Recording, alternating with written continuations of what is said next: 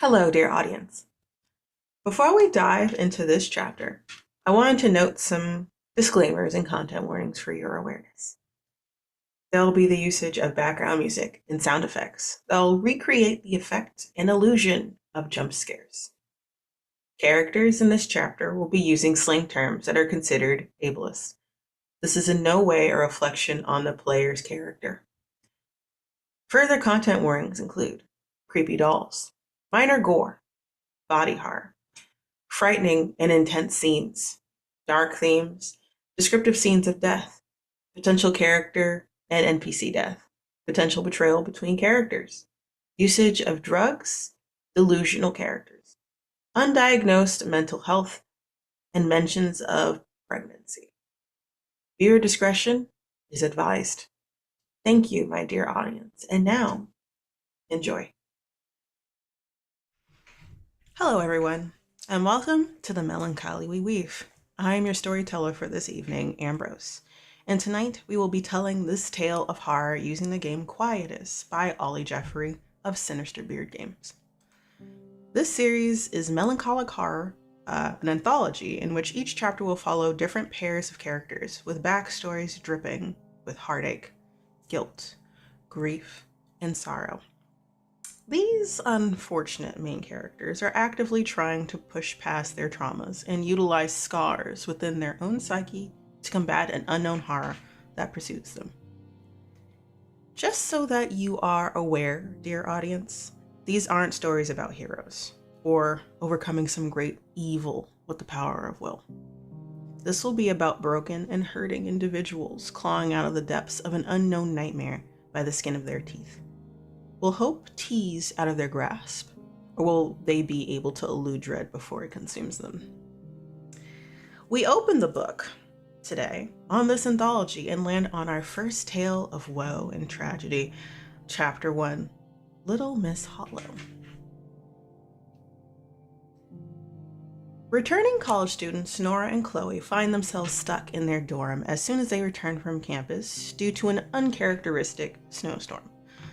The RA, resident advisor, wasn't there upon their arrival, and a few other students are there with them as well. Bored and trying to distract themselves from the reason for their skipped semesters, they try to wait the storm out by killing time with some gossip, video games, and maybe binge watching some television series. But then the suggestion of playing this urban legend game comes up.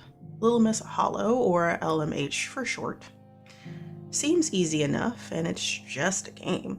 Doesn't matter that the game might have been played before on campus, and it may have been the reason for a disappearance of another student.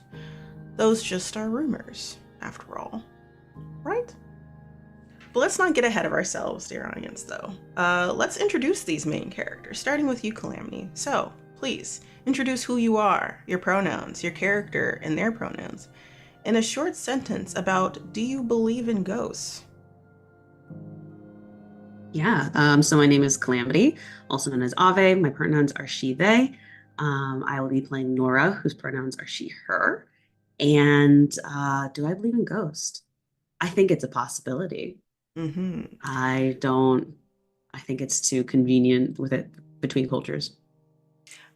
That's a good answer. That's a solid answer. All right, same question, V. Who are you? Your pronouns, your character and their pronouns, and do you believe in life after death? Ooh, fun question. Hi, everybody. I'm V. My pronouns are she, they. And today I'm playing Chloe Anderson, pronouns she, her. Life after death? No. You die, you get buried, you become worm food. Absolutely not. Ghosts are ridiculous. Solid. Also, valid for Chloe to believe this. I agree with that. And now, without further ado, let's continue.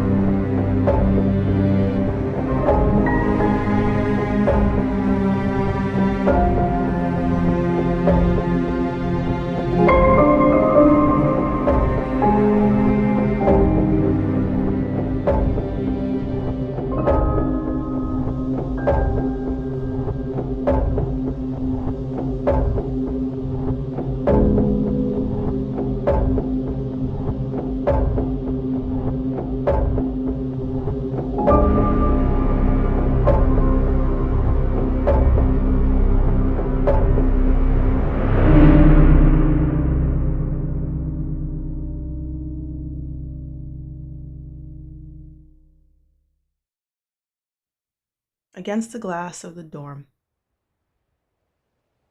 the snow howls loudly, whistles, and batters against the glasses of the dorm. Powell House, specifically. You're not sure when it's gonna let up.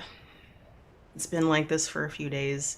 There might be lulls in between, like a reprieve, but not long enough to feel comfortable going outside yourselves. It's kind of like a big sleepover in a way, to all get to know each other or kind of ignore each other, whatever fits your personalities most. But you've gotten used to it. It's been 2 or 3 days that this has happened, but there's a little bit of worry about your RA, Jennifer. She's supposed to be here, or was supposed to set up before y'all got here. No one has been able to reach her on her phone. Maybe she just didn't make it in the snowstorm in time. Maybe she's stuck somewhere. Hopefully she's like at a motel or a hotel on her way, but you don't know. Nothing to worry about though. Like, this is kind of fun. Y'all watched the OC, which, who's to say? Some of y'all have kind of shuttered your way into your room and like just smoked up the joint. It stinks. Skunkweed vibes going on if you pass by. Some of you have been playing ping pong in one of the entertainment rooms. Some of y'all are sleeping the day away. Either way, it's getting boring. Nora,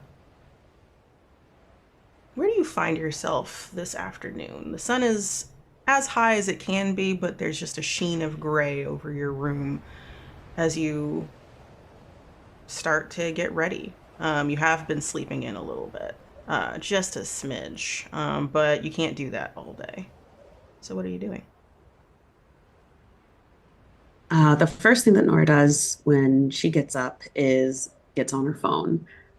She probably answers various text messages, scrolls through different inboxes for about 15 minutes before finally getting up. She has this short cropped honey brown hair. She's dark skinned, has dark brown eyes, and even as she wakes up, she's already adjusting herself. She's already making sure that she looks as perfect as possible in every situation, even if she just rolled out of bed. But I'll say that she sort of slowly gets ready, kind of musing about what to do today, just because everything's kind of shut down and they're stuck in the dorm. So she's a little annoyed, but she plans to make the best of it. Okay. Are you the only one in this room? Do you have like a roommate for this dorm room, or is it just solo you? Because I can see this being your own, like this is your room because you got money like that. So what do you think? Yeah, I think this is her. She has her own room. Cool. So you are adjusting yourself. You get up, kind of roll out. You got a little bit of bed hair or your bonnet slipped off, unfortunately, halfway through the night, as it does. You make your way to your private bathroom to adjust yourself in the mirror. Do you get dressed, or are you rolling out in like your sleepwear?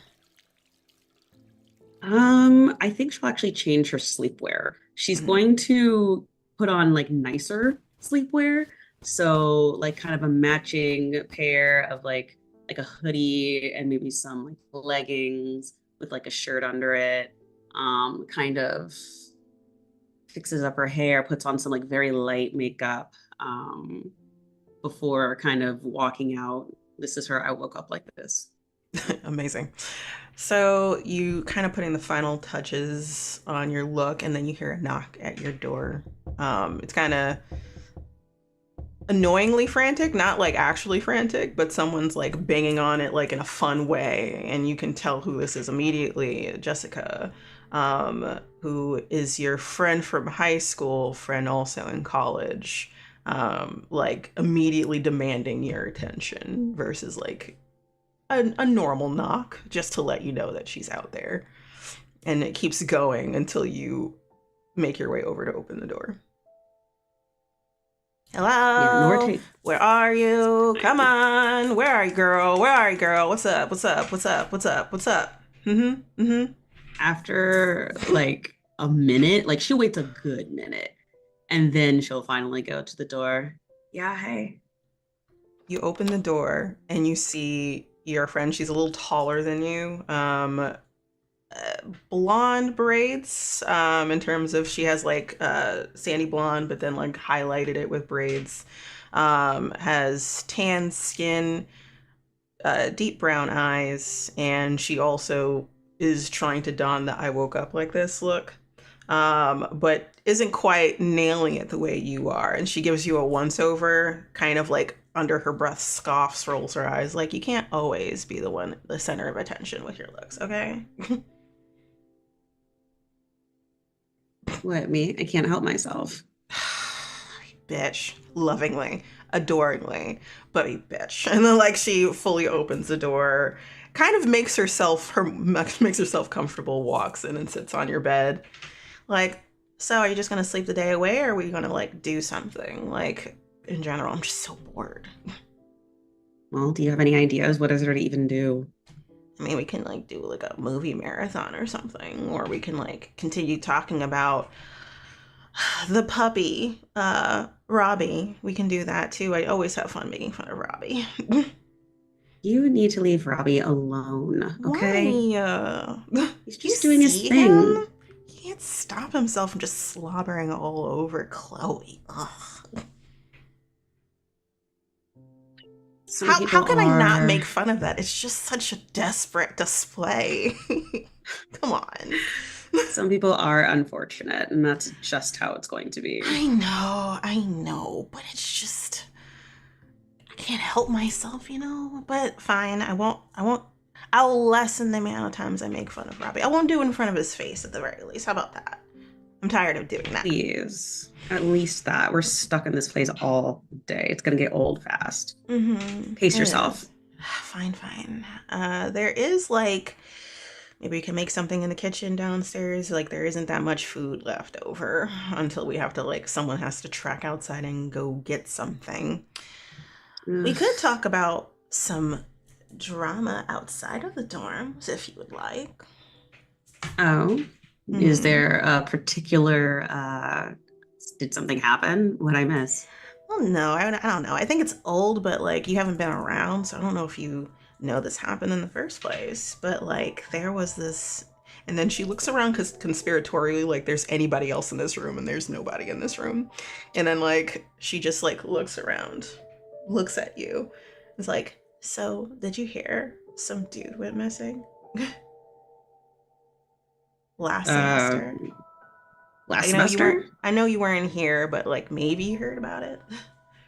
No, I didn't. I wasn't really involved. I was sick. Uh, are you okay, by the way, Yeah, about I'm all that? better. Okay, because you weren't doing well for a little bit.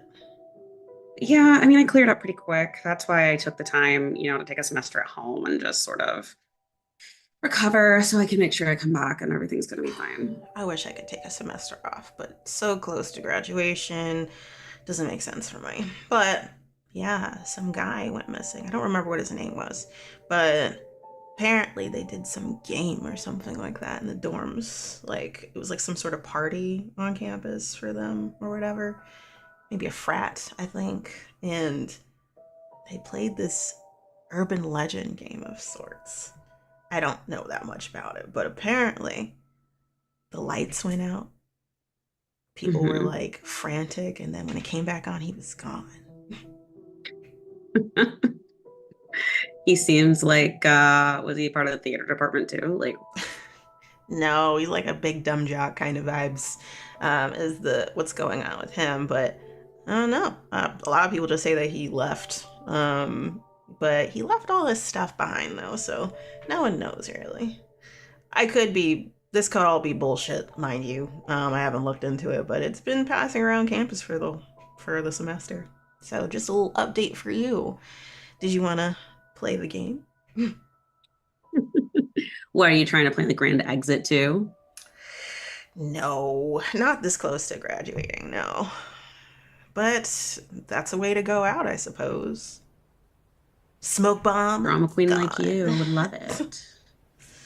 You don't want to do it? We don't have to. But that is something Well, that can pass the time. if we get bored enough, maybe. Sure. I don't care. All right. It's Well, whatever. if not, we can continue. We can do another reality TV show or something like that. There's a Ugh, circle yawn. that's on Netflix. We could do that. Like, no, Love Island. It's called Love Island, right? I think that's what it's called. I've already seen it all. Remember, I took last semester off. Gosh, I'm caught just up. fucking. And then, like, she stands up, brushes herself off. Let's get out of here, okay? Let's just meet up with everybody else or do something in the main hall or something. And then she kind of pushes you forward and out the door and into the hallway. And can you roll for me as soon as you get into the hallway? You roll What am I one rolling? dice for Uh-huh. now.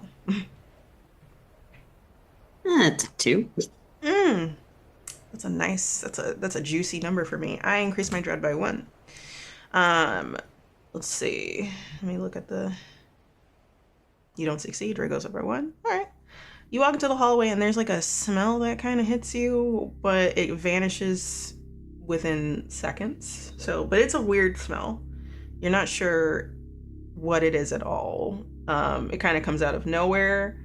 It's not a great smell, but it's gone before you know it. Ugh, being stuck in here with everyone is so gross. Why, what's Everyone's up? funk is gonna like mix up to this like major gross Right. funk I or mean, something. like, I don't care what's going on. The showers still work. Like, people, there's deodorant for a reason, body spray. Like, I don't care if it's Axe. And then she like keeps pushing you, but it turns into a gentle push as like you start moving and making your way to the main area, which is kind of like a lounge area, where most people have been meeting up to just kind of either chat or eventually break off after things get boring. But we transition over to you, Chloe. Are you in your room? I don't know. I feel like, are you just waking up or are you also like out and about or what? What's up? What time is it? It's like afternoons, like 11 to 12, give or take. Oh, I'm still asleep. Oh, I am. I am still very, very much like like if I don't have a class, I am sleeping. Yes. So I'm still very much asleep. Very comfortable. All right. So you're kind of just still having a dream kind of situation, or you're between dream and waking is the best way to put that. And then you hear a noise. It's on your window. You're like where y'all are dorms are. The main dorms are on the second floor and up. The lower level is kind of like just kind of meeting areas, and then maybe like the RA's room kind of situation. That's all you know. So you're like, what's that noise? And you think that it might be something to do with the snow or something scraping against it, like a tree branch kind of situation. But it sounds more and more as you start to wake, like a hand moving across the window, like skin rubbing on glass. I don't think I think too much of it at the beginning, especially because like I'm still very much asleep, right? I mean, this is obviously a leftover from a dream thing. The the sounds from outside, the storm, everything. I'm probably just, hearing things. But it'll be enough to wake me up. Mm-hmm. Unfortunately, I can't sleep through it because I've already like been made aware of it. So I will wake up and kind of collect myself and take a look at the window because there's no way that it's skin based on where we are and the fact that there's a storm outside, but I'm gonna look anyway. So you're slowly like, I imagine that Chloe's like face down or like slowly like lifting up, or has rolled over and done this, either way. And hair kind of askew. Can you describe how you look as you're getting up? Absolutely. I'm fairly nondescript as far as people go. If you were to put white woman into like an AI generator, that's what you'd get with Chloe. She's got medium length brown hair. She has brown eyes. She has no discernible markings on her skin. Her hair is pretty unkempt. Maybe she runs a brush through it if she needs to. She dresses in oversized hoodies, boots, things like that. So at this point, her hair is absolutely a mess because it's just wild all over the place. And she's wearing like an oversized sleep shirt, but it's probably like an old band tee. So it's a little faded, it's a little grungy. It's probably got some holes because she's worn it for so long. And that's probably how she wakes up. Maybe there's like actually probably remnants from like her, because she doesn't do a ton of makeup, but she'll do a little bit of like eyeliner or like eyeshadow that kind of gets like a little grungy, but she doesn't do enough to like wash her face at the end of the day because like that's like a whole step. And by the time she's going to sleep, she's usually just flopping down on her bed face down and passing out. So she's probably got a little bit of raccooning going on, just like fuzzy dark underneath her eyes from Got leftover you. makeup. So leftover makeup didn't wash her face at all. No. Like it's smearing down. Hair is a mess. Definitely need a brush or a comb or something. Yeah. And you lift, and your vision is blurry as you're trying to like see if there's anything in the window because that doesn't make any sense. So the more logical thing that you can think of is like a branch, like brushing. It's not quite the sound that you expect, but who knows? And as your vision unblurs, can you roll for me? You roll one dice, unless you want to push something, or if you want to work in a scar, if it's relative. Like, I don't think so, but one dice so far. How's a 4? I mean, you pass, but kind of barely, so I don't get anything from it. Unfortunate for me, fortunate for you. Yeah. You achieve a lesser version of your goal. So you're focusing, and for a moment, you see like a shadow of an outline of a person, and they are wiping their hand kind of back and forth. And it's rhythmic, and you realize that it's the same sound over and over again, as if like trying to look in or unclear. But by this point, it should have uncleared, but they keep on doing it over and over again. You can't make out any discernible features. And then on the downward swipe, gone. You blink, and it's gone. Uh, um, it was probably something stuck on like the window frame and it got there because of the storm, right? And it managed to dislodge itself. That's the only logical explanation for something like that, because that's weird. Mm-hmm. That was weird. And it could just be left over from your dream. Um, I Yeah. think you were dreaming about nothing having to do with the snowstorm, nothing having to do with glass or an unknown figure on the other end, but hey, the mind's a mysterious place. Who knows, really? Yeah. And you kind of hop up just a little bit, but then you're like, it was nothing. And then, like, you stretch, you shift your hair. You think that you're like kind of calming it away from your face, but it's still like kind of ratty. So you still Yeah. need a brush. Then you hear a buzz from your phone next to your bed, like on the nightstand. I'm gonna grab my phone, and as I'm unlocking it, I am gonna go over to the window and make sure that the window is locked. Just for no reason, obviously. For no But reason. Hmm. just, you know, You reach over because. and you test it, and it's locked, and you're like, okay, Okay. like All right. normally you wouldn't like uh you would not do anything with it anyway. Like, like no one's opening on the second floor. And even then, like, to get fresh air, I suppose, not during this time of year anyway. And you're like, oh, thank God. I don't Yeah. have to worry about it. What is it? But you're like, kind of sigh of relief. Yeah, Since you, it's just comforting. it's just a comforting thought just to make sure, because you don't know what that was, even if it was a dream.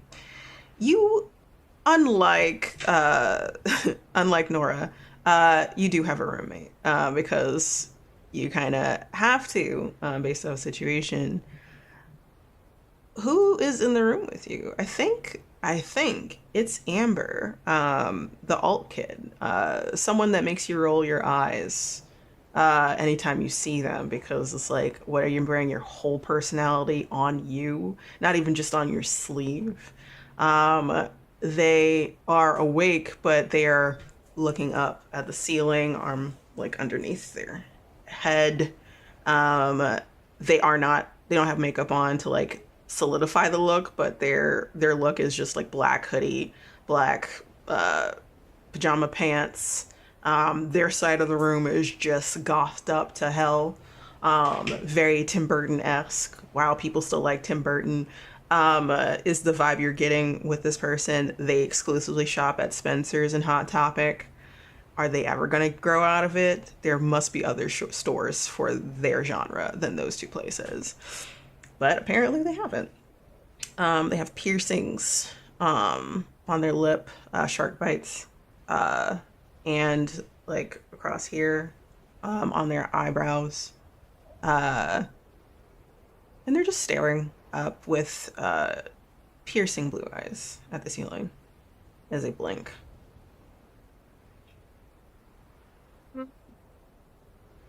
Yeah, I mean, Amber and I aren't really like friends. We exist in the same space, but that's I mean, and like we both live in black hoodies. But other than that, that's pretty much where our similarities kind of start and end. Um, yeah, I mean, if she's not concerned about the sound, then it was probably most definitely just a remnant of this dream. Um, Weird, whatever. But yeah, if she doesn't say anything to me, then I'm just gonna unlock my phone and pay attention to my phone because whatever. Leave You her to her own devices. you look at Amber and then you pull up your phone like, okay, you're just staring at the ceiling. And then as you're like looking through to see who texted you, you do see Robbie was the person that texted you. And then just a big smiley face. Good morning. I just text back, morning, had a weird dream, period. Weird dream, like what? Question mark. Uh, I, you know how dreams are. I don't remember what it is now, but I woke up because I heard a weird sound, but it was obviously just like a weird sound in my dream, but it sounded like somebody was like rubbing against my window. It was really weird. I don't know. Period. Mm, like question mark. Should I check out your room just in case? No, Amber's here and sitting on the bed like nothing is bothering her, and the window's locked, so it's fine, but thanks. Did you want to roll to see if you can get some insight into Amber right now? Sure. Ooh, that's a 3. Ooh, no, you got nothing. So my dread increases to 2. You look over No. at Amber who's blinking, and as far as you can tell, yeah, Amber is like stone faced and stoic as ever. Um, and you just roll your eyes, go back to texting. No, like he's like Amber's fine. Like they're not reacting a certain way, so it must have been nothing. And then he sends a thumbs up, and I'm like, going to like the lounge area. See you there? Question mark. And I just kind of like sigh a little bit and I say, yeah, I guess since I'm awake. Period. Like a happy gif of some sort, where it's just like, yay, like a very joyous, like can't wait to see you kind of vibe. And you roll your eyes again, and you put your phone down as like you probably get ready for the day. And before you do, you hear Amber, kind of like a raspy voice of sorts. It's like, so did you hear it? Hear what? You kind of like start walking to. You don't have your own bathrooms, unfortunately. You have to go and get, go to like outside, turn to the right, and then like bathrooms, showers, place to wash your face, sink's there. And that's the first time you see them stare from the ceiling and slowly look to you and raise an eyebrow, like a cut eyebrow with a piercing. You didn't hear that? The window.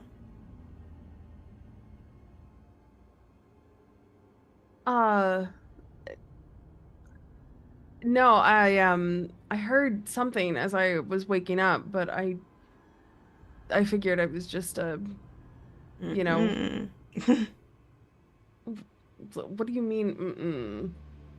I woke up 30 minutes before you, and halfway waking up, I just heard it.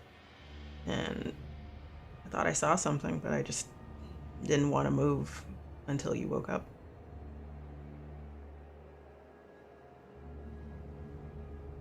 I didn't want to think that I was losing it or something. And then they start standing up and then do like a stretch. But you can tell upon them standing up that like they look a little unnerved, but they're hiding it very well. And then they kind of last bits of those unnervingness kind of goes away as they stand. It's nothing. Like it's probably just, yeah, it's just nothing. And they gather their stuff to get ready to get dressed. Hold on. Are you saying that the sound was going on for like 30 minutes? No, not 30 minutes. Give or take 20. I woke up just because I felt weird. And then I heard it. Don't ask me what feeling weird is. I don't know. I just woke up kind of out of dead sleep a little bit. I mean, did you see the... I saw something and then I just didn't want to. So I just laid back down and I waited for you to wake up. I didn't want to move. I'm gonna go over and double check the lock just one more time. Like you both look at each other as you're just like realizing, oh, we both definitely heard that. And then from like the dead stare of realizing, yeah, I heard that, you heard that, we both heard that. And then you look back at the window, walk back from like getting your stuff to get ready to go get dressed and change, check the window again. It's definitely locked. You nod and you're like, okay. And they also like the closest to being kind of terrified that they are going to be. You just see it in their steely blue eyes. They nod and then they gather their stuff and they both head out to the, what is it called again? I'm like stumping on this. I don't want to say like the restrooms because it's a little bit more than restrooms. Changing rooms, showers, all that stuff is there. You both go there together. Yeah, you don't hang out, but y'all are both human and you're both terrified, kinda. So y'all kind of pair up a little bit. Buddy system in a way. And you get ready to the best of your ability. You brush your hair, you wash your face, which is just splashing water, maybe light soap, like the Neutrogena commercials. That's how you think it's supposed to go versus like rubbing it in. And they fully get ready. They do up their face. They pasty up their face in a way versus like adding any form of contour. Put their hair, which is like long black curly hair, in a ponytail. They are more like very rosy cheeked a little bit. They're actually kind of cute, all things considered. And then they try to like get rid of that cuteness by contouring and paling up their skin with makeup that is like a shade lighter than them. So yeah, and y'all get ready, and then you look like basic white woman chic, but cozy. And then they are like, I just stepped out or I'm getting ready to work for a Hot Topic. That's how y'all exit the bathroom. And y'all both silently head towards the lounge, which is on a floor or two up. I would say it's on the 4th floor. And the elevator dings. The light from the elevator illuminates the hallway, which is kind of dark. There's some lights as you walk further in, but there's just like this eerie vibe to it that you're used to because of everything so far. Um, you walk through and then you meet up with everybody else. You see Robbie, who has big glasses, like shaggy brown hair that's like kind of curly, kind of wavy, is wearing like a dark blue hoodie, a video game t-shirt that's kind of faded. Commander Shepard is on it, I think, and then the N7 as well is there. Sweatpants, is wearing Converses. Some people are opting to just wear socks, but he's like fully dressed. He's wringing his wrist nervously. And there's like definitely journals and books next to him. So like he's distracting himself with just stuff. There might be comic books or manga there as well. And he lifts his eyes and like brightens immediately in the face when he sees you walking out. You also see Jessica, who looks like the wannabe mean girl slash Barbie vibes. A lot of pink, is leaning back in a couch and is talking to Nora, essentially, and they're talking with each other back and forth. It looks like they have cups of coffee from the kitchen downstairs. Probably instant coffee because like they don't want to go through the whatever the RA does to set things up. So something really quick. And then of course Amber walks past you and sits like on an empty chair next to one of the windows. Actually, they stop and look at the window, narrow their eyes, and then sit in the center, something that is very natural for them to do, to like kind of be loner-esque next to a window and staring out into who knows where.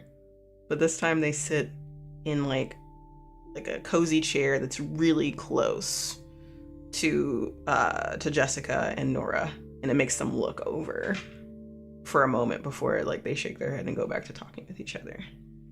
Where are you sitting? Are you sitting with Robbie, who's like waving at you? Also next to the window, but like two chairs next to the window, like one facing each other. Yeah, I mean, he was excited to have me come down here. So I'd go over and then just kind of like instinctively glance at the window and just, I'm a little freaked out about the windows, but I'm not gonna ask to move because obviously it's kind of crazy. But I will just make sure that the window's locked. Just, So as you so as you sit down, you kind of look at the window before you fully like take Robbie in. And you just like narrow your eyes and then you check the window suddenly and he just like looks at you like, you good? Like, what's good? Yeah, just making sure windows are closed. That's all. All right. Like, they're always closed. Chloe? I had a weird dream. I woke up. I'm still it was a weird dream. Are you sure you don't remember it? If you're that nervous about it? Yeah, all I remember is that there was something at a window and it was a weird sound and I can't remember anything else about it, but I just remember waking up and feeling a little weird about it. Just a weird nightmare, not a big deal. Happens. All right. You look lovely today. Just rolled out of bed like this, you know? Mm-hmm. Yeah, I believe it. As he like opens up a comic book. It's like back to another day of just nothing, I suppose. Yeah, I'd still be sleeping if I could, but I'm awake now, so nothing to do but settle in, I guess. And I'm gonna like sit down on the chair, but I'm gonna like pick up both my legs and like cross my legs on the chair. Just get very like kind of make myself a little small on the chair. Mm. So you make yourself a little small in the chair, and it's been a interesting morning, and you're trying to get rid of that what you saw essentially, and just like it was nothing. Weird things happen all the time, but it's stuck in your mind. We're gonna go over to you, Nora, talking to Jessica, and Jessica's kind of like side-eyeing Chloe and Robbie and rolling her eyes so hard you might think that her eyes are going to get stuck in the back of her head. before taking a deep breath. I'm not gonna say anything, okay? I'm not gonna say anything. You told me not to. Your self-restraint is admirable. Thank you. It pains me right now, okay? Absolutely. Pace yourself. I'm not saying you have to stop. It's just I appreciate that. I appreciate that you know me. I appreciate that you know me, hun. But seriously, what are we gonna do? And then Jessica I looks don't over know. at like Amber. Hey, you. Like, any ideas? Amber just like raises an eyebrow from the distance, like the shorter distance than they normally are from everybody. Rolls her eyes. We can watch something, binge watch something, or anything really. Jessica shrugs. Or we can like do a game of sorts. Oh my gosh. Amber like raises an eyebrow and looks between both of you. What game? Oh, this game that I heard about. I think it's called like, and then like pulls out her phone and like scrolls through. It's called like Little Miss Hollow, I think. Little Miss Hollow. Are you fucking serious? No, we're not playing that. Why not? It's fucking weird. Do you have any better ideas? Anything else but a urban legend that might have caused someone to go missing. Then Jessica stands Nobody. up and points. Oh, so you have heard of it. So you're not just under a rock. Why would I be under a rock? I see and hear everything around here. Just because you think that everyone else is invisible doesn't mean that they actually are, Jessica. And she huffs. Anyway, come on. What's the worst that can happen? It's just an urban legend. It's no big deal. Amber sighs, stands up. If you are, I'm gonna go back to my room. I don't want to participate in some creepy shit, thank you. You don't want to participate in any creepy shit? Who'd have thunk it? Look, there's a very obvious once over of Amber. How many people do we need? At least 4. Okay, so I got me, you, because whatever. Great way to start the morning. And she'll kind of like look over at Chloe. How about you? I look over at Nora. Sorry, what? Because I have not been paying any attention to the conversation. The game, the urban legend? Have you not? Okay. First you need some coffee, but we're gonna be playing this like weird urban legend game or whatever, just to kind of kick off the morning, I guess. Jessica really wants to play. We need 4 people. At least. And I kind of like look at Robbie, who's reading a comic, and I look at the stack of books, and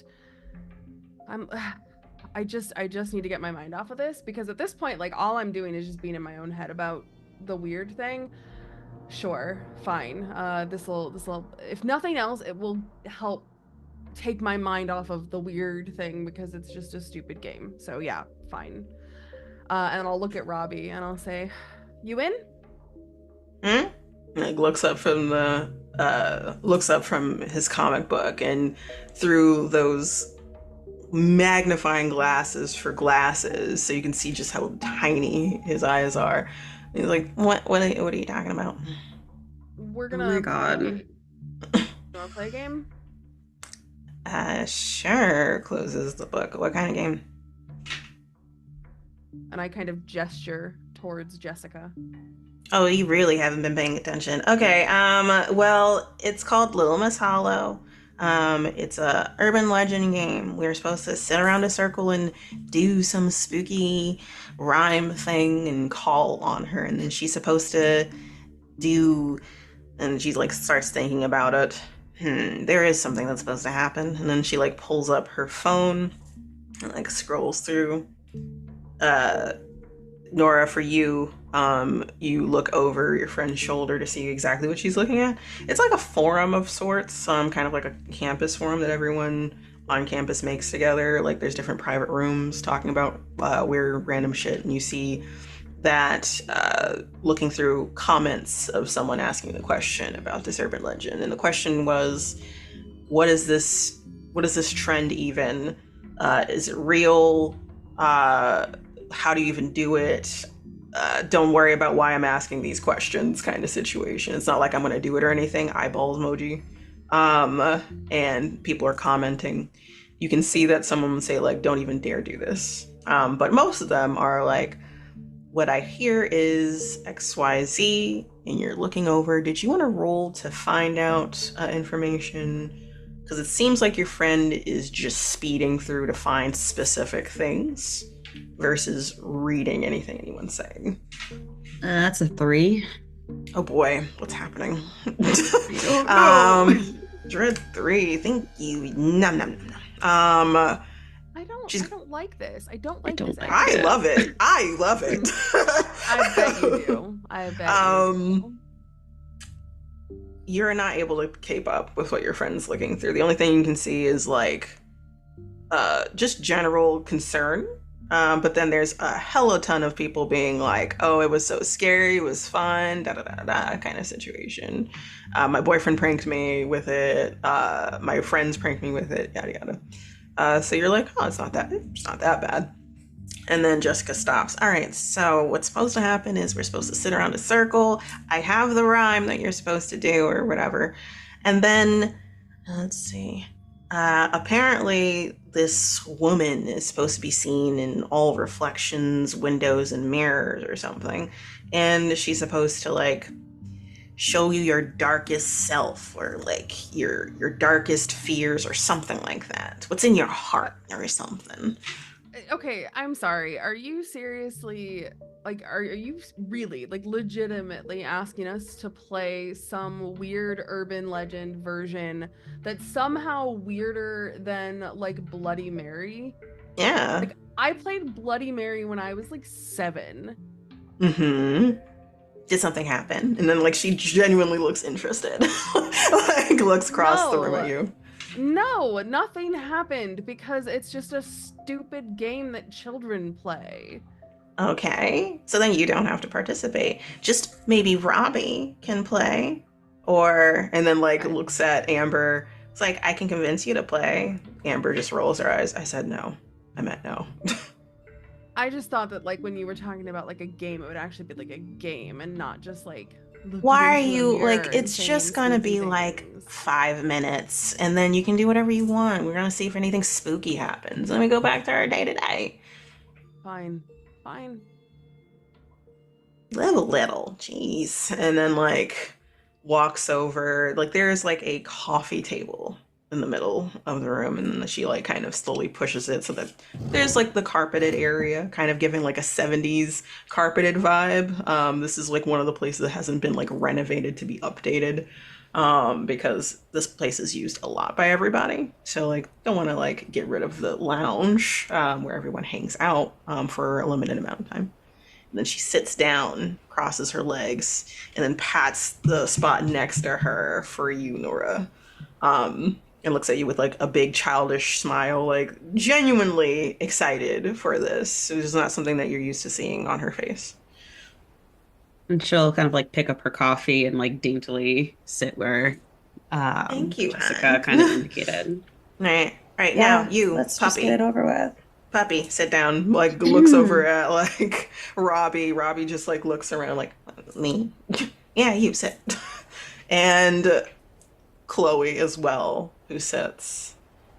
And Amber stares at y'all as y'all sit. Makes a face.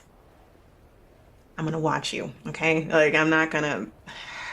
It's just us, so sits back down on the armchair, but does not participate and tries to ignore y'all by, like, kicking their feet up on the armrest, kind of like sitting, like, sideways on it with their phone, kind of side eyes y'all and looks back at their phone, but is opting not to leave. Chloe can probably guess because she's still kind of scared, but also, like, it they will be alone. They don't want to be alone at this time.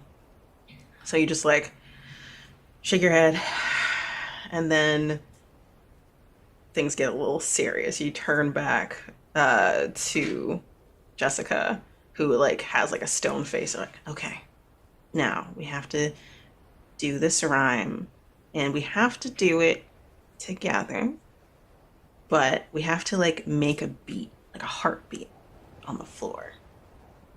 You have to make sure that it's kind of like in tune, you know? Like, and looks at her phone as she's reading through it. Yeah. And the rhyme is, and she takes her phone and she passes it around to you. Memorize it, okay? I look at this and I just kind of like, I try really hard to stop rolling my eyes because it's fine, whatever. The sooner we can get this done, the sooner I can go back to not doing this. So this is fine. But there is a thought that crosses my mind. I'm not going to say it out loud, but I definitely think that Amber would actually be more into this than she's letting on, based on this poem alone. You reading it through and you're like, I don't know why Amber doesn't like this shit. This is like right up her alley. Like she does poetry for fun, like dark poetry for fun. Like she's like a creative arts major essentially, but like has like a minor in like sciences. That's the reason why she's in this particular dorm with y'all, because the Powell House is for what is it, not STEM specifically. And you just look over at her and she's actively ignoring all of you. Like you can tell, it doesn't matter if people are staring at her from an angle. She's just, no, I am not paying attention. You cannot make me pay attention. You cannot make me pay attention. You roll your eyes. You can go back to Jessica. All right, so I'm going to say a line, then Robbie's going to say a line, then you're going to say a line, Chloe, and then you're going to say a line, Nora. All right, cool. I need y'all to roll for me. And you only have one dice unless you want to ask for help from somebody, or you want to ask for help. You want to ask for help or use a scar before you roll, is what I was going to say. Well, I already rolled, so it doesn't matter. Okay. I rolled a 1. That tasty, tasty dread. All right, cool. You rolled a 1. How about you, Nora? Don't tell me you rolled a 1 too. What is... All right, before I even take the dread, actually, did y'all want to push it? Sure. Yeah, why One not? feels bad. All right, One does so feel bad, it does feel bad. You're right. You're correct. It is bad. So if you push a roll a dice for me. Tell me the number. 4. Increase Oh your my anxiety by God. 4. Okay.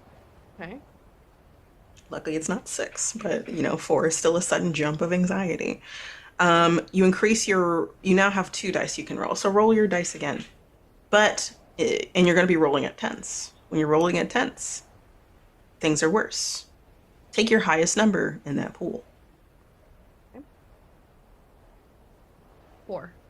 4. 5. Okay. So lesser version, but you do succeed. Dread goes up by 1 though, so I still increased my dread. It did not matter. But all right, cool. Anything else happens? No, just a lesser version of what you do. So there is Robbie and Jessica are trying to match they're trying to hit their fists against the floor lightly enough, not like going ballistic with it, but trying to match to the tone of a heartbeat, and you both are trying to do the same thing, and eventually y'all are able to get it, but it's kind of off just a little bit. And you say the rhyme, your part, and I'll just say it just for the sake of it. In the silence of the night, where shadows play their part, a heart beats to a rhyme, alive from the start. Echoes in the darkness, where secrets twist and dart, a pulse of hidden whispers, alive within a heart. And you do that, and you do it like a few times for good measure because that's what it tells you to do. Like, do it like 3 times. Very reminiscent of Bloody Mary, say it 3 times kind of situation. And then at the end, Jessica stops, and then following Robbie, then Chloe, then Nora in terms of stopping the beat.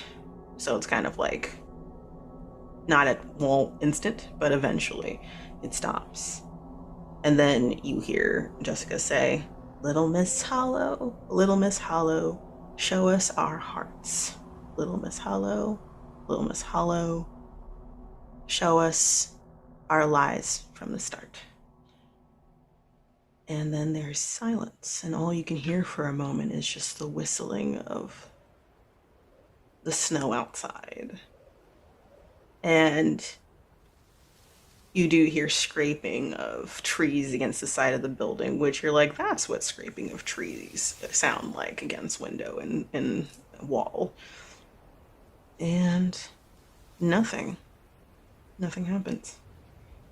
And Amber, you see Chloe probably because like you're kind of facing, everyone else is facing away. You see Amber looking at y'all with a raised eyebrow, and they're looking around to see if anything happens as well with you, because at a certain point they went from looking at their phone to actually being kind of interested. You probably guessed right, that poem was actually kind of fire. But no, nothing happens.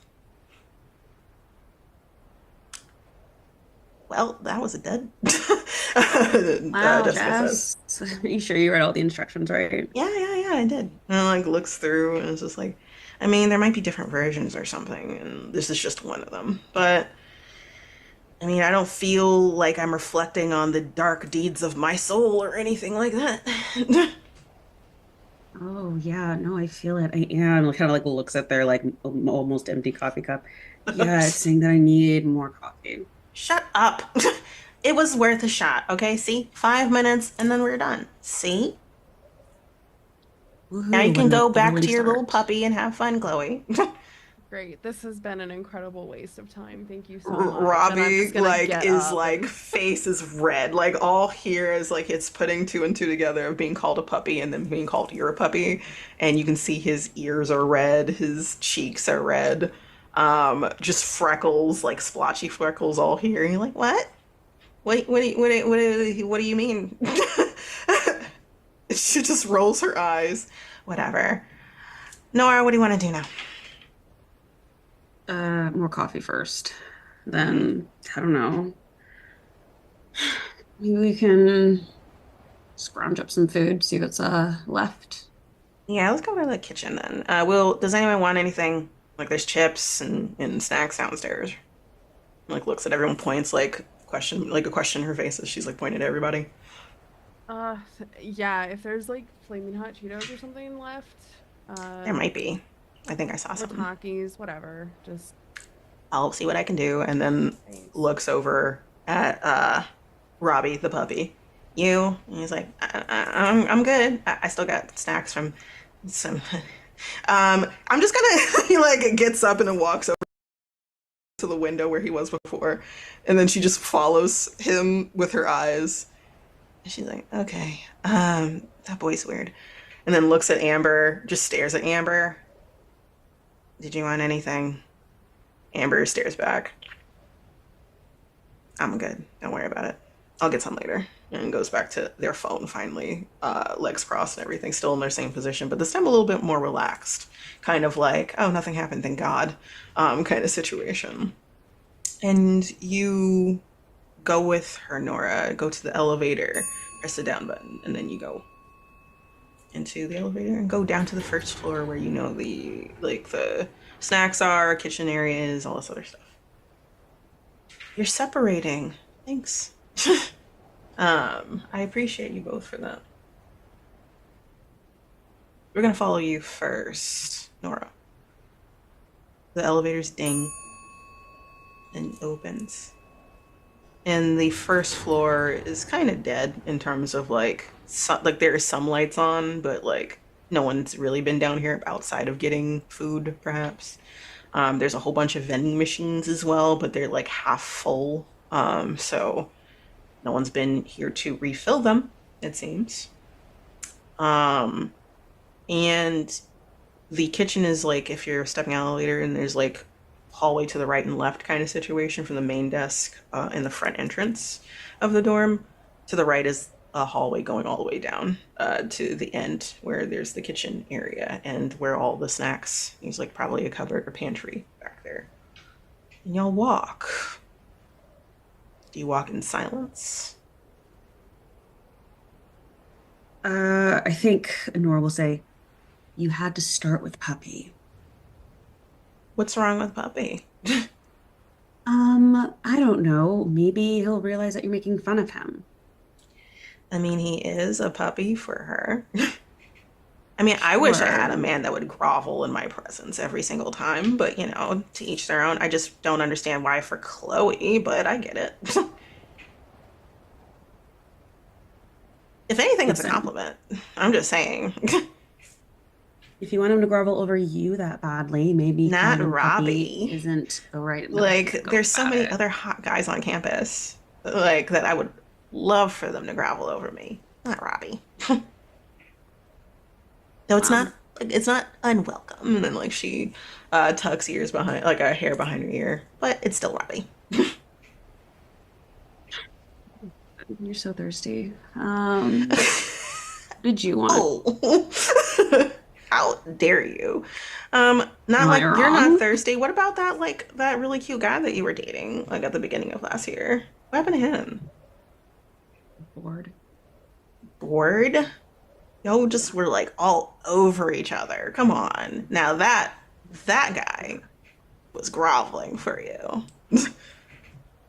Yeah, but he was, you know, boring. It always gets old. I didn't see that, but I get it. All right, fine. Y'all continue walking, and you pass like a few doors before you get to the end of the hallway. Um, the area where like you usually make coffee is like a little earlier than this. It's kind of like where everyone makes coffee, including like staff. Um, so this is your first time tracking this way down the hall and getting ready to go to the final door. Can you roll for me?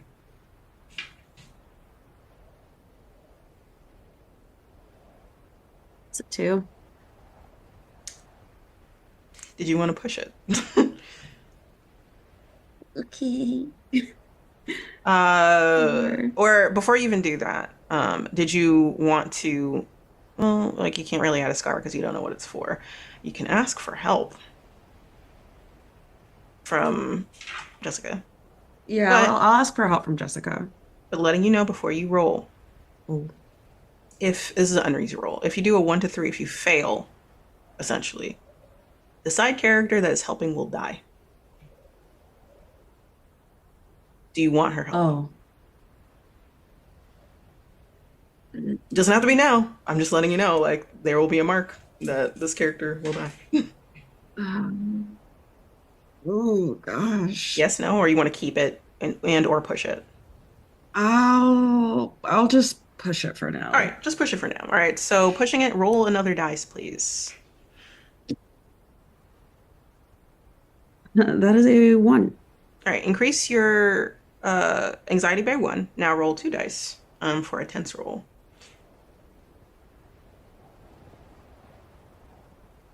I take the highest one. Hmm. Six.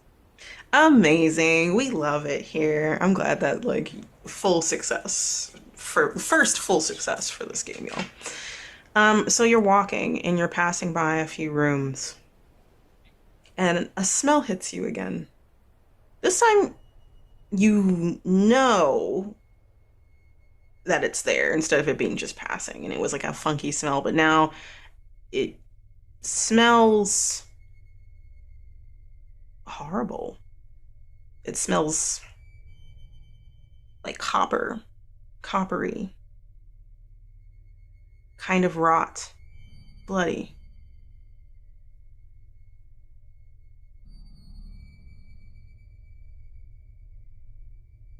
God, what died down here? Hmm? What's wrong? Do you not smell that? She sniffs, and she also makes a face. Yeah, what is that? And do you follow the smell, or are you just going to ignore it? She's gonna follow the smell. All right, so you're trying to find out where it's coming from. And because you got a six, because I reward people that get sixes.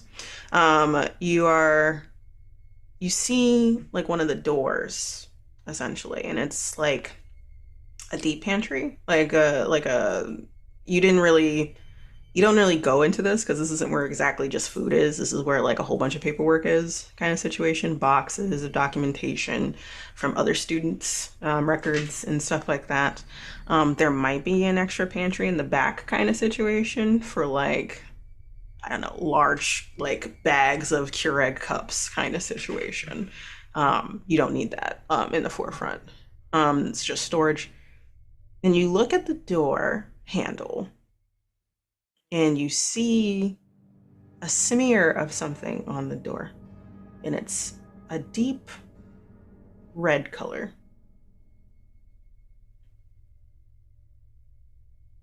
Is that the smell? Like, can I identify that that's probably what I'm smelling? You go up to the door, and when you get closer to the door, the smell is obviously coming from there, but it's not coming from the smear on the door handle. It's coming from inside the room.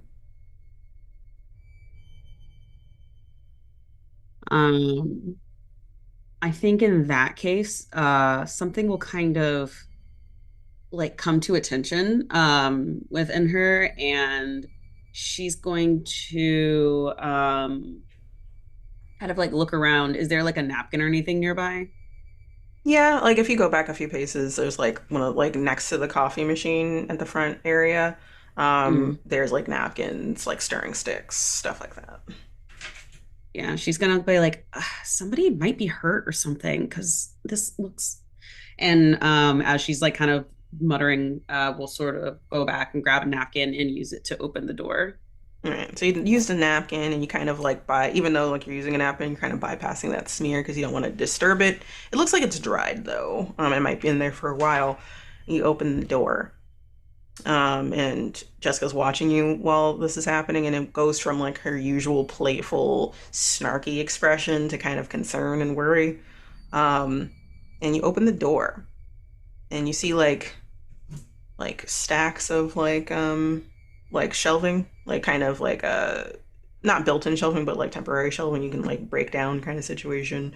With a whole bunch of boxes. And you slowly open, you look around, and you look at the floor, which is linoleum, and you see down a stack, there's a puddle of something dark colored.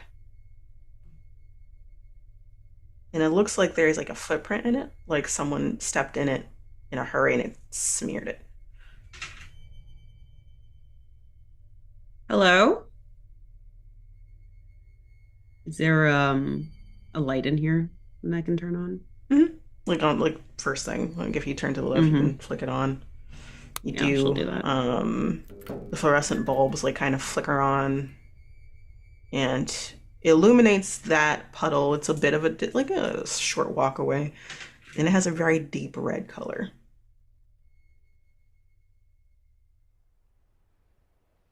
No one responds to you. It's silent in here. You can only hear the whistle of the snow outside.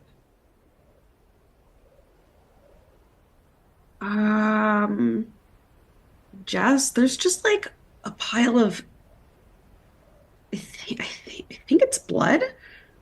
She looks Um, over your head because like she doesn't have to look hard over you because you're really small. She looks over. She's like, "Oh my God. What should we do?" hello? Is someone in here? And she'll kind of like step around it and like try to search the room and see if she sees anyone.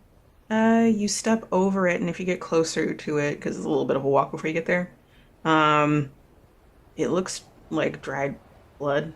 Not the cartoony, really bright red, not anything like that. It looks like it's been here for a while. It's starting to take on a tinge of brown. You can't really make a guess unless like you want to dip into like STEM knowledge of some sort, how long it might have been here, oxygenated kind of situation. but you step over it and you look around and there's like another like line of stack and it goes on for a little bit, but you do see shoe prints, like probably a sneaker, of that red, reddish brown color walking further in, and it looks like it wasn't like straight walking, it was like someone was dragging themselves or moving forward. Do you follow? Is there anything heavy near me? Heavy but Like liftable. like Like a handheld melee but weapon? weighted. Okay. Yes. Roll for me to see if you can find anything. Okay, that's a 5. Nice. Are you uneasy or are you tense right now? Let's say she's a bit tense. Okay, so you rolled a tense roll then. Achieve a Mhm. lesser version. Dread goes up by 1. I have 6 dread right now.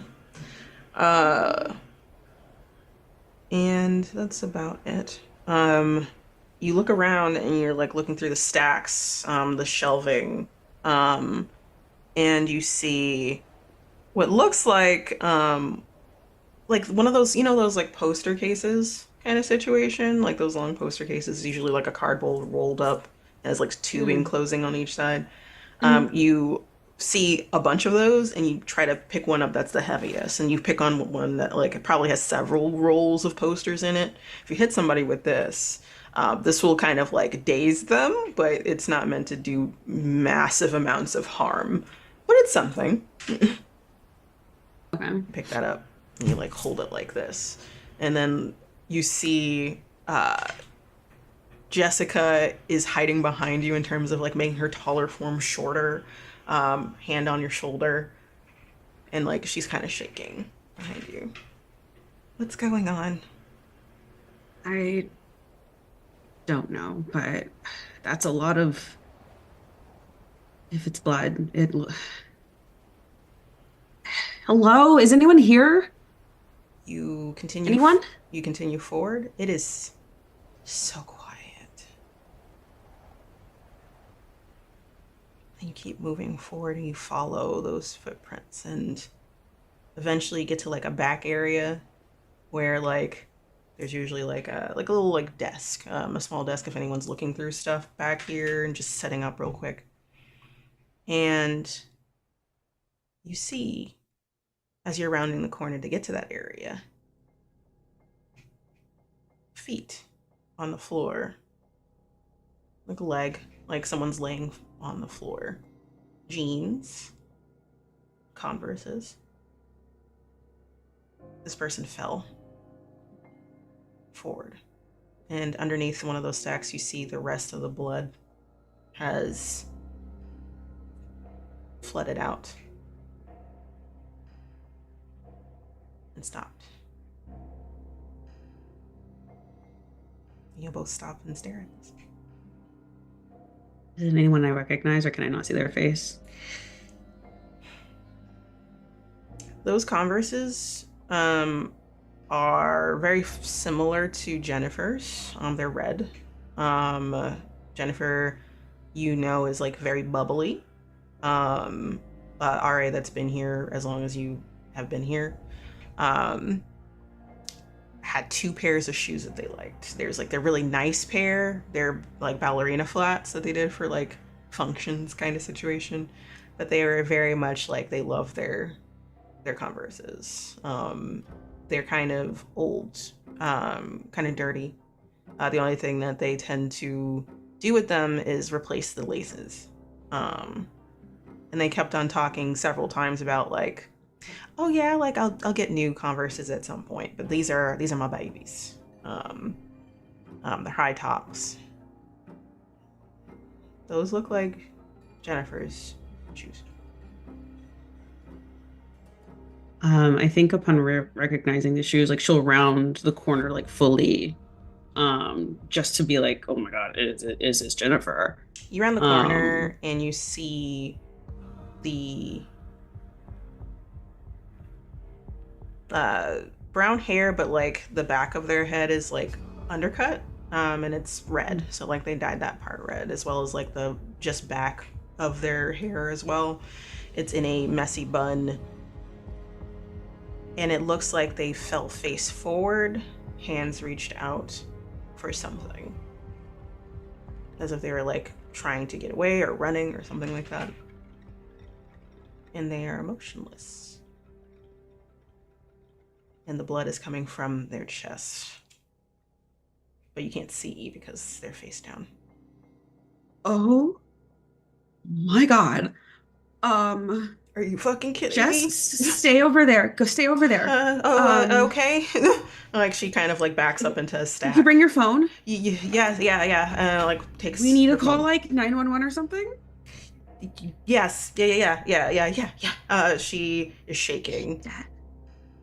I think so. And we'll sort of like bend down, like kind of try and get closer, see if she can observe like anything else weird around her, any like other clues as to like what may have gone on. You can roll for me to do that. I'll try my best. But you're at tense before you like throw down. Ooh. Oh, yeah. We got A 6. amazing. You got a 6. Take this die from now. So full success, no bad thing happens with a full success on tense, so you're good. You can see that this might have happened like in the last week, potentially. It's a bit cold in here. She is kind of decomposing, but it's just the smell so far. You don't really see anything outside of that. She looks like she's really cold, colder than the room is. So it is happening slower than you're expecting. You notice that there's also blood that kind of came out from her sweater. So like her back, you can see that there's a bubbling of blood back there too. So whatever happened to her front went all the way through her body.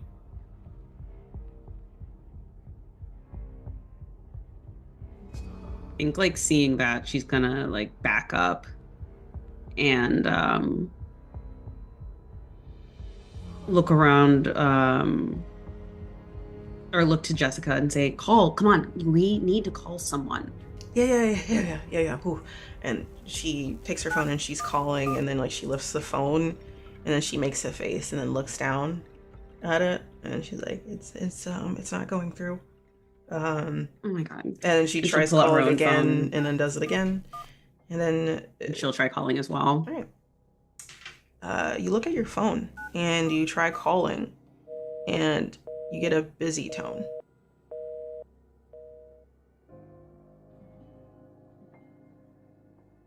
As in, I guess like the power is on. I literally just turned on the lights. Yeah, the power's on. Yeah. She's like, okay, maybe we need to go upstairs. We needed to tell everybody about this because what the fuck. Also, maybe the signal will be better up there. It is, snowing and shit outside. Oh my God. As you're like, she'll trying to like put some stuff together, Jessica's frozen a little bit, but trying to come back here. And then she shakes. There's the emergency button on your phone, on your cell phone, and if you press it, it will eventually go out once connection comes back. So that's something that we can do. Okay, go ahead and do that.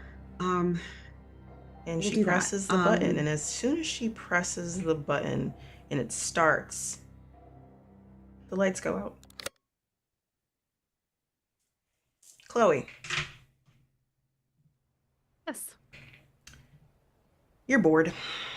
You're leaning back and you're like, man, this was whatever that was an absolute waste of time. But at least it was something. It was fun, kind of, in terms of like doing something that is a pop culture reference of some sort. But you can't even have something to say anywhere, whether it's on social media or someone else, like, oh, this weird thing happened, and like flickering lights, or someone called my name, or anything like that. And Robbie is staring at you, you notice, after you're looking at your phone above from his manga. He's like looking through, like at you. Can I help you? Oh, Or... like blocks his face as if like he wasn't obvious. And you're still So staring is at that him, a and then he no? tries to like look over it again, and then goes back. Sorry. For what? Looks back over, but like puts the book down. No, you just your hair looks really nice today. Thanks. I brushed it. Oh, cool. Yeah. Did you wanna read anything I have here? Like I just have a whole bunch of like comic books, manga, magazines, just anything I grabbed. I kind of take a look at the pile. Like I don't like dig through it, but I'll kind of like move the top ones around. But ultimately like nothing's really catching my eye. I'd kind of just rather like doom scroll on Twitter or Pinterest or whatever. Just do anything that is like new information Mm-hmm. coming into my brain. So I just say no, I'm good. Mm-hmm. Show him my phone and then kind of go back to scrolling. Okay. Roll for me.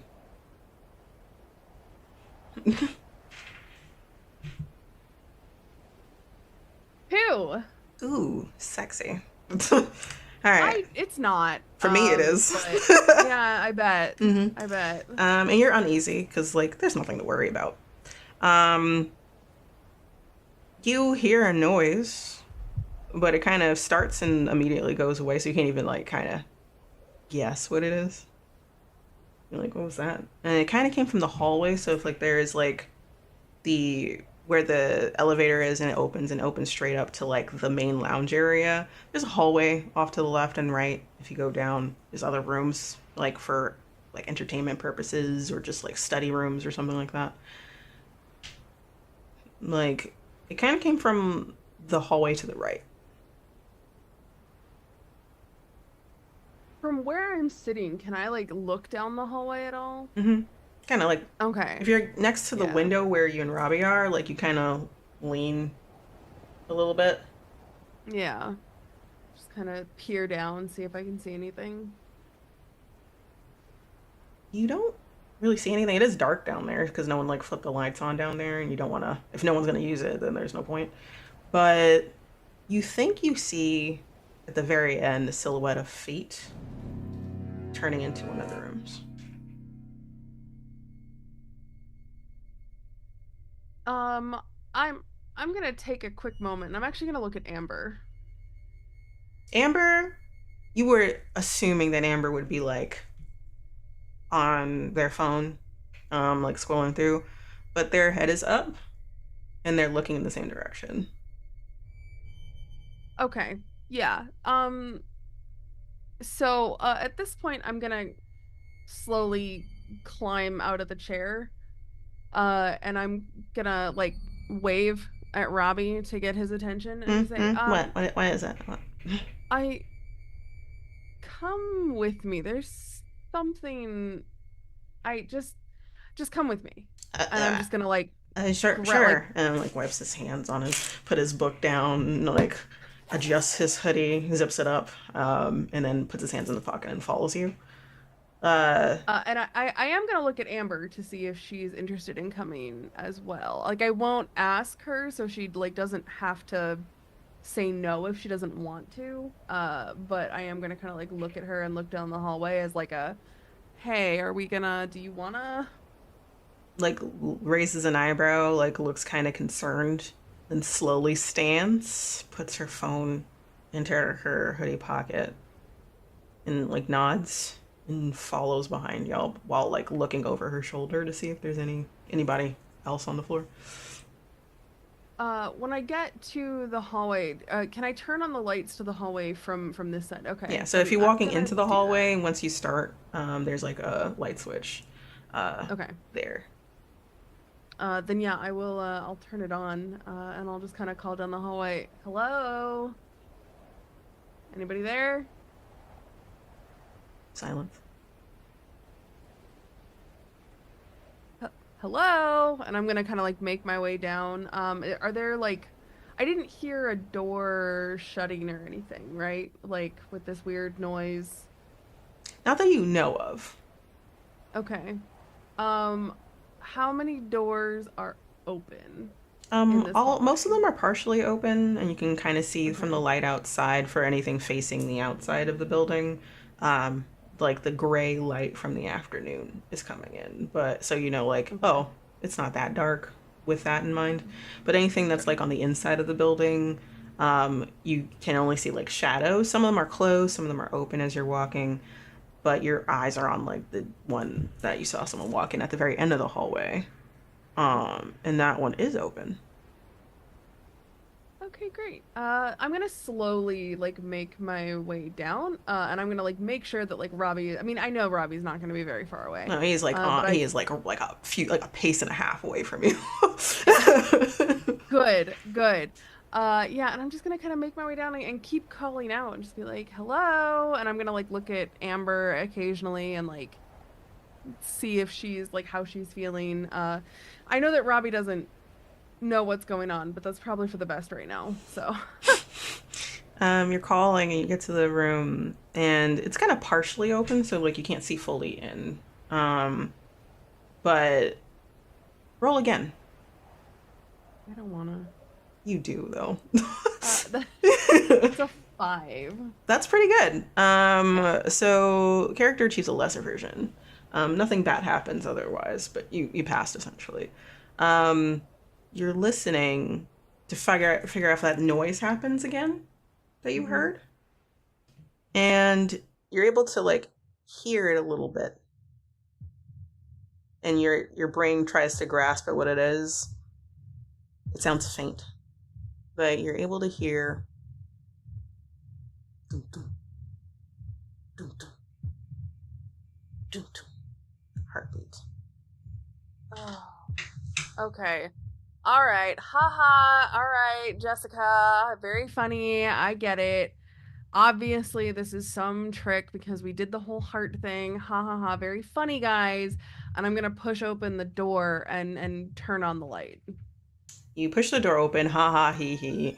Open it, turn the light on, and it's one like a mostly empty room, like white walls, fluorescent lighting. Once you turn it on, it flickers on, and there's a like two. There's a desk against each wall kind of situation, kind of like different chairs, so people can study together in here, separated from each other, giving it like a cubicle vibe, but a little more open than that.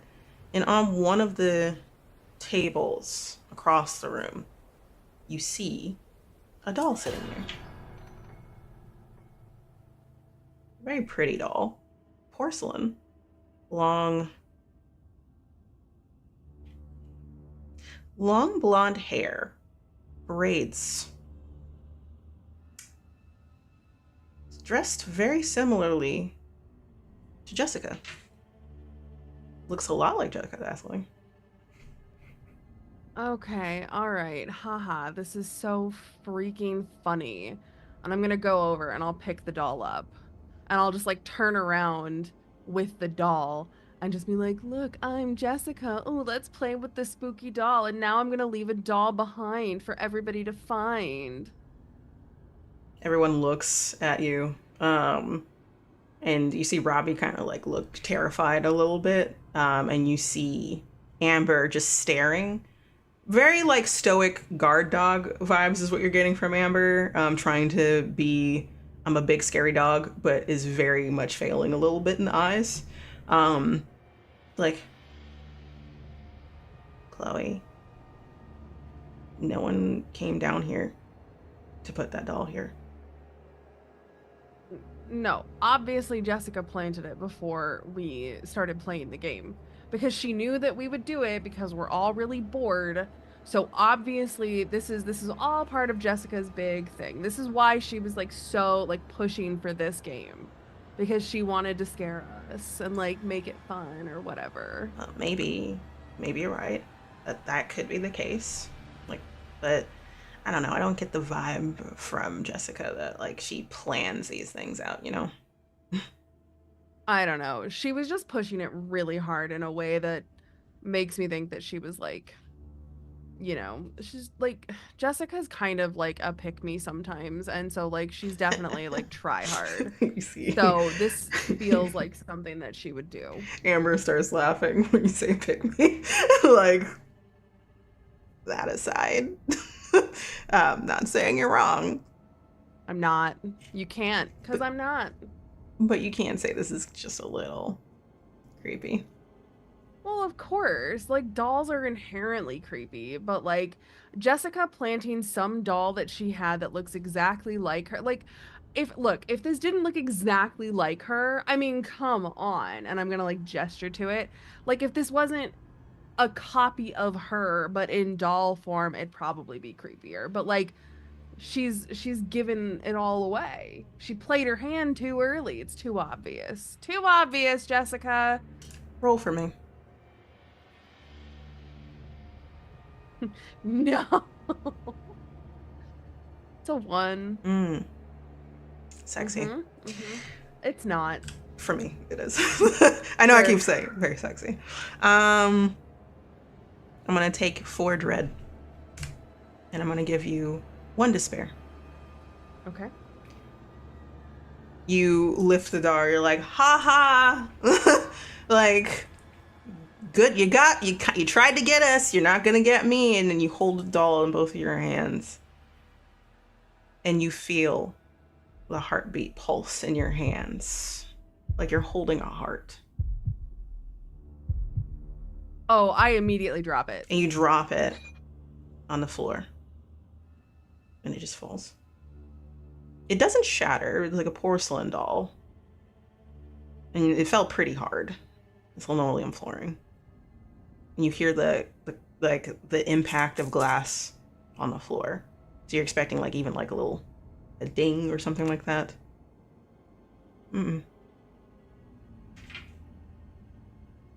That What's wrong? Like what happened? Like he walks over Robbie and looks down at it. I think I felt like a heartbeat in the doll. This is some, Jessica must have gotten some of the kids from some art school or something to put there. There's got to be a mechanism or something. It just in the snow. Just Chloe. No, she could have planned this. She could have had this planned for forever. Amber puts her hands in her pockets, walks over to you, so like y'all are kind of surrounding the doll on the floor, and just like looks at you with the dullest expression. So you're telling me the pick me went out, got kids to make a doll, knew that a snowstorm was gonna happen and that we would get bored enough to play a game that may or may not have some weird lore attached to it, made a doll in her exact image, left it for us to scare us. Okay. So here's the thing. You think that sounds crazy, but what's the alternative? Like looks at you dead-eyed. The alternative is someone else is fucking with us. Who would make a doll that looks like Jessica? Who would do that? I don't know, Chloe. Who? Okay, no, because here's the thing. You think that my logic is crazy, but you realize that what you're insinuating is that somebody else has a doll that happens to look like Chloe that they put together, waiting for a moment where they can unleash this doll onto us. Did they know that we were going to play this game? Like, your logic is crazier than my logic. You understand that, right? Or you get that. Or doesn't answer the question.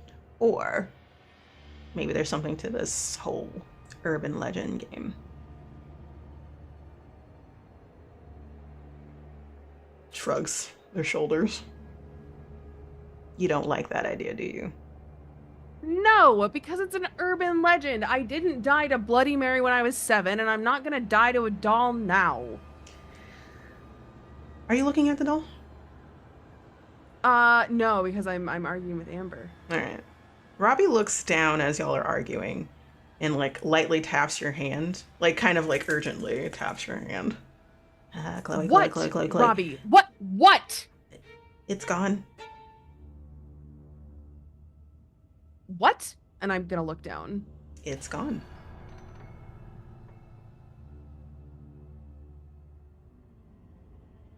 I'm gonna start frantically looking around because maybe I kicked it or something. Because you know I can get a little. It's a very animated small or room, something. like enough for 4 people separately in their own cubicles, like doing their own study session. There's nowhere for this thing to hide. The door is partially open. The lights are on. Let's say you step out into the hallway. It's a long hallway. You don't see anything.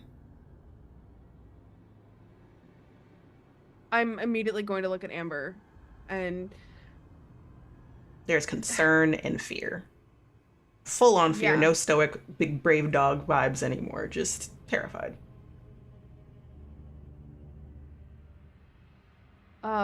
we should We need to get the others, I think. yeah, it's a good idea. Yeah. Y'all step into the hallway, and Amber gets her phone to like, it looks like either to call downstairs, the front area, to see if like maybe someone picks up the phone.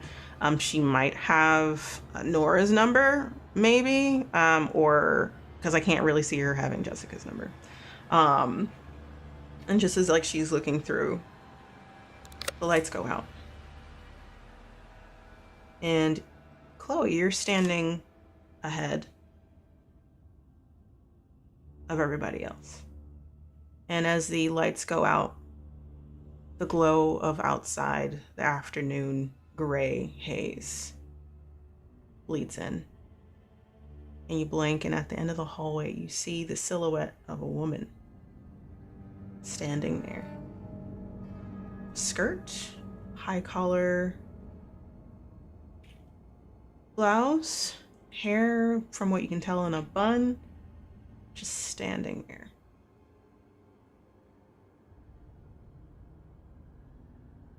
Hello? Just standing. I'm gonna turn back to Amber and Robbie because I need somebody to confirm that they're also seeing this and that I'm not crazy. They're very much seeing it too. They are not even looking at you. They're focused on whoever this is. Okay. And I turn back around to look back at this woman. Has she moved at all?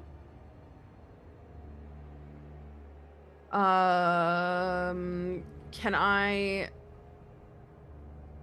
So you said that the haze, like the haze from like the snowstorm, whatever, is kind of like bleeding in, but it's still pretty dark, I'm guessing. It's dark enough, so you can still just Okay. see spots of like light gray kind of hitting the floor, but Okay. it's dark enough that the shading on the front of her, the silhouette of her, makes sense.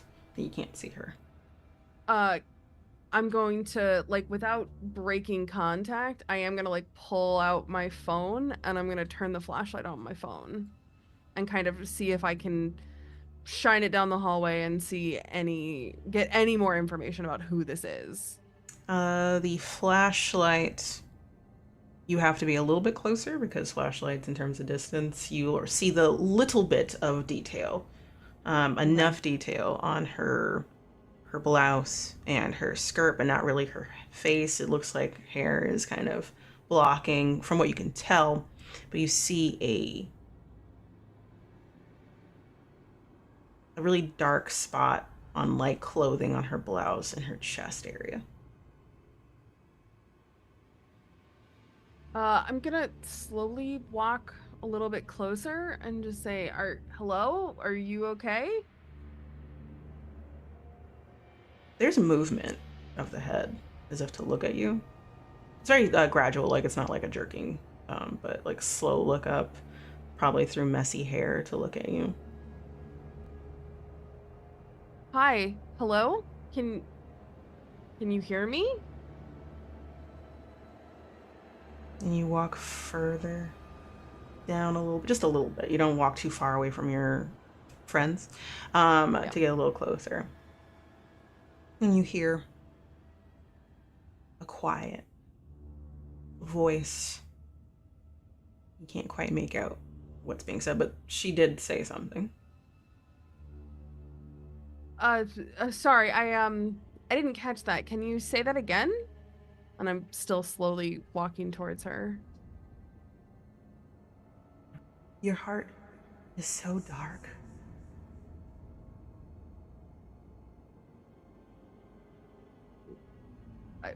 What? Maybe I should carve it out for you. And you blink, and she's gone. The lights come back on. And you turn around to look at Robbie and Amber, and they look petrified. And that's where we're going to take a break, everybody. We'll be right back. Don't go anywhere. Oh my god. Stay tuned. Bye. All right, and we are back, everybody. Hello. Man, stuff is actually turning out that this urban legend might actually be something, you know? It's probably fine, right? But we pick back up with Nora and Jessica, and the lights have just clipped on. It takes a little bit of walking through the stacks to get back to the door, to find out why the lights are off, if someone flicked it off, or if it's like a power thing. You see just a little bit of the outside, in terms of like the gray light coming in. It's not enough to light everything, but like you can see pretty well, from where Jennifer is laying face down. You can see the soft outline of her, with the light, but that's about it. And then you can see enough of where you're walking to get out of here. Jessica's clutching her phone to her chest, and she's kind of trying not to shake, but kind of failing miserably. Okay, we need to get back to the others. Yeah. We need to tell them what's going on. We need to. It looked like something happened to her, like something. Is there some fucking psycho serial killer up in here or something? I don't know. It's gonna be better if we have everyone together, though. Yeah. We'll just figure it out. Freaking out isn't gonna help anyone. But yeah, let's just figure out. You said the lights are still off. The lights are still off. Yeah. Okay. She's like, let's figure out what the hell happened to these lights, and then figure out. Let's just get upstairs. Mm-hmm. Yeah. So you're reversing backwards. You remember where Jennifer is. The mystery of the missing RA, you didn't even know was a mystery. You understand that, like, oh, she was here. She was setting up. And at some point before we even got here, she died. Someone killed her. Because this doesn't look like an accident. You try to reverse out of here. You still have the poster, the encasing for the poster, as a weapon. You have it around the middle, holding it like too close to you. Jessica decides that like you've done enough like shielding with your tiny body. So Jessica, even though shaking, stands in front of you and walks forward, and has her hand out, one hand clutching her phone on her chest, the other one's out like looking for your hand behind her as like she's walking forward. She'll take it. And like holding, and you just feel the tremors through her hand as y'all walk forward. Can you roll for me? Do you count this as help from Jessica? I got a 6. You did good. So, to be fair, you won. Like technically, this is help, but you won. Yay! So like nothing bad happens to Jessica. Let me just double check. Thank goodness. Yeah, like she's fine. So y'all walk forward and round corners and walking over where you remember kind of where the puddles of dried blood are. And you hear as you're walking, like, scuttering all around you. Like someone shuffling between stacks. In front of you, behind you. It doesn't really matter. And the grip that you have around both of your hands is tighter. And luckily, you're able to make it out. You get to the front door, the door like entering this place, and you see the light has been flicked off. And Jessica looks, tilts her head, shakes her head, opens the door for you first to go first, and then she goes after you and closes it. And locks it. All right. Whenever we get authorities here, like, that's where she is. Oh my god, she's been here the whole time? There's no way we could have known. We don't go back there. The only reason we did is because I saw the door handle, so... And the smell. Yeah, that was pretty bad. Like, did someone must have killed her, right? Or like, what if we been like sleeping around with like a psycho killer somewhere in this building? I don't know. And like I said, right now our best bet is to get with everybody else, because strength in numbers. If there is someone around here, and if it's one of them, it'll be harder to... I know I shit on Robbie, but Robbie wouldn't hurt a fly, and I don't know about Chloe. This really doesn't seem like anything any of them would do. Like, I mean, you can say Amber, because Amber like gives off psycho vibes, but I don't think like Amber would do something like this. No, Amber... Dark and people like that, they just like to act like that. They're not actually, actual bad people look normal, look like everyone else. All right. And she looks down at her phone and Can't see it being any of them. It's still trying to go out. But I'll keep it on. And then y'all, forgetting about food because you're no longer hungry, you start walking towards the elevator, and then as you turn, you see something standing in the middle of the hallway right in front of the elevators. It's like a little speck from where you are. But I can definitely tell it's like a person standing there. It doesn't look like a person. It's really small. Oh. And she's gonna kind of walk forward slowly. You slowly walk forward, but Jessica kind of holds you back a little bit, like, we're not doing this. If this is like a horror movie or some shit, no one's going forward, no one's going back, no one's left behind, okay? We're not doing this.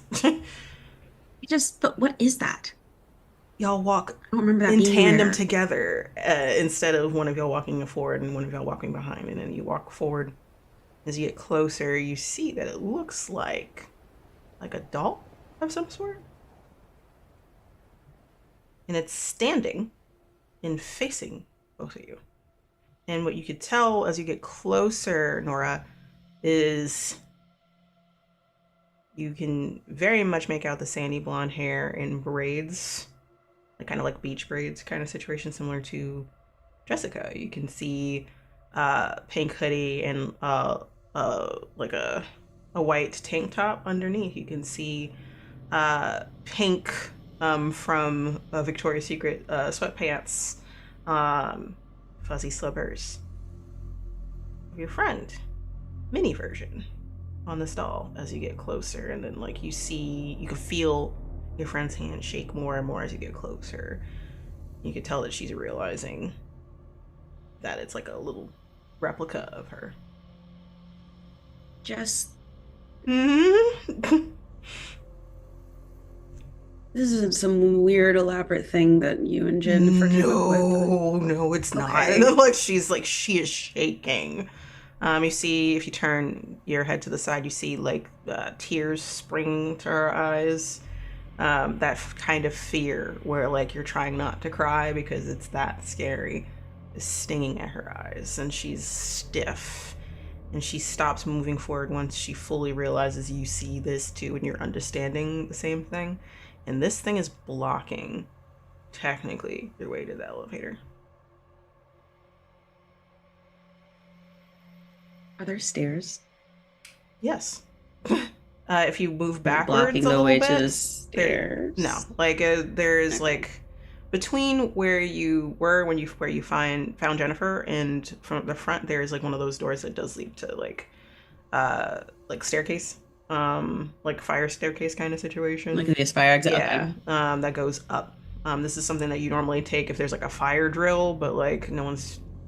There might be a fire drill every year in these dorms kind of situation. That's really the only time anyone uses this because everyone's lazy and they decide to use the elevators even if they're going up one floor. But it is there. You take that instead. Let's take the stairs. With the Yeah, power being all wonky, we shouldn't yeah, take the that's elevator, that's a probably. good idea. Roll again for me. This time, before you roll, are you tense? Yeah. Did you want to He's use a pretty scar like that, bringing out a flashback that might help you in this situation of some sort?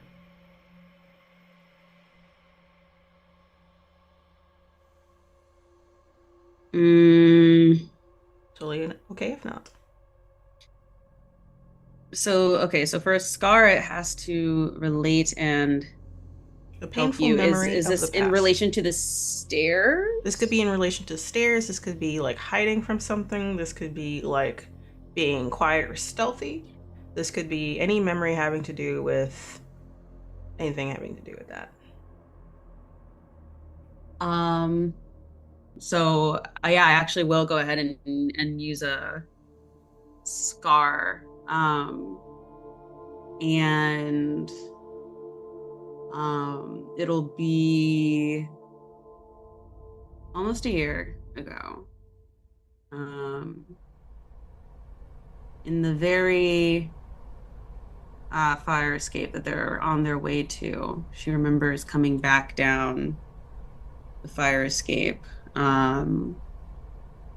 holding hands with someone, a guy, and they're like flushed and they're like trying to like stifle giggles as they're coming down the stairs as quietly as possible. It's like 3 a.m. So you're flush, coming down the stairs. Mm-hmm. You're trying to be quiet. Mm-hmm. We almost got caught. Yeah. That was all you. What? That was you. What did I do? You know exactly what you did. Yeah. Like pushing his hair out of his face. Big boyish grin. So I'll see you later. Then. Yeah, get out of here. It's 3 a.m. Yeah. Talk to you later. Leans down. Yeah. Kisses you long. And then kisses you again. And then again. And it's like, or I could just stay. You both know what happens if you stay. Is that such a bad thing? I mean, I Fuck guess your not. RA, I'll do it. Like, like he was like, come on. I mean, she's pretty chill, but still likes to follow the rules. She'll kind of like glance up the stairs. All right, what the hell? Hell yeah. Picks you up over his shoulder, and then like you'll tried so hard to be stealthy going down, and then you stealth back up, but there's stifled giggles as he brings you back up to your floor. And then that's where the flashback ends. It becomes a bad memory because he doesn't know why you took a break. And he doesn't know why you stopped talking to him.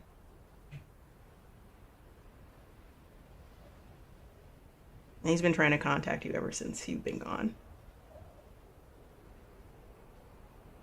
And you frown at the memory, but you're like, I know how to be quiet.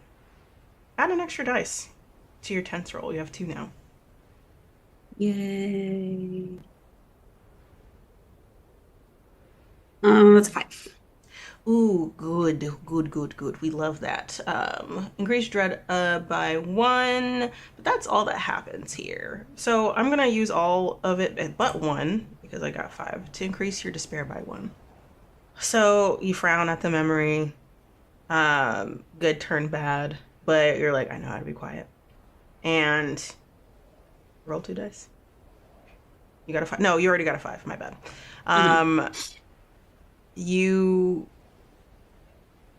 instruct Jessica on how to be quiet, because this place is echoey. Like, it's more echoey than the rest of the place. So no whispering, no talking, nothing.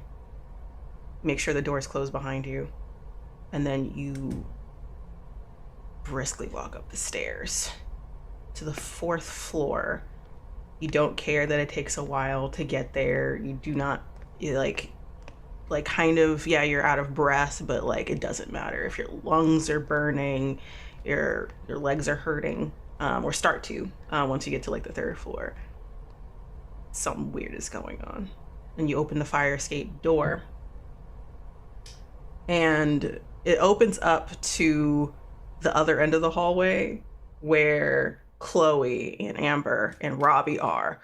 And there's a jump of when it squeaks open the door, as you see Nora and Jessica step out and turn to look at y'all. Robbie screams immediately. Oh, he said, what the fuck? Shit. Oh my god. Where? Amber is you like, guys going to get food? Fuck. Yeah, we went to yeah. get food, but some fucked up shit happened. Okay. Why do y'all look like you've seen a ghost? Because we might have. Amber says, arms crossed. What else could it be, Chloe? We're all having the same delusional hallucination. Yeah, maybe there's never we're been all proven, suffering from has never been carbon proven that monoxide group poisoning. hallucinations are not a thing. Have we all been on acid? Are we all doing the same trip right now? Okay. You saw someone? Or something that you thought was someone? Or someone that you thought was something? I don't know. You saw something. Yes, both. We saw there was a doll, and it looked exactly like Jessica, so I was 100% certain. Oh shit. Pause. You saw that Sorry. shit? Maybe yeah, and I held it in my hands. You are braver than I. Well, because I thought it was you. You thought it was me? What? I thought you had placed this stupid doll, and it had to do with your stupid Little Miss Hollow whatever game, and that this was all part of some plan that you'd put together to scare us all while we were stuck here. It looks exactly like you, Jessica. Yeah, it looks exactly like me. I didn't go to like Miss America to get a custom doll of me, Chloe. And I just hold up my hand and I say, "Don't say anything, Amber." And I just like, look, yes, I picked it up and I touched it because I thought that it was something from like that it was something that you had, that it was you, that you were behind it, and then there was like a heartbeat, and then I dropped it, and then it disappeared, and then we left because we were freaked out, and then there was a creepy looking woman down at the hallway, and she said some shit, and oh my god, did you guys hear the same thing I heard, or did you like what did I don't even know what you guys heard. We didn't hear anything, but we saw a lot. Okay. Wait, you guys didn't you guys she didn't. We just saw the doll. We just saw the doll, that's it. And we saw, looks back at Nora, we saw Jennifer.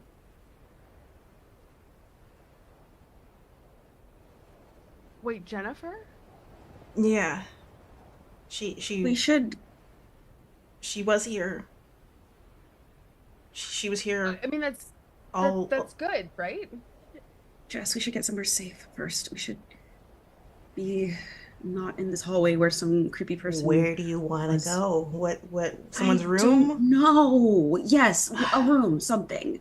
There's a larger like rec room over there. And points. And I just feel like we should be somewhere more enclosed before we talk more about this. yeah, Not in yeah. the Yeah, like middle of a literally anybody's hallway. dorm. I mean, like points I don't know at about like somebody's dorm right now. yours is the biggest one, Nora. Fine, fine. Okay, let's go. All right. So roll, both of you, because this is 2 floors down. Oh. 5. Nice. 5. This is tense. Yep. 4. All right. So mixed. Dread goes up by 2. I have 3. Of course it does. Of course it does. I'm gonna use 2 of it to give a. Ooh, Jesus Christ! It will go away. There we go. To give a small consequence. Y'all both, with Amber and Robbie and Jessica, rush to get to the 2nd floor. You're torn between taking the elevator and the staircase. And I think y'all chance to go to the elevator since there is no more dolls blocking your way. And you get in. You go down 2 floors. Y'all are kind of all together in this elevator. It's just at the amount of people that can fit in it kind of situation. But y'all really don't care how close y'all are at this time. The elevator dings and it opens. And there is someone standing 2 doors away from Nora's room. You have to pass this person in order to get to Nora's room. Same silhouette of a woman, but this time instead of standing, she's slowly walking towards you. And you see the silhouette. Can't make out any distinguished features from where you are. It's kind of dark because similar gray lighting from windows. You can hear the click of heels against the linoleum. I'm just gonna like grab onto Nora's hand and just like probably also Robbie's because he's close. And I just say that's the woman. That's the woman that we saw.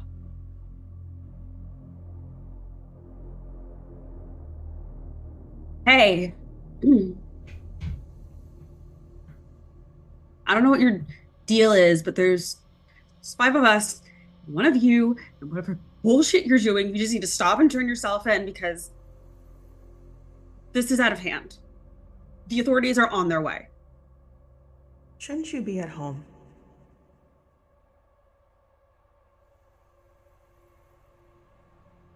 What? Shouldn't you be at home with your little one?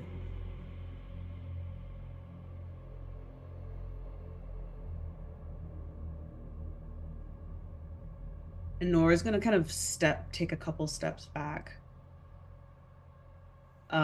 Gripping Chloe's, and I imagine maybe she's also holding Jessica's hand. Who are you? Keeps on walking towards you. And Jessica looks at this person, then at you. What is she talking about? You need to back up or something. You need to. She stops. Okay. What do you want? What do you want? I'll save you for last. And then she vanishes. In a blink of an eye. Really important question. Obviously, Jessica heard what she'd said, but do the rest of us? You all heard that. Okay.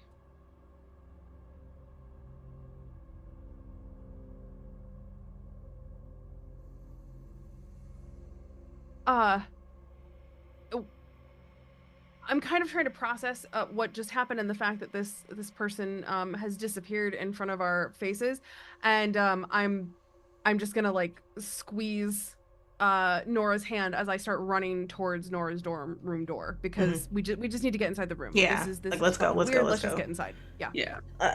Yeah. Yeah. Amber says, looking around, kind of taking up the back as everyone else is running forward and looking around, and it seems like y'all are good for now. Nor you open the door, you let everyone in, you close it, you lock it.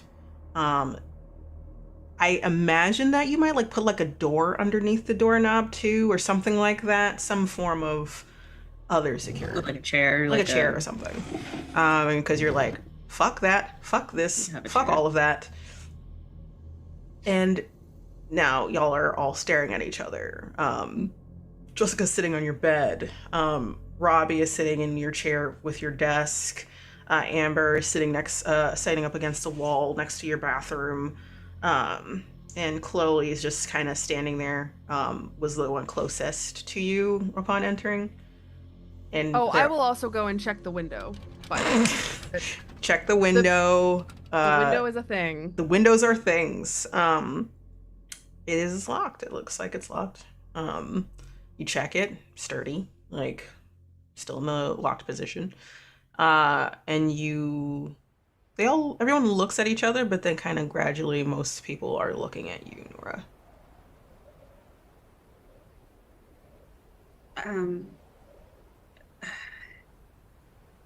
We found Jennifer. Yeah. She's dead. Like Robbie speaks downstairs. What do you mean Jennifer's dead? We found her in this back room. There was blood everywhere and the smell. She'd been dead for a bit, I guess. I don't know, a day maybe. I don't know. But it wasn't new, and she'd been here. She's been here, but she's been in that room. Oh my god. It looks like somebody killed her. That's why I'm saying we needed to be somewhere a little safer before we talked. Okay. Amber leans harder into the wall. Okay, cool. So what you're saying is that now we have a doll that looks suspiciously like Jessica, that Jessica has nothing to do with, that definitely had a heartbeat and then disappeared, and a crazy woman, who apparently only I can hear until everybody can hear her whenever she chooses, who says really cryptic, fucking creepy shit. Is that just making sure that we're all on the same page here? Yeah, Amber says, looking at you. Doesn't have to make sense. This is just batshit crazy in general, isn't it? Yeah. That's definitely the phrasing that I would use, I think. Batshit fucking crazy. So then what do we do? Do we try to get out? Because like points to outside. Well, okay, Jessica, what do you know about this little Miss Hollow thing? How do we stop it? And Jessica's... if this has anything to do with it, right? Like, there's got to be a way to. Yeah. Jessica is staring at Nora, kind of like with the still scared, but like with like a raised eyebrow, like a question in her face, a little bit serious, but she shakes her head. Yeah, I could look at the forum. There might be a way to stop it. I didn't think there was a thing to stop. Everything that I've read so far is just meant to be like some weird shit happens for 10 minutes and then it goes away kind of situation. Not whatever this is. I could look it up if someone can like help me look through, because there's like a shit ton of comments about it. Yeah, Robbie, see what you can find. Just cool. And Robbie and Jessica, Robbie kind of like cautiously walks towards Jessica because like this is the closest he's been allowed to be near this beautiful woman. And it's just like he's gonna pull up a chair next to her on the bed and then pulls out his phone and they start looking together. What about you two? Amber is kind of rubbing her shoulder, like kind of like nervously in terms of like, what do I do kind of situation. Um, but is also looking at you, Nora, with a little bit of concern, but isn't broaching the conversation.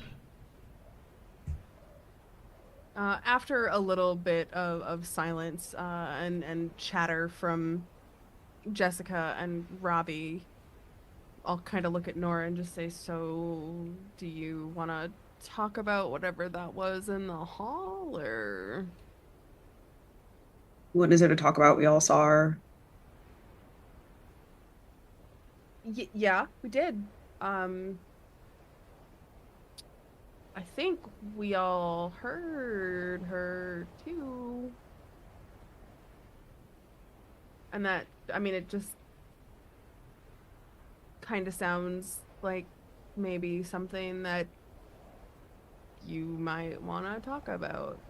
She was spouting some weird cryptic bullshit just to scare us. I don't know. It's something she made up. I don't know. It's Oh, okay. All right. Okay. nothing. Okay. Nora, are you tense or desperate right now? Tense. Can you roll for me? 3. Mm, good. Let's see. Doesn't succeed, the player chooses to suffer. You tell me. Either choose to suffer severe consequence. I increase my dread by 2. Or you increase your despair by 1. I'll increase my despair by 1. Hmm. Good to see. Love that. You're shaking your head. You're kind of taking on a pose of like arms across your chest. You're caging yourself a little bit, and you hear a heartbeat in your head. You're leaning against your door after like you've put something to block it, and behind Mm. you, through your back, you hear the door is pounding in sync with a heartbeat. Definitely like sit up suddenly and like kind of look back to the door. From what you could tell and see, it's not moving, but like you felt it. She's gonna put her hand on the door. There's a long pause of silence, and underneath your fingertips, you feel the pulse again. Hey, Chloe, Yeah. you said that doll had a heartbeat. Yeah. A porcelain doll with a heartbeat. Can you come here for a second? Sure. I'll walk And just, over. I know it sounds. Can you just feel this? Feel the door. I'll slowly reach my hand up and put it on the door. You leave your hand on it, and you're waiting, and you're waiting, and waiting, and nothing happens. No, I don't feel anything. Shit. Okay. Um. Did y'all find anything? There's like a brief pause. Amber looks back at them too, from staring at you, and Jessica's like, maybe. And you walk back a little closer to everybody. Everyone's kind of small huddle, not a big huddle, not like super close or anything. And she's like, so this person, and then like looks through. They um they said that like to if it's going on longer than it's supposed to, either uh it was done wrong, or uh someone was there that shouldn't have been, or something like that. I don't know what that means. um Is there that shouldn't have been? yeah, like And then looks at Amber like everyone has to participate. Amber, What? So, like just because I didn't want to participate, it's my fault. I don't know if that's true because this is like a fucking, like this is people making assumptions or some shit. It could be that like we did it wrong. Like there was like 3 or 4 different like rhymes, and then there was, but this is the most consistent one. Everyone like agreed that this was the one. And she's looking through again, and then Robbie pipes up.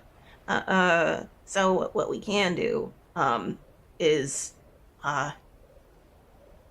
do it again, but say our deepest, darkest secrets. Like kind of laying the slate clean, essentially. what? What? What? Yeah, What? like we have to like unburden our hearts or some shit like that. Oh, this is some weird, super undermining bullshit. Like somebody's in on this. Like, and whoever it is, you just need to cut it the fuck out because it's weird and it's too far. Okay, whatever's going on, if anyone is involved, just please say something because, like, I'm done. Like, I get it. Haha, you got us. Like, please. Everyone's looking at you and they all shake their head. No one's doing anything. Listen, if I knew, this is Amber talking, if I knew that this shit was gonna happen, I wouldn't have decided to get here early. I just didn't want to stay home. Like, Christmas and holidays at my house kind of suck. So, I get that. but if we, if anyone's doing anything, this is a little too far.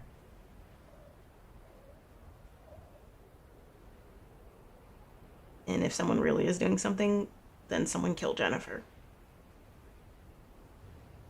And I don't think, and looks back at everyone, I don't think anyone here is a killer. So, I mean, that's a way to unburden yourself if you are. If apparently what we have to do is unburden our hearts with our deepest, darkest secret. Okay, then why don't you go first?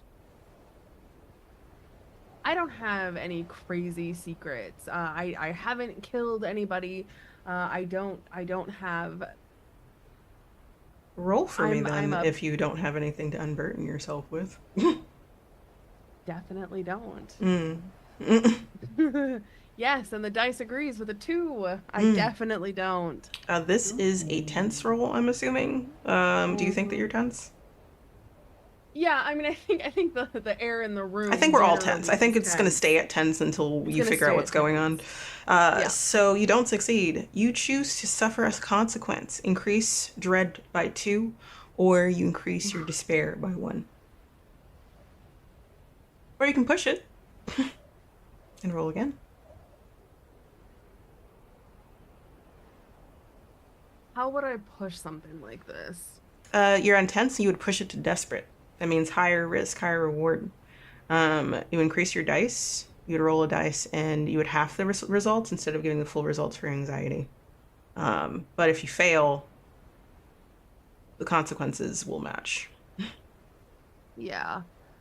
No, I'll keep it. You know what? I will raise. Oh gosh. Despair, dread, despair, dread, Do you want despair, Robbie to dread. help you? Not yet. Okay. Not yet. Because I thought about that and I was just like, no, because what I don't want to have happen is Robbie be like, well, what about this thing? Like, no. So, so I think I'll raise my despair. Why not? Okay. Raise your despair to 2. I think you both should be at 2, I think. Yeah. So we're getting there. We're increasing that despair, baby. You are like adamant. No, I have nothing to share. I don't know these people. I'm not sharing shit.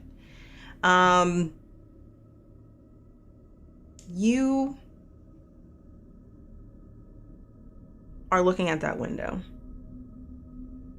and you see someone walk by it as if they're walking across the floor on the other side. But the thing is, we're on the second floor, so that's not how that works. And it's a slow walk, like a woman silhouette walking across. I immediately point, and I just said, "Did you guys see that? Look, it's her." Everyone turns and no one's there, because by the time that you say this, they walk across. They've finished walking across the window. Agree to disagree, Amber says. We're all seeing weird shit. I agree. I believe you. I'm just gonna say that, but... So, unburdening our hearts. Right? Supposedly. It's worth a shot. Let's get buddy-buddy with it, I guess.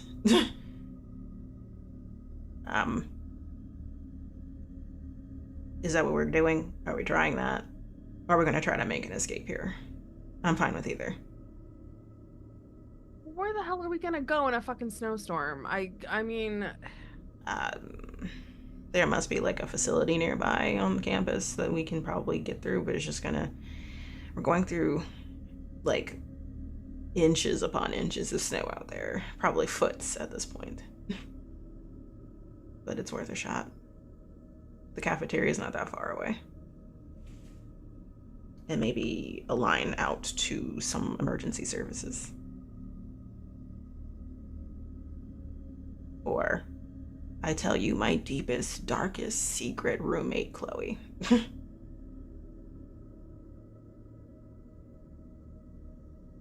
I'm gonna look at Robbie, and I say, how sure are you that this is the thing that will solve our problem? It's the only thing I can think of. Like, I don't know. Like, everything else is like doing it wrong or unburdening your heart. Has anybody reported that unburdening their heart fixes whatever is going on? I'll have you roll, because you asked the question to Robbie, and Robbie can do a deep look in it. Oh my god. That's a 2. I'm gonna change my dice. This die is so severe consequence. Dread goes up by 2, despair goes up by 1. Which one are you going with? Dread goes up by 2. Nom nom. Thank you. You're welcome. So he like looks through. What was the question you asked again? Sorry. Has anybody have there been any reports that unburdening your heart fixes the problem?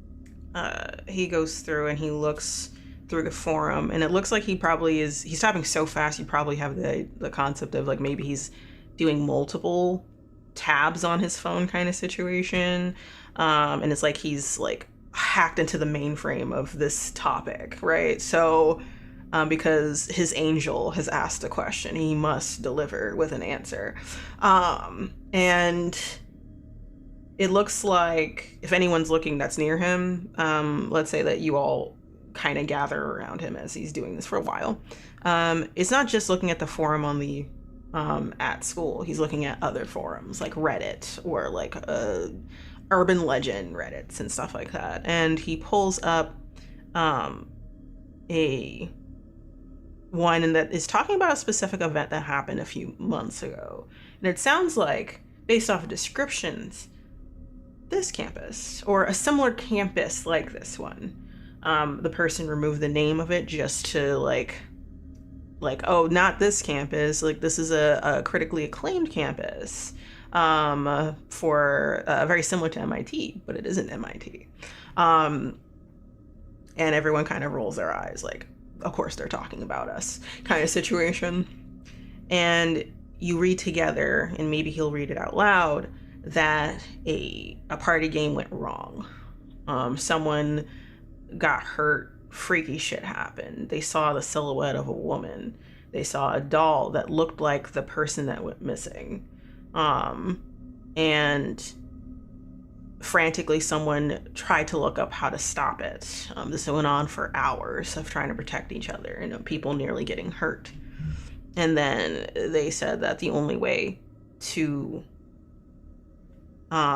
stop it, they had to tell their deepest secret, their darkest secrets. And it changed the dynamic of a lot of friendships because of it. People moved away and some people stayed, but things were different. They went to different dorms, or they're no longer on campus, they're living off campus. But it kind of changed everything, and they have never been able to find that friend. They assumed that that friend left campus, like just left, but no one has heard from them. No one has been able to find them either. They're just not sure.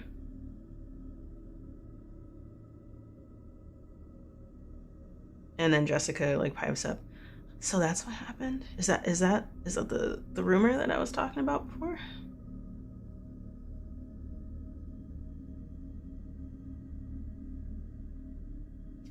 Maybe. Probably. So maybe unburdening it, our souls will work or something. It's kind of fucky. Yeah, a little bit. And I, as storyteller, have to tell you, my main characters, that if you do unburden your hearts, you will get increased hope.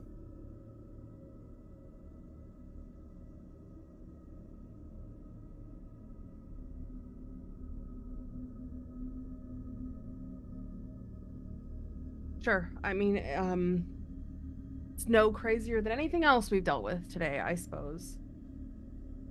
You all hear, because y'all are kind of like sitting around each other, like standing around each other in different ways, you all hear in your heads the pounding of a heartbeat. And you all start turning around, and it seems like the walls are pulsing.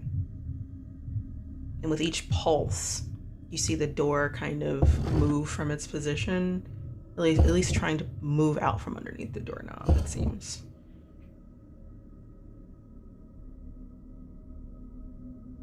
Okay. Someone do it. Someone do it. Somebody do something Anybody. right now. Anybody.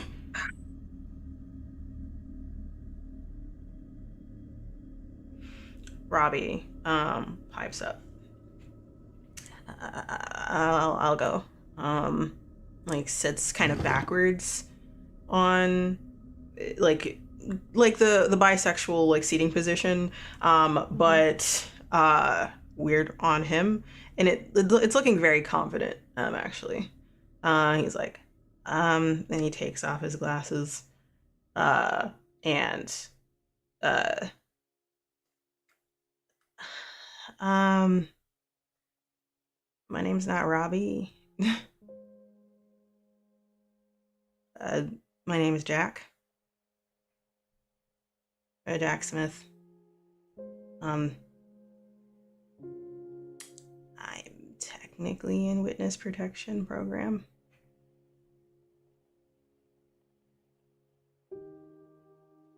What?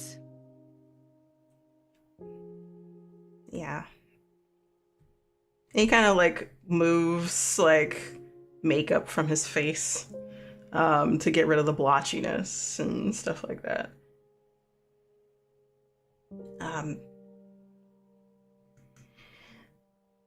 My dad's a horrible guy. And my mom and me have moved away while cops are looking into him. I got really good at pretending to be somebody else for the last few years.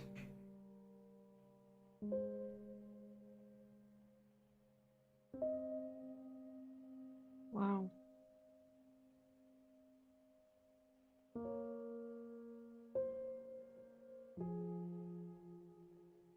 He's like staring at you, like pleading, like, I'm sorry. This his face kind of situation. I mean, I can't be upset that you didn't tell me that, right? Because I mean that would be bonkers to be upset about that. I mean, how long has this been going on? 5 years. That's a really long time. They're still looking for him. Holy shit. And I'm gonna go over and I'm actually gonna hug Robbie. Like he like like he's like, oh god, like is the best way to put it. Yeah, he was acting very much like a fucking nerd, but his face still flushes in terms of it. So he's like pats you on the back. Thank you, Chloe. Yeah, I'm used to it by now. Nothing's worse than living with that man. So if I have to be someone else every time I move, I will. For my mom. Yeah. I mean, for the record, I like who you are. Whatever version of you it is. Yeah. Like does like the cheekiest boyish grin you have ever seen. Yeah. You're a really great guy. Jessica side eyes you like you didn't like him before. Shut the fuck up. Like is her look. He is a really nice friend. He's still a puppy. As a friend, he is a really nice friend. I'll take that. And like leans back, keeps on his arms across, and like, and now it's up to whoever goes next. I never wanted to come to the school. I honestly didn't even qualify for the program. My parents got me in. What do you mean your parents got you in? Jessica says. I didn't qualify because my grades weren't good enough. So technically, I was rejected from the STEM path, being able to do the computer science path. I was supposed to go to MIT and I didn't get in, so they basically forced me to come here. I don't want to go to Massachusetts, so. Robbie like points at you, like, what is it, like light brown eyes, like kind of looking at you, like, Powell, right? Like you're Nora Powell, like Powell House. Yeah. You're a Powell? Are you kidding me right now? Yes. This building's named after my family. Wow, that's probably why you also have your own dorm and your own private bathroom, and all of this is making a lot of sense. Is this really the time for this right now? You need to roll for me before y'all get into this, and then y'all can act out the rest of what's going on. But this is a tense roll. Roll for me. Both of us, or just Calamity? Just Calamity, because she lied. Okay. 4. Dread goes up by 1. I'm gonna use that, and I'm gonna increase your despair to 3. Because you lied. That's the only reason why it's gonna be straight up despair. Oh, 1000%. And you don't feel great because you just lied very well though. But you're like, yeah, it's a secret though, so maybe it'll work. Proceed. Look, I'm just saying that there's just a lot of little things that kind of all make a lot more sense now. That's all. Am I not? Look, if we're gonna die in here if this doesn't work, and I think that we should just be allowed to say whatever it is that's on our mind at this point. Okay, great. Glad we're going down that route. I'll keep it in mind. Since you're so willing to talk.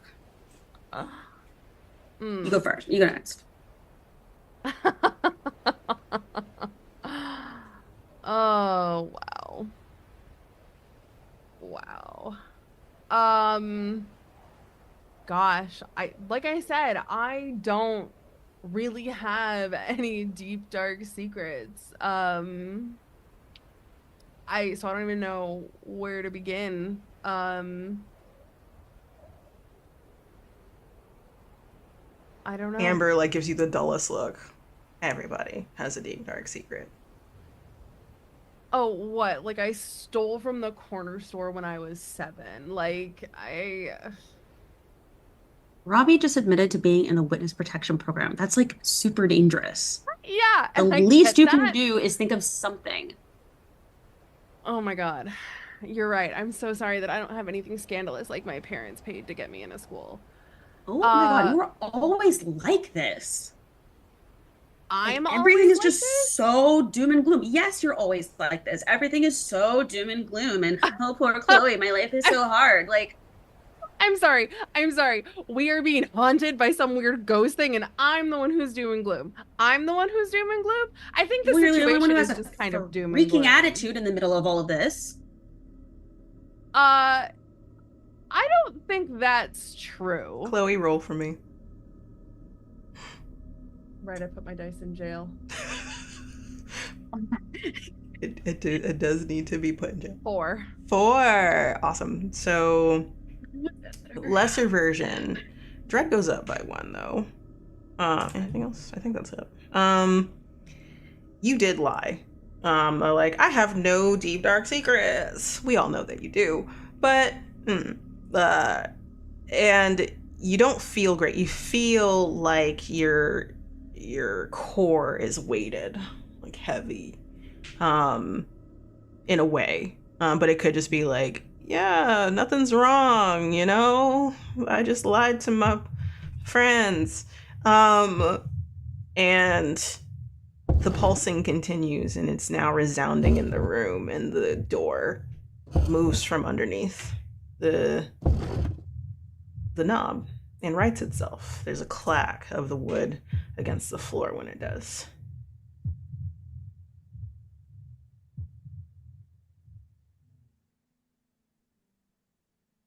I'll go, Amber says, rolling their eyes.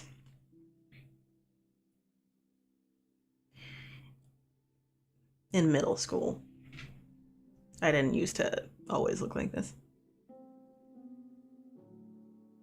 Right? Like doom and gloom, goth chick, Amber. I used to want to be a cheerleader. I was a cheerleader.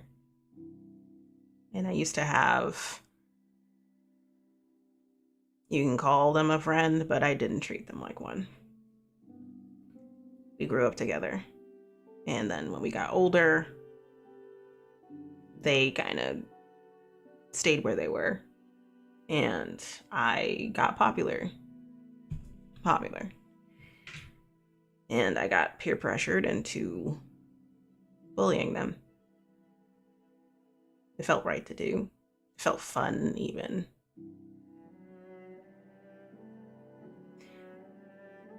But then, one day when I wasn't there, it got taken too far.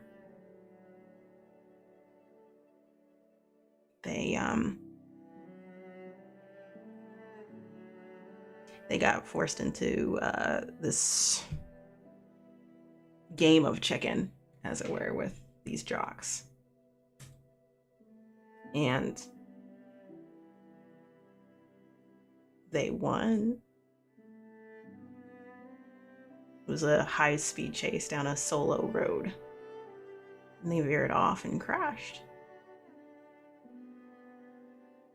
Their body was broken. They didn't live longer than 5 minutes.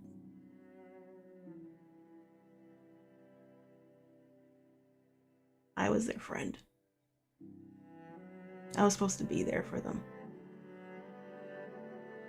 And I wasn't. I made it worse. Because I was popular for a little bit.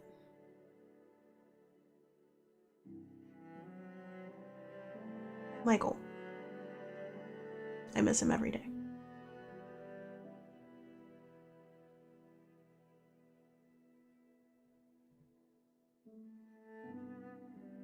you can't blame yourself for that. Yes, I can. And I do. But that's my unburdenedness to deal with. That's my guilt that I have to live with. Because I did that shit. I wasn't there. I didn't participate.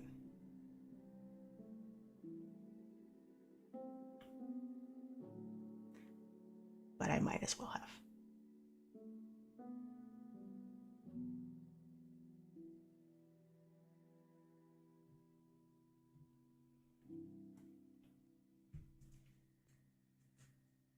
It's heavy. Yeah. And you see like icy blue eyes like watering a little bit as they look down. Got a lot to make amends for. But that's kind of why I'm getting into this sort of stuff. I want to participate in STEM for younger kids so they feel comfortable doing it in school.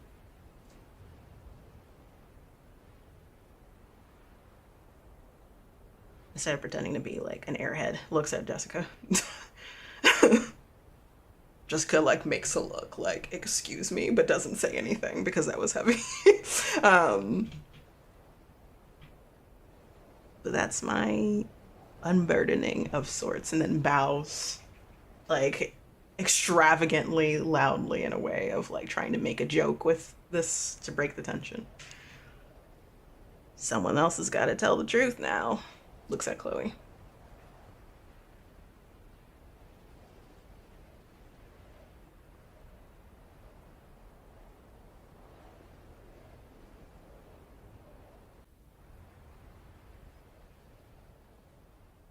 I guess there was an incident in high school that happened. I had this classmate that I knew that was struggling with, I don't know, loneliness and depression because we're all weird teenagers and that's just how it is. And I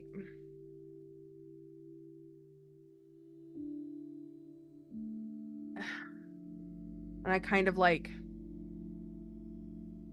take a seat and kind of like bring my knees up again, trying to like physically make myself smaller as I talk about this. It was supposed to be a joke. I mean, it started off as a joke. I didn't really know the person, and you know, they were just kind of weird, but not in the way that I was weird. They were just kind of weird.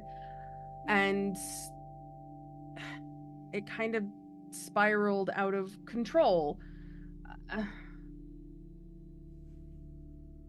They had hobbies, they were on forums all the time, and I made an account on this website and pretended to be somebody who was interested in them, and then they got really emotionally attached and then like started like way oversharing, and they were like talking about like, you know, all of like just the bounds that their depression pushes them to.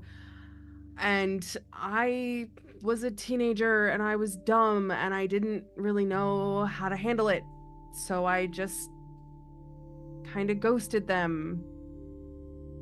And then found out that that didn't really sit too well with them. And a couple months later, they... Anyway, I don't know for sure that it was my ghosting them that caused anything to happen, but you know, I guess it's one thing that, because I don't know the answer, it just kind of picks away at me. And it's why I don't really let anybody else get close, because emotions, gross. But yeah, I just, nobody ever knew it was me. And I guess I'm worried that somebody maybe one day will find out. I guess. So, Chloe, that's technically a scar that you just... I'm assuming this is a true story. This is technically a scar. So if you want to roll at tenths with 2 dice, the element that you bought in is ghosting. Like, what do you want to call the element? Like, what's the name of this element that you're bringing in? I guess like, yeah, I mean ghosting or like emotionally like how would Emotional you ghost? describe it? Emotional ghost, I guess, yeah. I think. And then I'm just going to write the element that you had, which is sneaking in the stairwell. Okay. Roll 2 dice. 5 is my highest. Awesome. All right, so dread goes up by 1. It's not a lot, but it's... You succeeded a lesser version. Your hope increases by 1. First time we're increasing hope. And Amber nods. Yeah. Thanks for sharing. Yeah. Everyone else is staring at you. Robbie is kind of looking at you differently, but like looks at you, stares at you for a while, and then looks down at the floor. As he picks at the fray of his sleeve. Oh yeah, no. While telling this story, I was making eye contact with absolutely nobody. And even now, I'm just kind of staring off into like the mid distance because I haven't told anybody this story. Mm-hmm. So. All right. We just have Jessica and you, Nora. You both look at each other. Well, Jess, you're the last one. She like narrows her eyes at you. Fine. Wipes her hands on her well manicured fingers on her pants.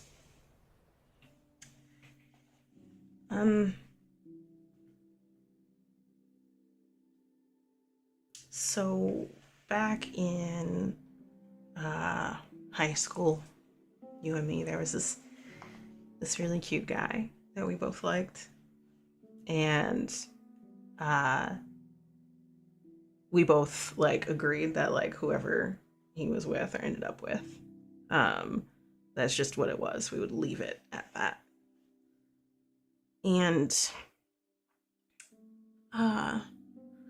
y'all had like a whole thing, and I got really, really jealous of him.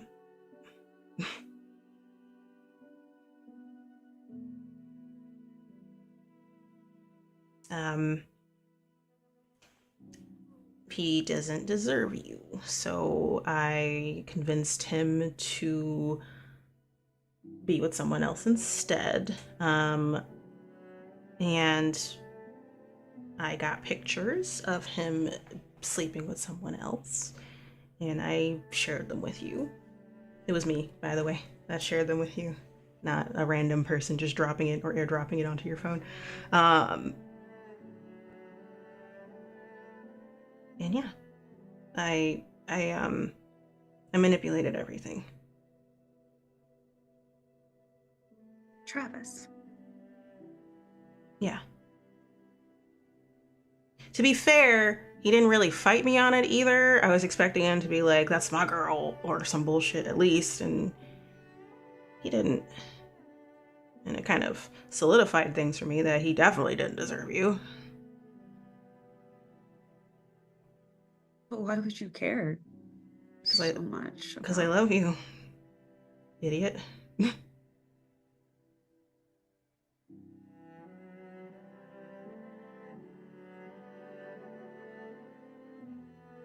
But I don't think that you like me back, and that's fine. But there's this other guy that you were dating on campus, and he loves you. And if I had to compete with that, that's I'm okay throwing in the towel, but I haven't seen you with him, so I thought maybe I had a chance. But I also just don't know what the fuck happened to you for for like 6 or 7 months. And I checked in, of course, and you were sick, and I get if you were sick, but like, did you go to the hospital? Like, was it like a terminal thing? Like, I don't know.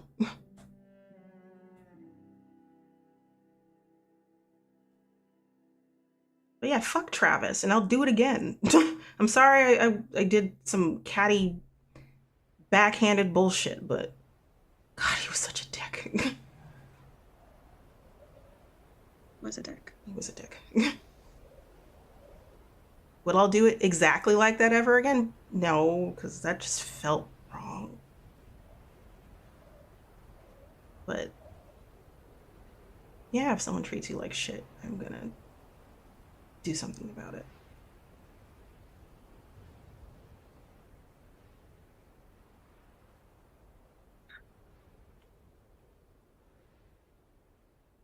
There is a drumming of fingers on the door and on the windows and on the walls. And it keeps on going. And then the door pops open. Metal bends. No one's there, but the door knob is destroyed. So this is not a secure room anymore. What the fuck? And the room continues to pulse with a heartbeat. We all gave our thing. Why isn't it stopping?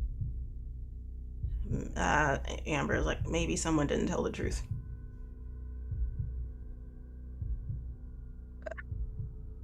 Who wouldn't have told the truth?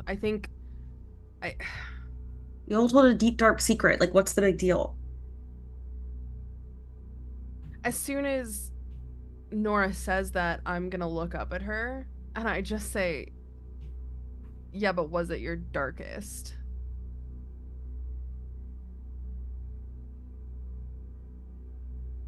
I mean, it doesn't have to be. How do you even measure like the darkest? Like, that's not. Okay. Maybe it would be better if we rephrased it. How about, what is the one thing you don't want to tell us? And then tell us that. Yeah. I already told you. Jessica gives you a look. Nora. And in that moment, she looks at you, and then you see that her eyes go blink. Like loss of life a little bit in the eyes. Like she's no longer there with you. She's staring at you. Yes? Jessica? She stands. And then she starts walking out of the room. Wait, where? And I think she'll like try to like grab her wrist or something. There's like no, like the best way to put it is like she's trying to move past you, but she's not like tugging at your hands either. It's like moving forward, just absently there. Where the hell are you going? She doesn't answer. And are you trying to keep her there? As she keeps on trying to move past you? Yes. I think like after a second she'll kind of like let go and be like, oh no, she's like still trying to go forward. Roll. Is this tense or desperate? I think desperate because she's like actively going out into the freaking hallway. Oh my gosh, it's a 6. Bless. Oh, so good. My dread goes up by 1, but that's about it. You're able to like successfully grab her shoulders from behind, but she's still trying to move, and like you try to shake her out of whatever's going on. And then it seems to not work, and then you do it harder. Like you might be like giving her whiplash how hard you're shaking her, and then like it just feels like she's back, and then she looks back at you, What happened? You were going out into the hallway. Looks back and then takes a step back. Okay, I don't remember that. I don't remember that. Like, oh, what does this have to do with the stupid doll and it looking like me? Is something gonna happen if I'm left alone or something? Yes, the person who looked like the doll is the one who always disappeared. Okay. Oh. Well, we're not gonna leave anybody alone. Nobody's gonna be alone. Look, we need to get to a room that's more secure, and then we can try and go over our secrets again and make sure that everybody is telling the deepest, darkest secret that they have. Or we can try to leave this place. I guess. Can y'all do me a favor? Because I might have needed like you to do this in general, but other people told their secrets essentially.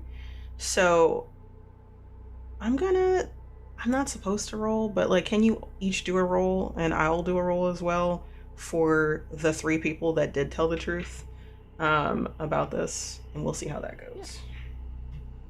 I got a 3. Okay. That's a 6. Amazing. Ooh. I got a 4. Okay, so, and this is all tenths that we're rolling at, so like we've all like passed essentially. Some like full successes, partial success. So I would say like 2 partials, 5, and then 1 full success. We all passed, so that's 3 hope added. So now we're at 4. We'll do it that way because like y'all did the thing. Y'all survived that, but ooh, you're so very close to getting out of the situation. But seems like someone's not telling the truth. So y'all decide to go to another location. And as y'all are walking down the hall, that ghostly face on Jessica's comes back again as y'all are walking down the hall. I'm not sure if anyone would notice, but like she turns to the the fire escape door where like those stairs are away, and it's just very gradual, but like I would imagine, Nora, you would know that like your friend is doing this as y'all are probably making your way to like another room that's just as big on this floor. There's definitely someone else that also has a big room. They're just not here. And it's not like you might be able to just open it because a lot of the times they like it's just a custom, like it's just a formality. Like, yeah, it doesn't actually lock or it's open like for people. What do you do as your friend is trying to leave? Your friend is trying to Jess, what the hell? doesn't say anything, and she opens the door to the fire escape to go to the stairs. What? Is she like possessed or something? Maybe. She might be. Amber goes forward to try to grab her, but like just barely reaches her as she passes through the doorway, and then pushes it open to follow behind her. Okay, let's see where she's trying to go, maybe? Guess We can't just leave her. No, we can't, because that's how people go missing in horror movies. So I'm gonna follow after. Y'all are all following after her just to see if she's going somewhere specific. You go from the 2nd floor down to the 1st floor, and there is the walking towards the opposite end of the hallway, where there is another set of like showers, bathrooms, sinks, and stuff like that. And it seems she's going to that area.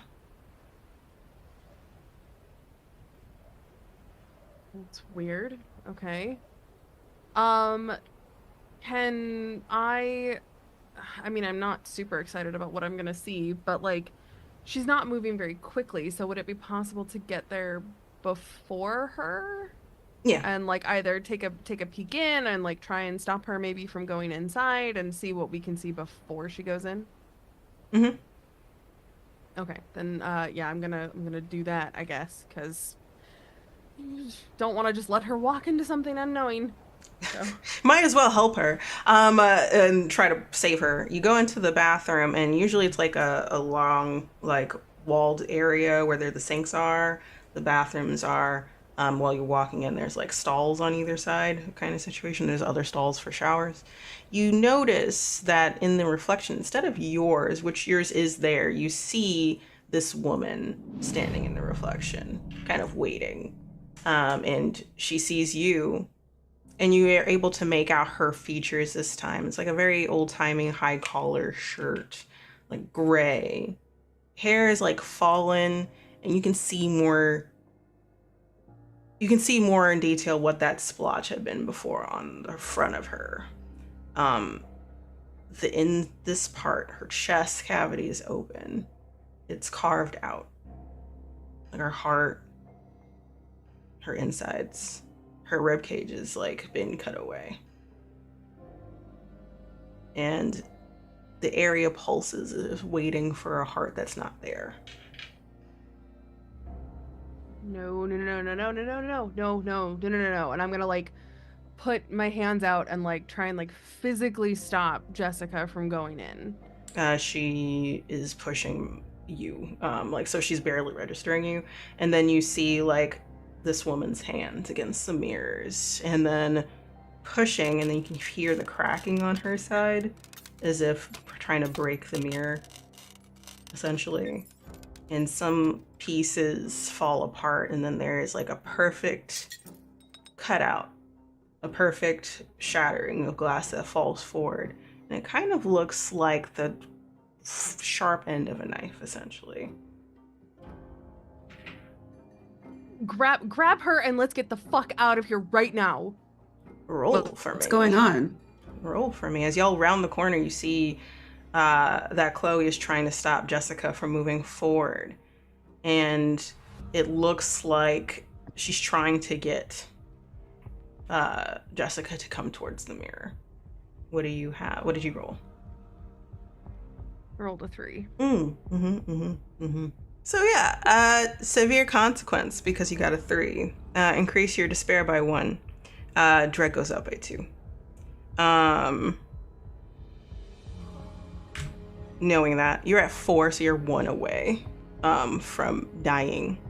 For you, Nora, I'm gonna take 4 of my dread and give that to you. Chloe, you are now also a despair 4. I cannot give you any more despair because at this point it's up to you if you push it over, meaning that you have to fail essentially on a desperate roll, or opt in to have despair increased, for instance. And severe consequence for both of you. So you try to push past and stop your friend from going to the mirror.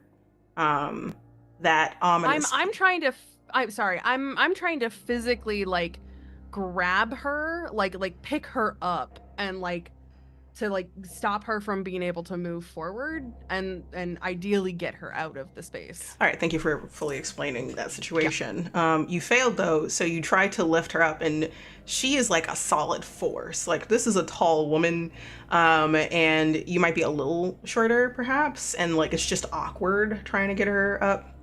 And on top of that, whatever force has been pushing her forward is just so like indomitable, essentially. You can't.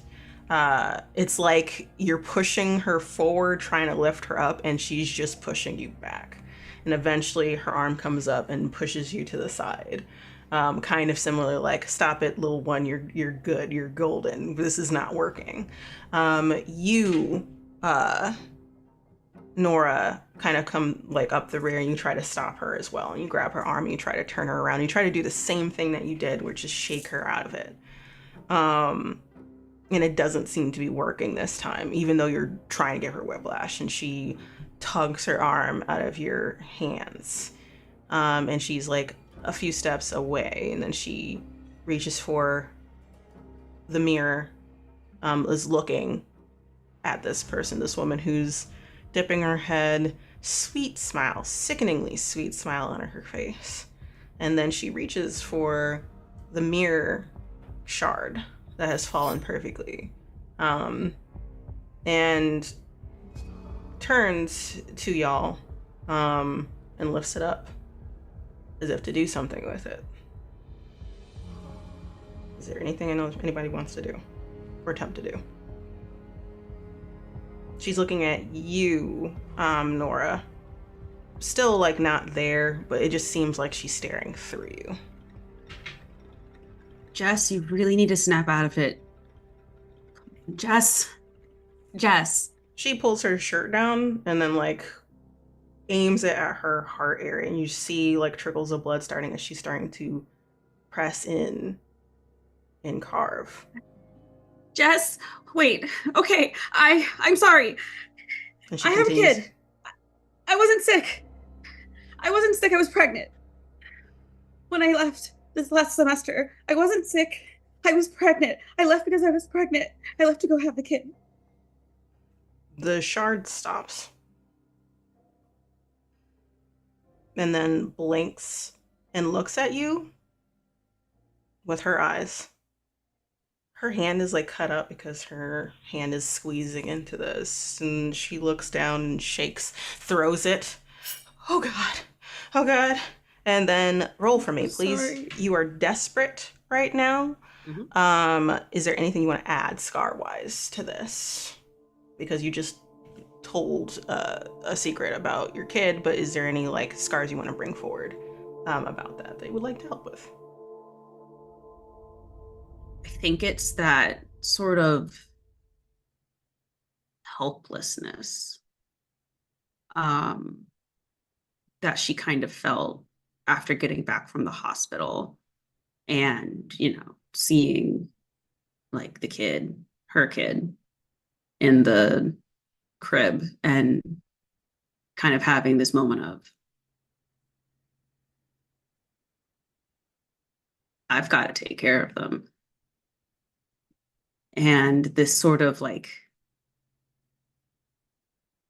this desperate feeling, I think, that she feels when looking at Jessica right now is similar because it's like, I don't want to fail you. I put desperate mother, but we could also put I don't want to fail you in quotes, technically, if you want to put it that way. Roll for me. You have 2 dice. Oh, that's a 6. Bless. Okay, so that increases your hope to 5. Y'all did it. Y'all survived. Jessica stares at you with wide eyes that like kind of glitter a little bit with tears as she hears what you're saying and comes to senses, and she has dropped the glass and kind of like in slow motion it falls. And then the woman on the other side takes her hands down, smiles at y'all, but this time not like a sinister smile. See, that wasn't so hard kind of look. All things considered, like, are you kidding me, ma'am? She smiles, nods, and you see those cracked glass slowly kind of seal back up and heal around that perfect cutout. That's about all that's left, though. And then she fades into like a smoke of sorts. Amber and Robbie are standing there, like mouth agape, looking at y'all. Jessica falls to her knees, shaking, terrified, and starts crying. Blood in her hands, and trying not to put it on her face, but kind of failing. And you go to her, and you wrap her up in a hug. Chloe, you see this, also mouth agape, and you kind of go over. Not sure how to help exactly, but you're like, but maybe just being here is enough. And the wind howls outside, and it howls. And we fade to black. Epilogue. A few days later. There's a blur, flurry of sirens, blaring lights in your memory, police, tape, questions. Because Jennifer was found dead. That is the truth. That happened. Unaware that this person has been there for a few days while you have been there. You get enough details, but the police don't tell you everything, that someone carved out Jennifer's heart. And it seemed like it might have been self-inflicted, but there was no weapon. So, someone's at large? Question mark. Y'all know better, though. A few days later, the storm dies down. The temperature of where y'all are in Texas. The heat gets to it enough for the time period. Not time period, where you are located climate-wise. It does melt away enough. Still kind of chilly end of things, but you can wear a hoodie outside. And it was like a bad dream. People from campus come back. The new semester starts. And you're not sure what to do. Knowing this, like, you just dealt with stuff here in this place. The place that, for learning, but a place where you rest your head while you do, and you know what happened.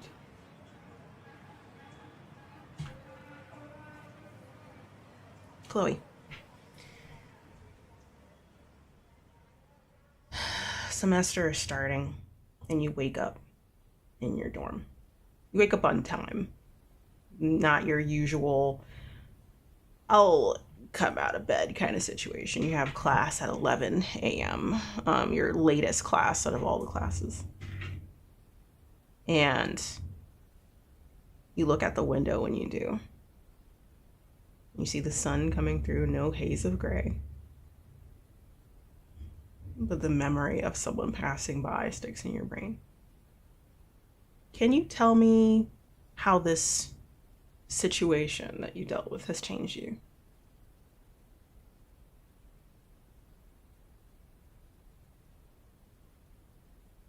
I mean, I know I'm never going to play any of these games ever again. I am a firm believer in urban legends, not even going to entertain, like, just, no, I'm not, I can't even talk about them anymore. Like, even Bloody Mary, I'm just like, were we somehow spared when I was a child? I don't know.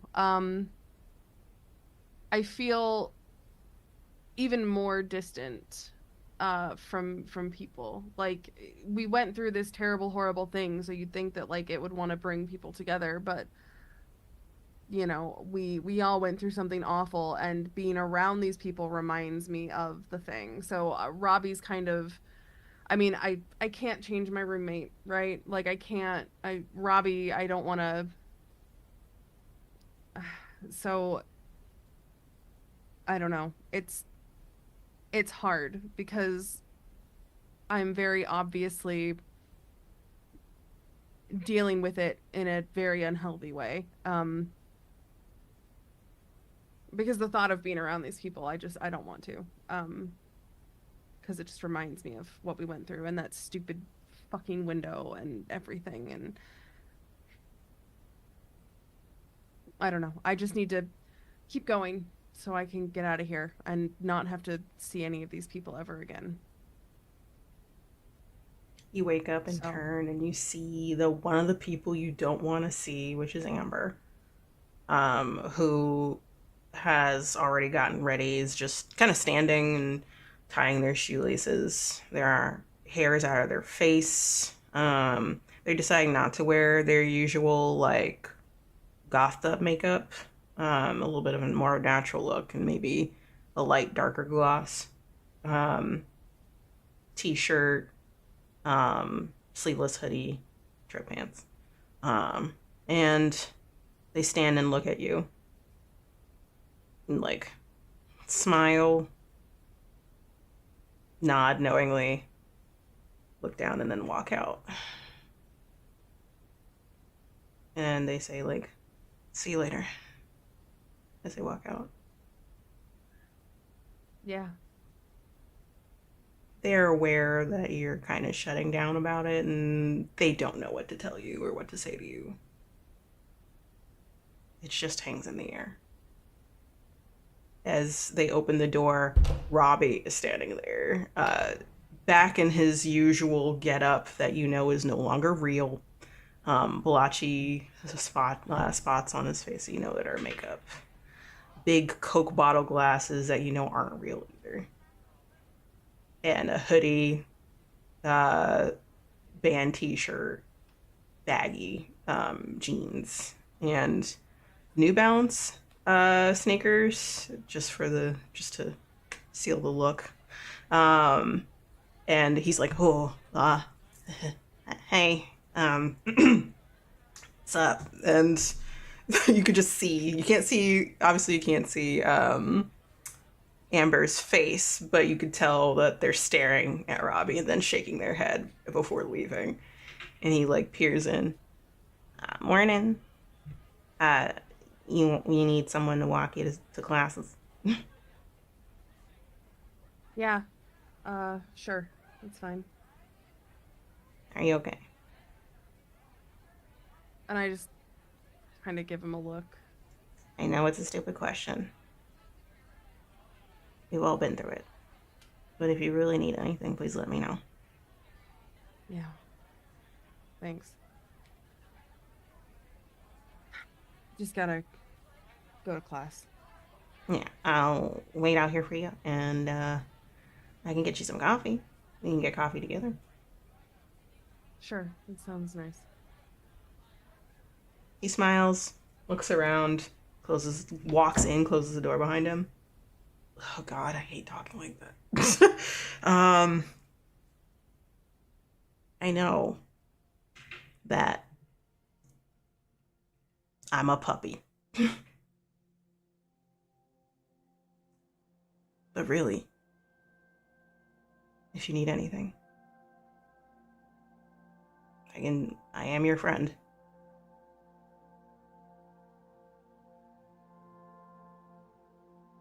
Yeah, I know. I don't really know what I need right now. So, And that's fair. You have my number. I know you're not looking for any kind of relationship past that, but I am here. So just take up all the time you need, but we just saw some fucky shit. yeah. Just don't close down on me. Yeah, we'll see. Don't do it. I know what it's like. Being alone doesn't help anybody. Opens the door. Adjusts his glasses. Yeah, I'll see you out there. You know, and like if you want vanilla latte with oat milk or something, I'll get that for you. I'll wait for you downstairs. Anyway, take care. And like dips his head and walks out before closing the door.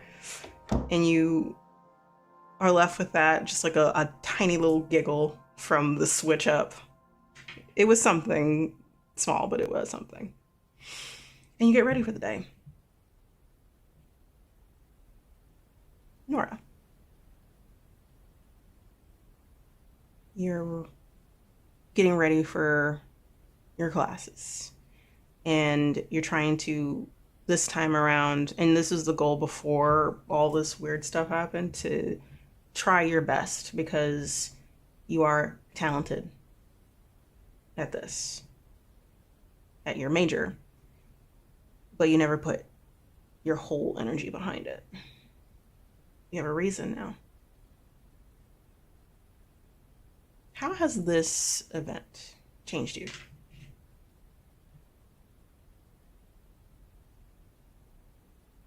It's definitely like you said, made her more focused on her major, which is why she came back early in the first place to kind of catch up on studying and um, just kind of make sure she has a bit of a head start, though. She doesn't really need it. She's really good at this stuff.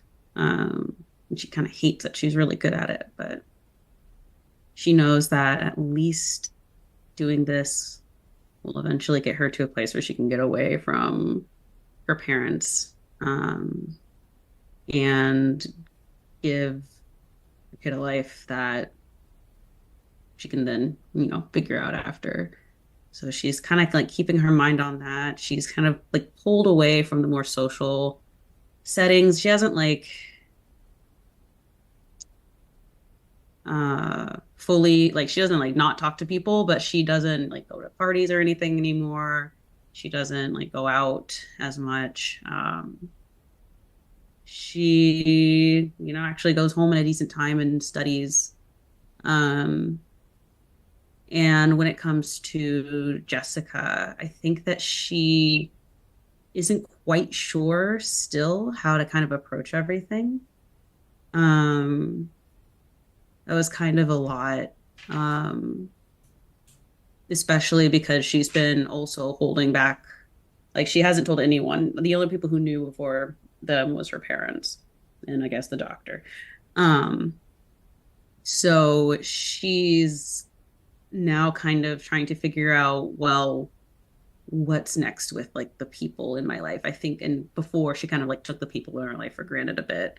And now she's kind of like reassessing all of her relationships and thinking of the people that have always been there for her and wondering just like what that means.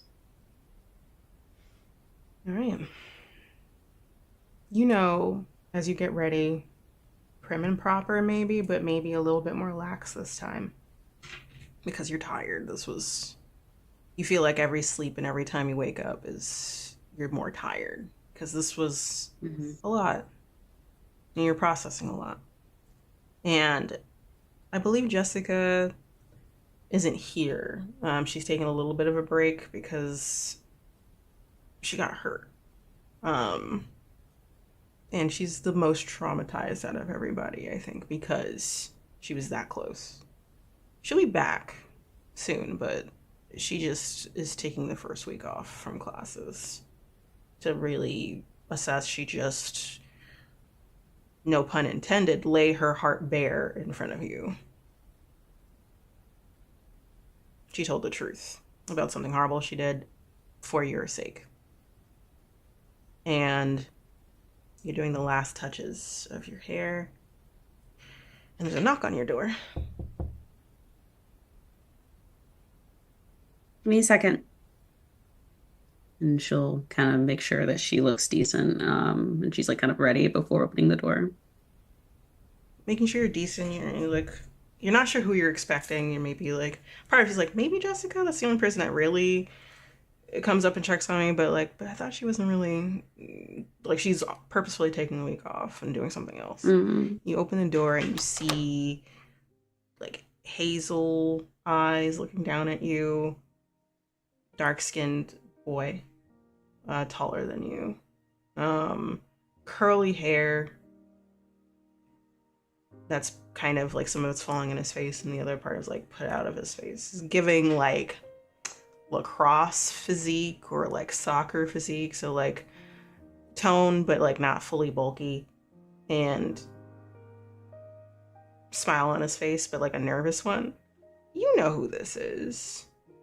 But the last time you saw him was nearly a year ago because you've been actively avoiding him. You see Samuel standing there in the doorway and he's giving like, I know I've been using this term a lot, but puppy dog energy. He usually gives guard dog energy just as he is, but he's given like wounded dog, sad dog in the doorway. Even though he's taller than you, he's hunching his shoulders forward like he's protecting himself from a blow of sorts. Hey, Nora. Sam, hey. Are you okay?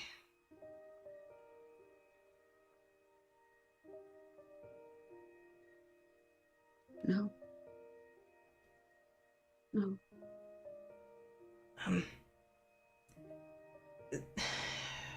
I don't even know what to ask. Like pinches the bridge of his nose. Did I do something to hurt you? Like, No. I'm sorry. For what? Disappearing? Yes, at the very least that, but like I get it if like you just didn't want to be with me, but like I thought something bad happened to you. Everyone thought that you were sick, and I was trying to like, if you're like in the hospital or something, I could have like sent flowers or some shit. Like that's what guys do, right? Like, but I didn't know where to send it or where you went to.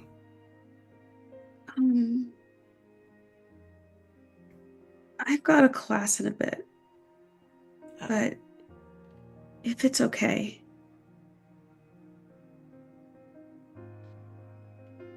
Screw the class. Can we talk? Yeah, of course.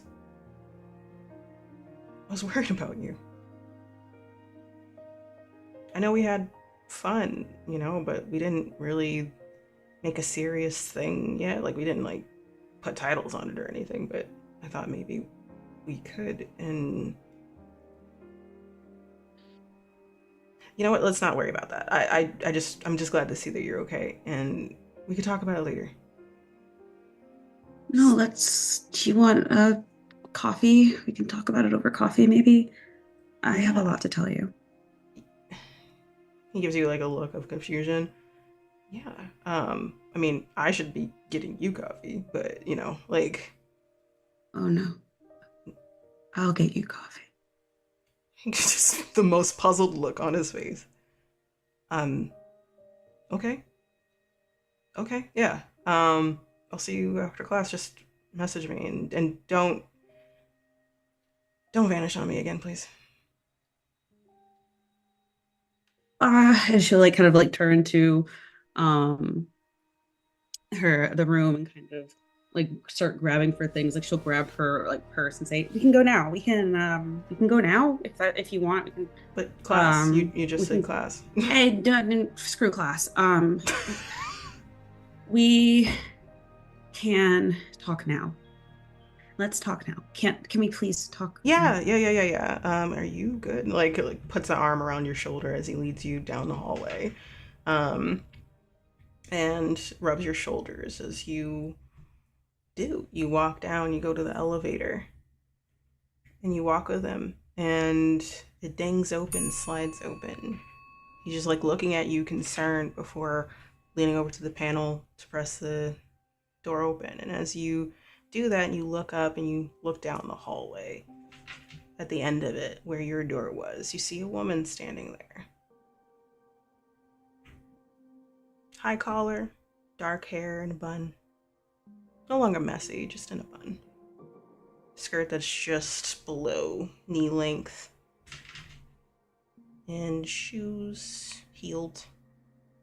Covers the ankles. And she's smiling at you.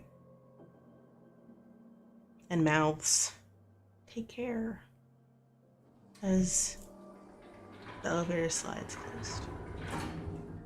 And that is where we will end things, everybody. That was chapter 1, Little Miss Hollow. Thank you so much. And a big shout out to these amazing players. Jesus Christ. Ha! I have been your keeper for this evening, Ambrose, and we will go in reverse order, starting with V. V, who are you? Where can people find you? What are you up to?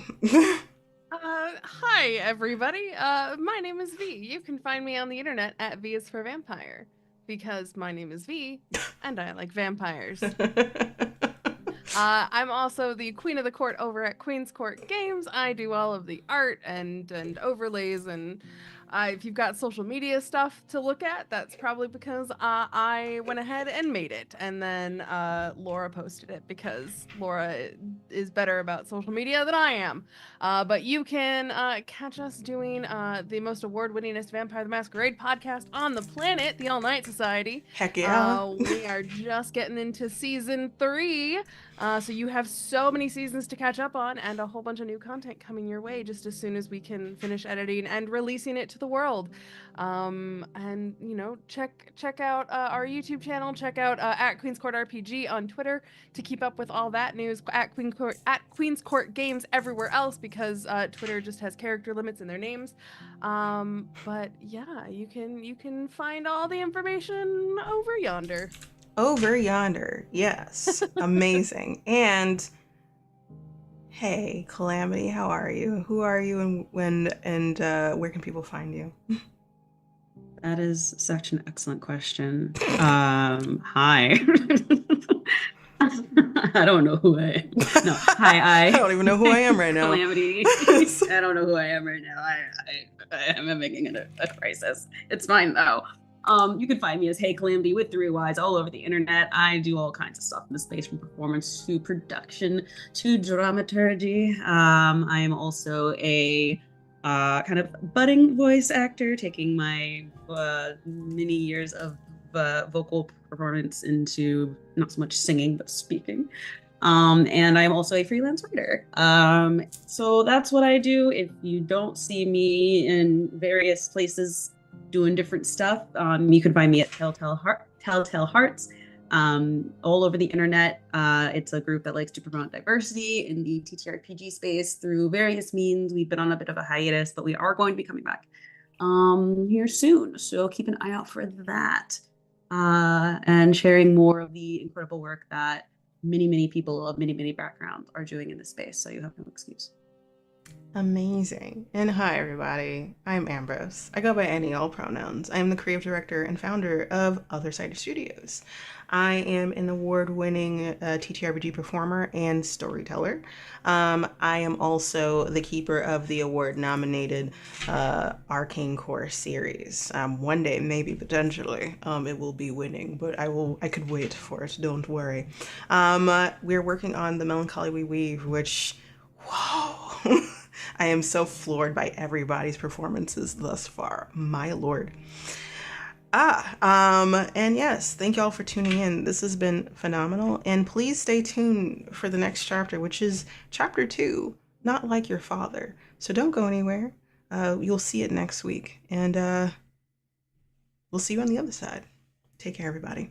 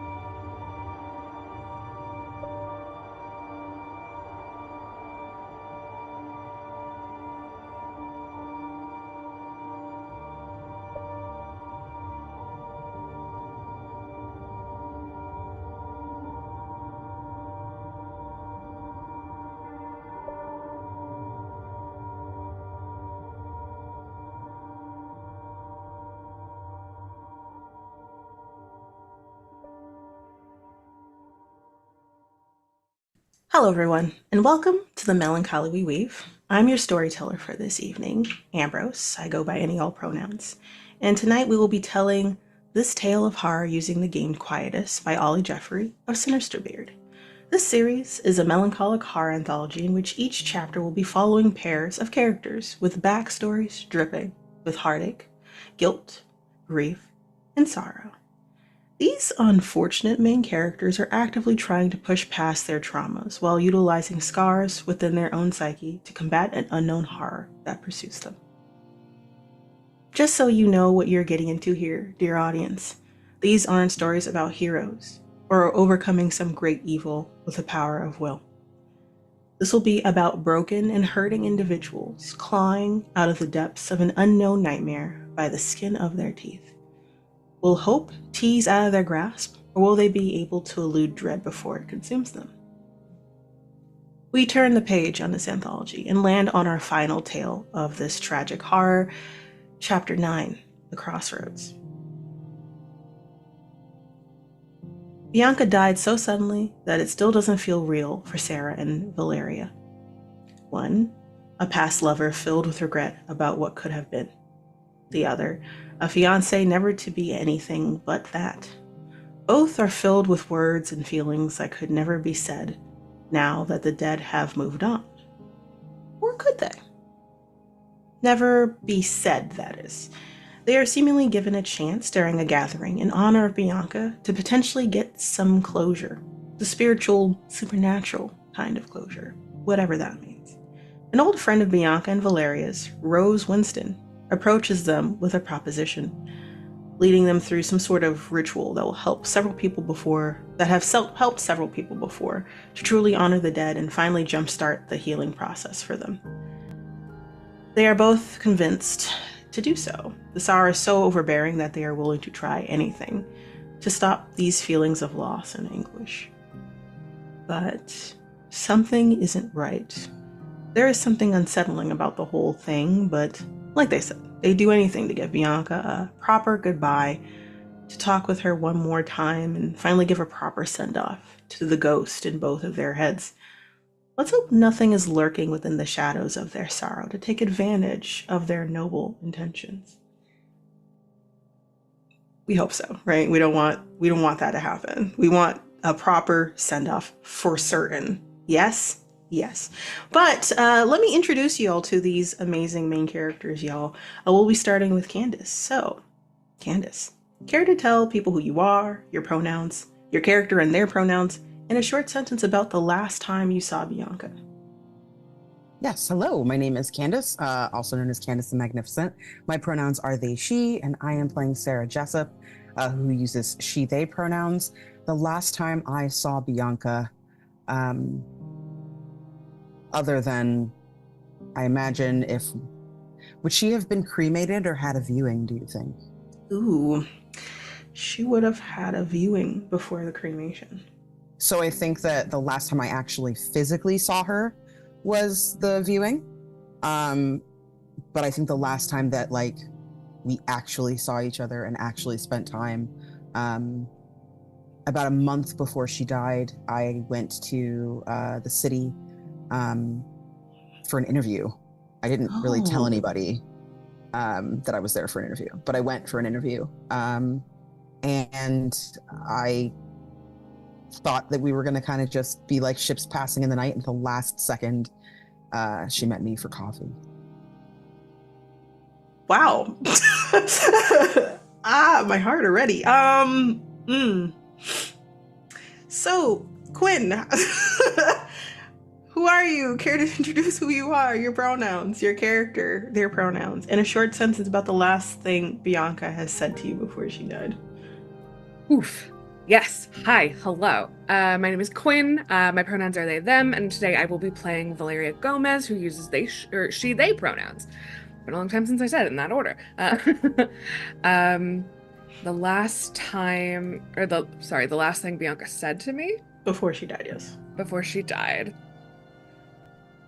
I think we had a fight. Oh no.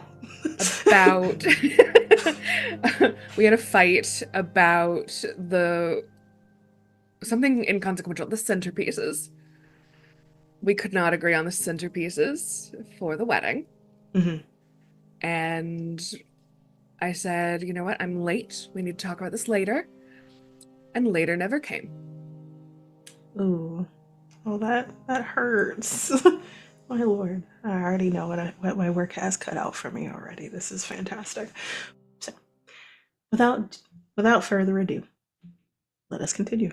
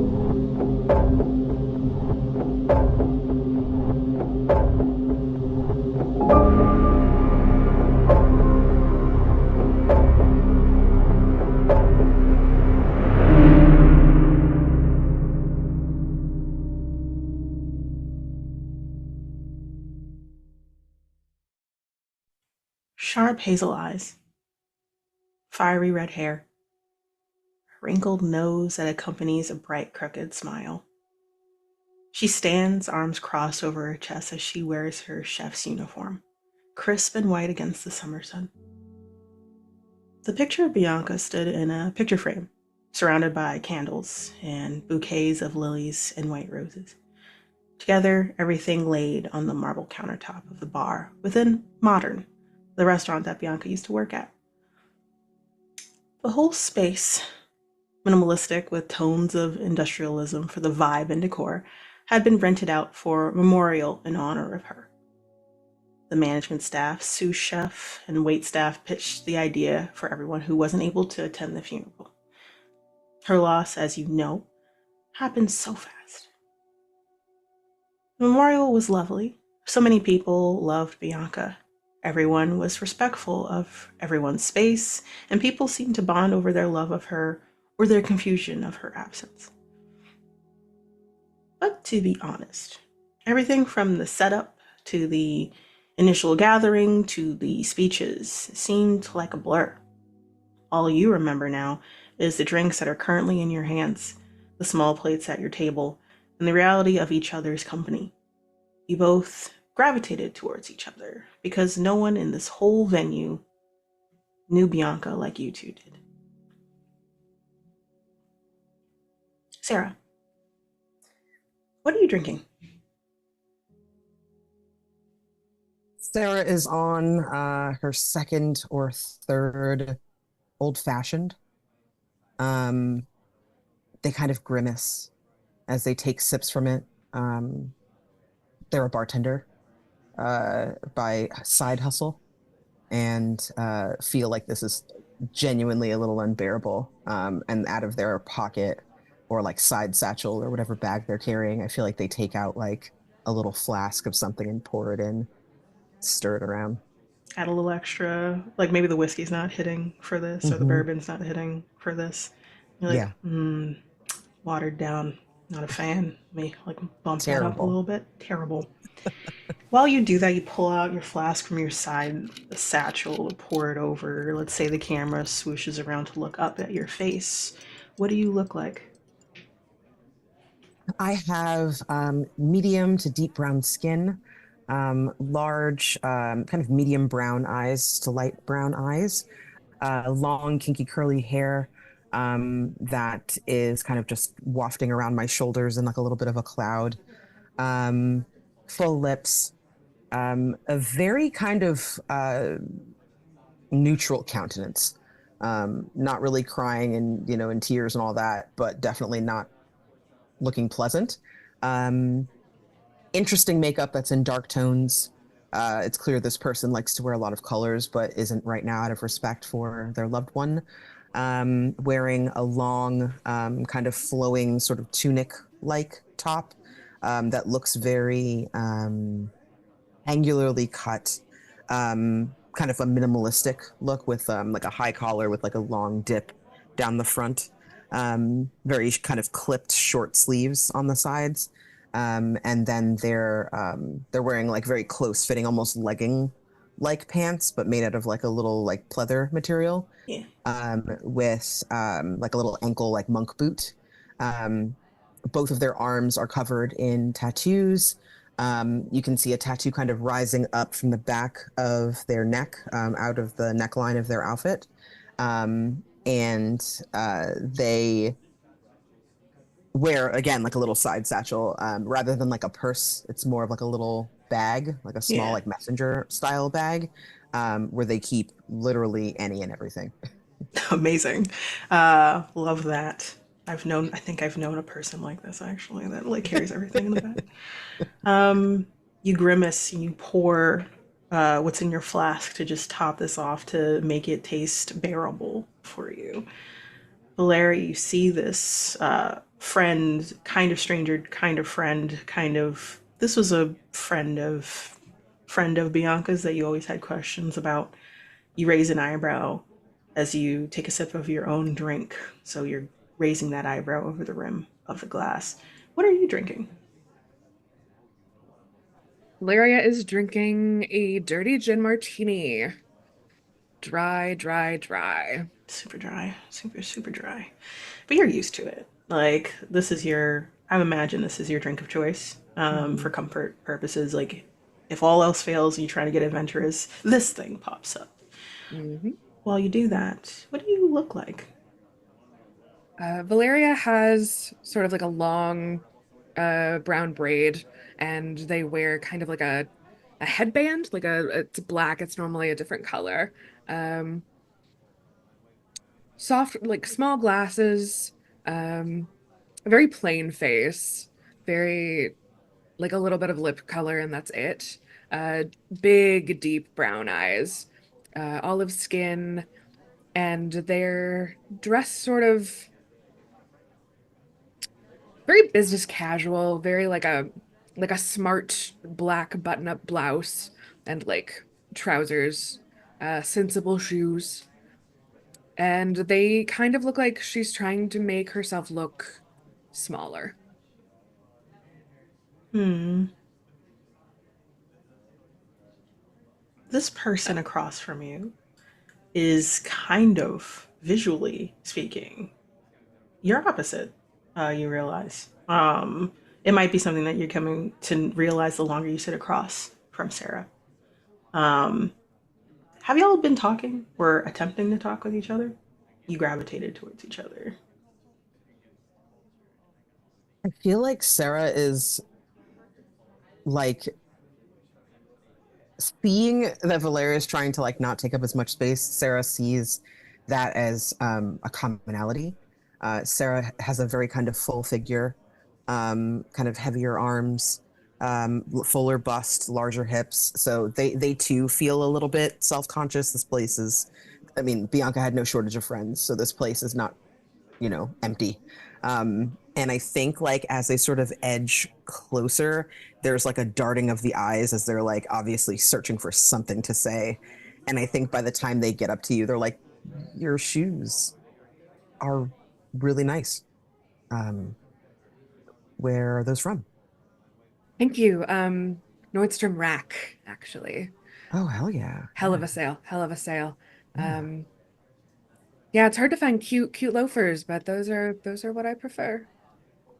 It's nice. You ever put a penny in them? Yes, actually. That's really cute.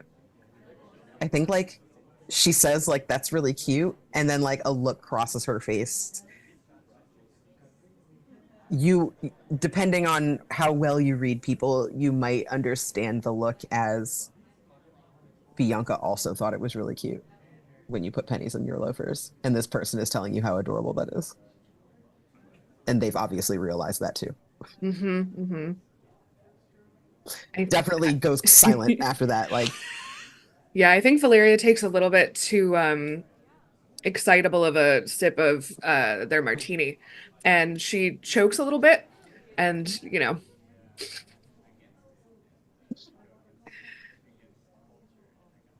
and you would notice also the large rock on her finger still. yeah, there's a lingering gaze at that like Sarah really tries not to stare, but like as they're trying to make conversation with you, you see like her eyes like look at you and then just slowly drift to your drink and then back. And then like a couple of seconds later might drift back to the drink and then And I think Valeria is being polite and ignores it. Y'all stare at each other or don't. We're try to stare off and try to be pleasant for the situation that is happening currently. Naturally, your eyes gravitate towards the picture on the bar.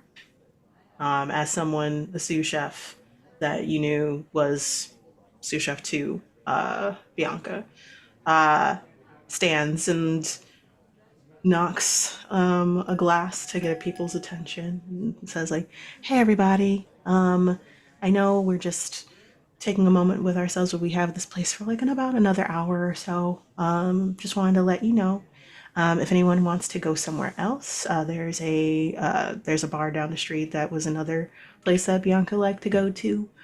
They offered to take anyone else over that wants to stay around and talk and you know socialize a little bit. But this will be closing down soon, so please take your time. Don't feel like you're in a rush. We'd very much obviously understand. And if anyone needs anything, please reach out to me or anything like that. And we're all going through it, so there are like phone numbers and cards for professionals to help in terms of grief at the moment as well. So yes, please take care, y'all, and I will be going to the back. And you can tell that this person also is feeling it. And they nod their heads stiffly, wipe their hands on their pants, and turn tail very stiffly and walk to the back, past the bar to the kitchen. Some of the waitstaff follow them as well. would you have chosen the photo or would that have been something the parents did? I think the parents. Okay. Um, storyteller, is that what I Yeah. call you? Yeah. Cool. Um, is this an old picture of Bianca or a new one? This is like at least within the last 3 years. Definitely while they were in New York. This was probably a summer day on the street of this establishment. 'Cause you Okay. can kind of see the same glass, like that's was it a glass looking into the storefront kind of situation? You see that exact glass from the opposite side present. Sarah continues to try to make small talk, even getting other people involved. Like, hey, you were friends with Bianca. I assume you know. Yep. Okay. Good. Valeria. Yep. Yeah. I'd heard a lot about you. So, what brings you here? Obviously, Bianca's gone. How did you say you know her again? Just like really just beefing it. Like it's clear that this person had conversations with only the deceased Mm-hmm. about all of these Oh, people, that's but has never painful. actually met all of these people. So she's like trying to like put faces to names and stuff, but she stays suspiciously close to the picture Mm-hmm. and will not leave the area of the picture until enough people leave so that she can put it in her purse, in her satchel. uh, just for funsies. All right. So let's say like y'all had been either like sitting at a table or like at one of those standing bar tables. Y'all randomly sometimes split apart and you try to socialize with people and they give you either like a sad look of understanding because, like, oh, you might have just only known Bianca, and they do understand, and some people don't understand, and they're not nice about it, so they'll give you side eyes. These are people the further away from your life that you have with Bianca. So, like, they've only known each other from New York kind of situation. And you're walking through the crowd and trying to get closer to this picture. Can you roll for me? Yes. One dice, Yes, please. I can. Thank you. 4. Amazing. Going to with uneasy, it's you achieve a lesser version of your goal, or you can try. You don't know what's going on. You're just a little uneasy, probably because of the stuff that's happening. You're getting closer, and you accidentally shoulder check somebody as you're walking. They kind of like come out of nowhere. Like if you were passing someone and you were like making an adjustment for that person, this other person kind of weirdly comes out of nowhere, kind of out of your blind spot, and shoulder checks the other shoulder that you're trying to move with. And you're like, oh, I'm sorry. And you turn, and you haven't seen this person yet in the crowd before. You try to get a full view of their face, but you don't see one, it looks like. And just as you blink, you do see a face. It's like a gentleman with like blonde hair, blue eyes. Probably one of the staff, it looks like, because they're dressed as the wait staff. And they say, sorry, excuse me. And then they keep going. But for a moment, you're pretty certain you just saw flesh covering a face with no orifices or eyes or nose or mouth for like the split of seconds. Yeah, I pound the rest of that drink and pour the flask into the glass on my way over to the picture. That's valid and fair. Are you actually trying to take this photo? Yeah, if nobody is looking, yeah. Like I assume that it's like an 8x10 size. Yeah, like it's like one of those picture frames. Yeah, I have I have a satchel. So yes, absolutely. Like put the satchel on the table or whatever it's near. If it's near the bar, like I put the satchel on the bar, and then like I open it and I just sort of like do one of these situations, and keep looking around and keep looking around and keep looking around, and then like lay it flat and keep looking around. Well, you In a got a moment. 4, which is like you achieve a lesser version of your goal. So it wasn't a full success, unfortunately. Yes, something creepy happened, but also So everybody sees me then. someone does. So like Okay, you're that's doing fine. the looking around. Okay, I'm gonna try to lay it flat. And as you put your hand up to like lay it flat, someone puts their hand on top of yours. Kind of came out of left field a little bit, and you turn stunned, and you see a woman a little shorter than you, has tan skin, really curly, uh, sandy blonde hair, has green hazel eyes, essentially. She looks and she's very curvy but short. So she's like barely 5 foot.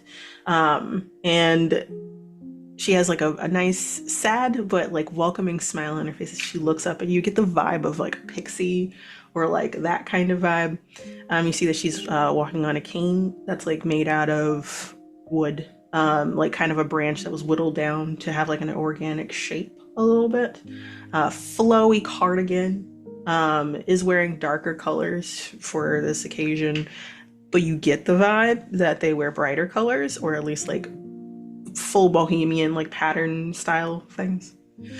And she pats your hand. It's like, hi, you must be Sarah, right? Yes. Hello. It's just fixing this. It had some dust on the top Totally of it. understand. And she like taps your hand as you do that. I understand. By the Only way, the best, you know. By the way, if you ever want this picture, like you can get it printed in the back. I believe some people have these pictures ready to go if you need. And all. Oh. Yeah, Usually like a little sorry. pamphlet size, or like one of those little like wallet size things you could put in just for safekeeping. A mini version, a smaller version, sure. Yeah. Mm-hmm. Her eyes twinkle How do knowingly you know up at who I you. Oh, how do I know? Oh, well, they talked about you a lot. Looks around and looks for Valeria, who's like not that far away, but like also being awkward with other people, I suppose. Yeah, Um, I think this entire time Valeria has been like coerced into awkward conversation with like someone who's a little too drunk. Oh Um, no. and who's like starting to get weepy and she's like trying to keep them like from, you know, causing a scene. so, so Sarah has left you. It seems like Sarah has left on a mission of sorts. You're not sure what that mission is, but you see that their eyes have gravitated towards the picture. You raise an eyebrow at this, and then someone comes over. There is a spill, like a very minor spill, but a spill nonetheless, of clear liquor on the bare top, the bar top. And this is an older gentleman, probably someone also in the chef business, not this restaurant, but is giving like Gordon Ramsay vibes a little bit. Is what you're getting the vibe of, but just not as angry or like serious in the face. Salt and pepper litter his hair, and he was like, "I'm so sorry for your loss. Thank you. Thank you for saying that. Is there anything I could do about like?" Valeria. And no, time will help. I hear that it does. Sometimes it just doesn't. So like I just want to let you know that like we're here. Like we're all family here. So all you have to do is just like ask one of them like this pointing and trying to find a person that he knows, and he like there, that guy, he has my number. I don't know where my phone is right now, but I got you no matter what, okay? That's so kind of you. And what was your name? I don't think we've actually met. Jeffrey. Jeffrey. Jeffrey. Yeah, Jeffrey And King. Yeah, like I'm the Jeffrey restaurant King. across the street.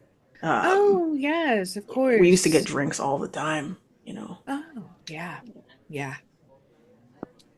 She liked that. Drinks. Yeah. Um, Valeria, as you're trying to like keep this awkward conversation made more awkward by the fact that he's gone, roll for me. As you're looking over his shoulder, you're looking for help from literally anybody. rolled a 1. Amazing. So I get 1 dread from that. It's fine. You don't succeed. Dread goes up by 1, but nothing to worry about. Uneasy fail doesn't really do anything to you. It helps me. So you are looking everywhere at everybody, and you're trying to look for help or a familiar face. And in the crowd of people, there's like a few people talking, like groups of people that do know each other. Usually in the chef business. Some people from your work that you've noticed, maybe 1 or 2. And then you see like someone walking through, kind of like hustling and bustling, that you're not quite sure who it is. And they stop in the middle of this function. And you immediately realize that something's wrong because they don't have a face. You get a full frontal view of this person. They are dressed very similar to like a funeral director. Black suit, gloved hands, or an usher, either way. And dark hair cut short, like slicked out of their face. They adjust their gloves and they are looking at you, that you can probably tell like their faces facing you. And you're struck with a haunting, unsettling growth feeling in the pit of your stomach. But then someone passes by that you do know, one of the sous chefs. And that person's gone. Blank. And you're like, okay, maybe a little too much to drink or whatever. And you realize this guy, Jeffrey, is still talking to you loudly. And as you're trying to like figure out, what do I do? you hear a familiar voice from the publishing house call you over. Rose, you see, waving you over, standing next to Sarah. It's like, Valeria, come on over, dear. Oh, Jeffrey, it's been so nice talking to you. But I No have worries, to. you don't have to explain anything. Pat you on the shoulder. We got you, Thank hon. you. Thank you. More rounds, and then he calls out as he walks through. Just behind gonna firmly walk away you. from that. Are you okay, dear? He's loud. He's so loud, So Rose. loud. He's so loud. He's going through it more than I thought he would. But friendly rivals, I think those two were, maybe? Ah, I think. I don't know. Bianca didn't see it that way at the very least. that makes sense. But I know you've been hearing it from everybody, but I want to say my condolences to you, dear. Thank you, Rose. Grief is not something to take lightly. I've been through it. A lot of friends that I know have been through it. And looks at you, Sarah. And I know you because, well, Bianca talks about you and has been coming up in conversation with Valeria ever so often. We just know that you were coming in out of town, potentially. But it's good to see you here. Friends from Seattle, right? Yeah. Yes. How are you faring? Well, I mean this. So Yeah, could be better. could be better. Are you in town now, or Well, are you like it's flying west to east? You know, like that's lots of flights. Yes, lots of flights. Their face gets very closed at being asked about that, and they just sort of like nod knowingly. Lots of flights. I understand that. That must be hard on you. Like west to east coast just over and over again can kind of I know it messes with my sense of time. So, Yes, Well, how do you deal when it's with worth it. Hmm? how do you deal with the time zones? Oh, the jet lag. Uh, mhm. I tend to be a nocturnal creature, so to speak. So some nights I just kind of stay up all the way, and I get a jump on the morning when I fly from west to east. If it's east to west, then I kind of just go back into my thing. I just stay up for hours. I'm a big fan of falling into rabbit holes. I really like going down, find a playlist that someone made and check out all the songs, and then I get inspired, and then I'll write for a little while, and I'll play for a little while, and then the next thing I know, the sun is coming up. So, Oh, I understand that for nocturnal sure. creature. hmm Yeah. Well, I wanted to talk with you, Valeria, but maybe this might be beneficial for the both of you, and you get a vibe of she's looking at both of you kind of through you a little bit, like she's figured you out. Very like you're used to it, Valeria. You're not, Sarah. This is the first time you're meeting this woman. You're like, oh no, I'm struck. I have been seen. Is the vibe you're getting from this person? I think Sarah takes 2 steps back and looks at Valeria. I can leave you Oh, no, no, to your no. How conversation. about It this? is okay. I You listen don't. to what I have to say, and if it's not something that you're into, that's totally fine. But like I said, grief can hit us all in a different way. And I know that it can settle on us and change us in ways that we never thought could be possible. And I know that your fiance's, right? Losing someone like that. And a dear friend that you've known since growing up. I'm assuming, I'm not sure how far back, but still a close friend that was talked of fondly. Yeah, absolutely. She gives you a side eye. Like, So I do this thing, and she looks around conspiratorially. There's this thing that I do with people that are going through a grief cycle of sorts. It's a way to say goodbye to the people that we loved. And it's maybe a little new age in a way. It's a way to properly say goodbye. If you believe that sort of thing. Think of like, do you believe in ghosts, as it were? Oh yeah, of course. Oh. Wasn't expecting that. Normally people kind of walk away at that point. How about you, Valeria? I haven't really given it much thought. It's I respect it, of course, and they kind of like put a hand out to you, Sarah. But not it's not particularly for me. I see. So I have a proposition, and you can say no. Once in a while, I do this, it's called a seance, or like a journey of sorts for people to unburden their hearts a little bit, say goodbye to the people they care about, converse with them in a way. And hopefully it could help with healing. I've done it a few times, several times, actually. Once a month normally is how I do it. If that's something you're interested in. Yes. Well, Yes. Yeah, that'd be cool. I would like to try that. interesting. I wasn't expecting such immediate for this. Granted, I don't know you that well, Sarah, but if you're down for that, then if you get to say goodbye properly, that's something that, if you believe that sort of thing, I can get that for you. We can try it. You would have laughed in my face, but yeah. Yes, I would like that.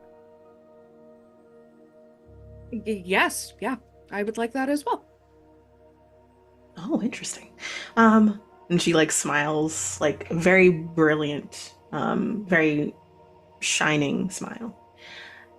So I have a few calls that I need to do this week. I have to do some travel a little bit. I'm going to Chicago. I have to meet with our sister branch, with Miss Stephanie Harrington over there. Yes, yes. So I'm going to be meeting with her for a day or two, and then I'll be making my way back.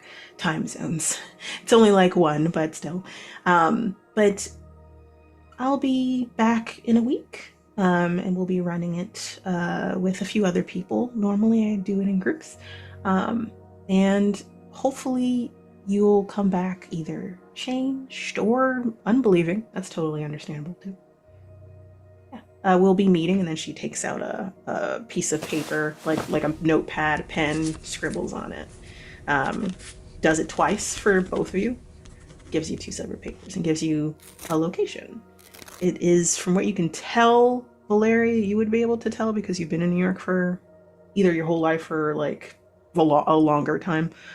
This is a park, City Hall Park. Which is near the financial district and between the financial district and Tribeca, the lower half of Manhattan. Sarah, you might not know exactly where this is, but you're like, okay, I'll just Google it later, is like your thought process. We meet about, give or take 11:30. We try to do this at midnight. Usually takes about an hour. And then hopefully it will make you feel unburdened. Maybe it'll help you feel healed.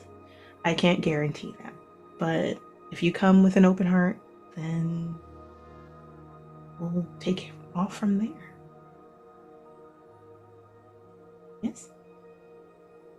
You're really Yes. generous to invite me out. Valeria, you're really generous to accept me. Thank you. Of course. Always. Please take care of you both. And she nods.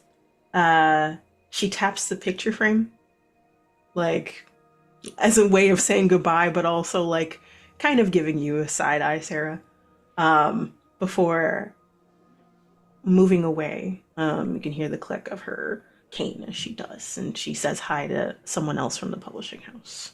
And y'all are left staring at each other. Between this picture between you two. I'm gonna be real. You have lots of pictures of her. All of the ones I have are from before 2017. Is there any way that you could maybe like not judge me if I just put this in my bag? Oh, I was going to offer it to you, actually. You were? Yeah, Oh, thank you. sure. But this, and they kind of hold up the paper. It's next week. When do you fly out? I don't. I What do you mean? I I got that interview. I've been living here for a bit.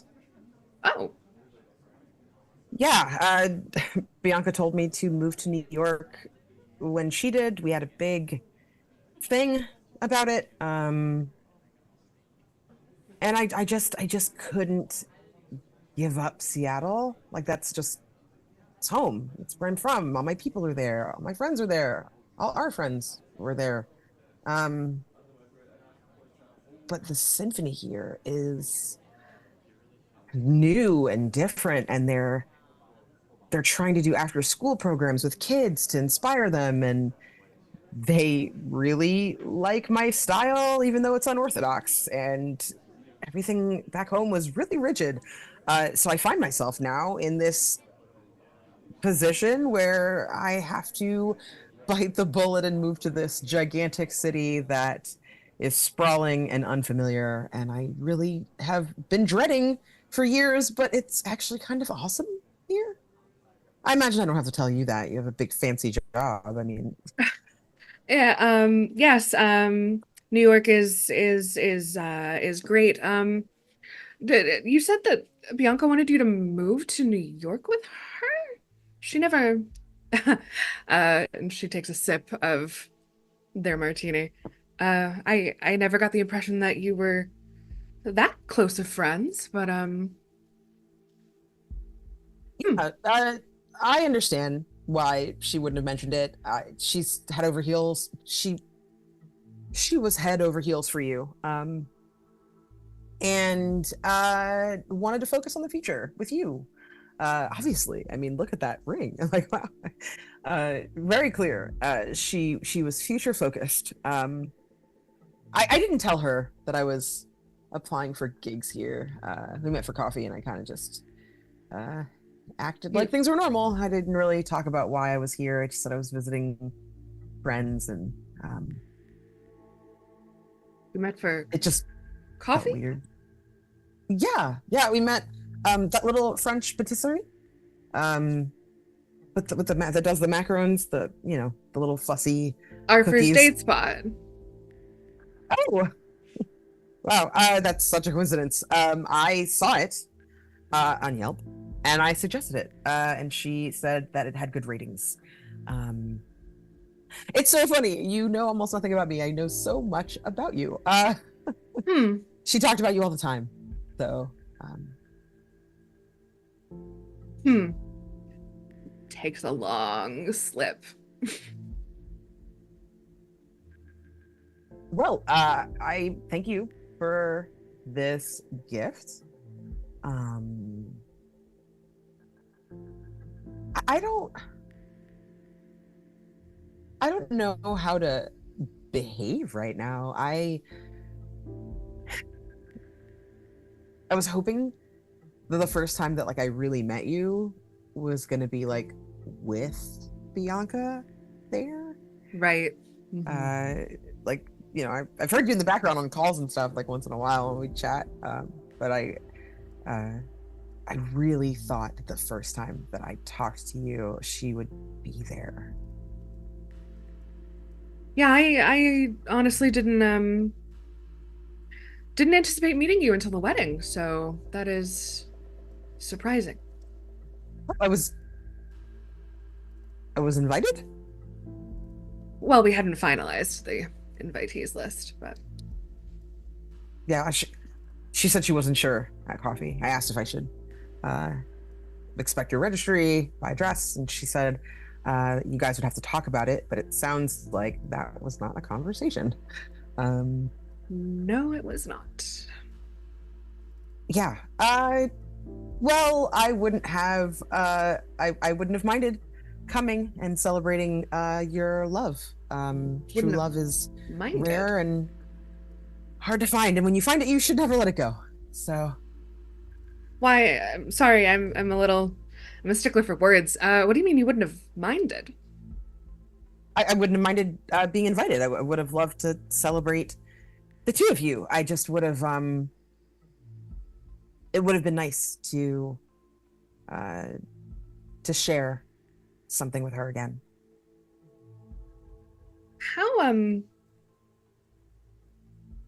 How close of friends were you exactly?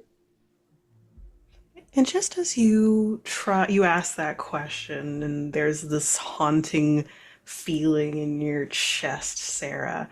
Uh, Larry, you get a message on your phone. Um, and you think like, oh, maybe someone texted me from work, maybe like someone's checking in on me. It's a notification from your home security system. Oh, And it's a notification of there's a movement in your house. and we don't have any pets. Nope. Hmm. And it goes off again. I don't have any pets. Hmm. I hmm. Hmm. Valeria's are gonna pound the rest of that drink that they've been nursing. It's a very big martini. Well, there's like really large glasses. You know how booze works. Valeria, kind of frantic like this, kind of stammering. I need to. I think someone's breaking into my apartment right now, so I'm gonna go deal with. Yeah, you should take care of that. Do you need someone? Do you have someone you can call? It'll be fine. It's fine. We know the neighbor. I know the neighbors. Yeah. Okay. Cool. I'll see you at the thing then. Yeah. Yes. Mhm. Okay.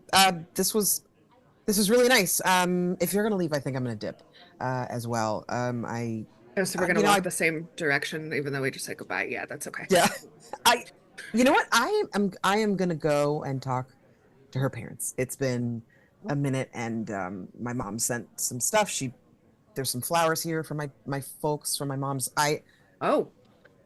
You know what? That's so lovely. That's so lovely. Let me know if you need anything. Here's my card. Takes Please it. call me if you need anything. Okay. Yes. Thank. Yes. It just goes. You take the card, you look at it, and you're like, this is weird. But also, you look at your phone. That's weird. You get another notification that like there's movement in your house. It's not a glitch of some sort, like, or anything like that. And you're trying to remember as you're moving, like, did I leave the window open? Like, kind of situation. Like, there's a fire escape nearby, maybe, and maybe I left the window open and someone entered there, but the alarm didn't go off. So, like, it wasn't like the front door opened or like a window opened. You're thinking and you're traveling, and Sarah, as Valeria leaves, you're just kind of like, oh my god. You're realizing a couple of things of like some stuff might not have been communicated. And you're like, oh, I feel weird about these interactions, and now I'm going to see this person in a week. But you take the photo and you have it in your hands, and you're happy that you have it before you put it in your side satchel of sorts. Finish your sad, old-fashioned drink, and go back to your apartment, kind of wondering what this whole thing is going to be about in a week. We follow you, Valeria, as you travel. It's not that far away from the venue. And you sporadically, every few minutes, you get a notification that someone's in the house. Do you think you have cameras, or do you think just have motion sensors in your house? I think just motion sensors. Okay. So in this moment, you're wondering if you should have installed video cameras. Because exactly. this is like, it's not once, it's like at this point, maybe the fourth or fifth time you got that notification. Oh dear. So let's say you're a 20 to 30 minute walk. If you wanted to take a taxi, 5 minutes. If you wanted to take the public transit, when you're on it, 5 minutes, but waiting, who knows?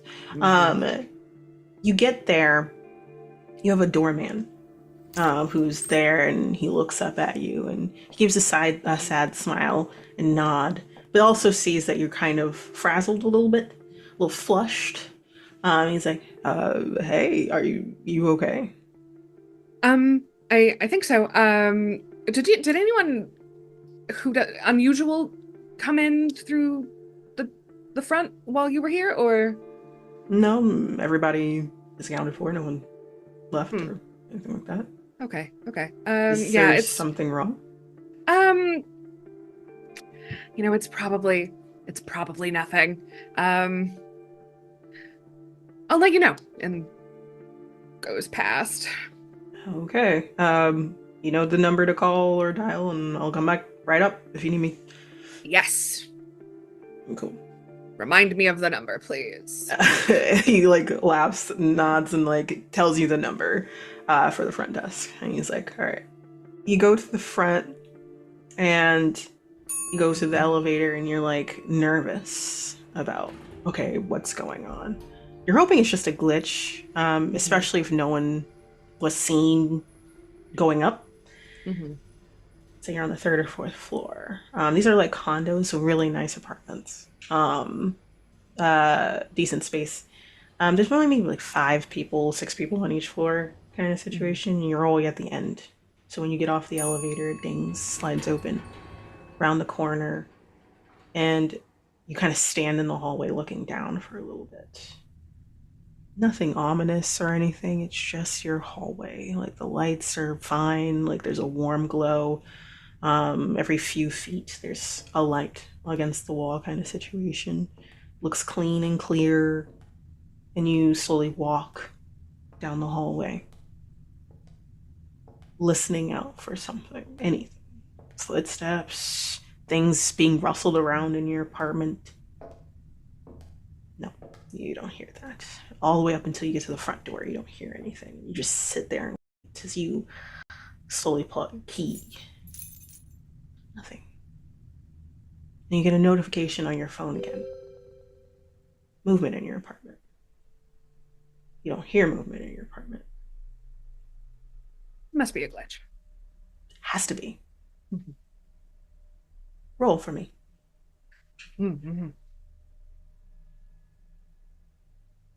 3. Still a fail. But nothing to worry about, again, with uneasy. But I increased my turn. You don't hear anything in there, from what you can tell, as you listen a little closer before you put the key in and turn the doorknob. Slowly open it. And you see your living room. A little messy than normal, but like not so much so that you're embarrassed by it, or your family would be embarrassed by it. It's just, hey, it's been a rough several months. And you look around and you don't see really anything out of place. Your organized chaos is still organized the last way you put it. And you keep the door open for now. You take the key out and you look around to see if you see anything weird, you hear anything weird. You check the rooms. No. You've deactivated the alarm as soon as you do enter 2. There is movement from you as soon as you enter. That's about it. And once you're deactivated, you don't get those notifications anymore anyway. There's one thing you do notice when you get back to the living room after you check everything. There was a picture frame on the entertainment center, like where the TV was, and you had just put this picture there. It was a picture of you and Bianca.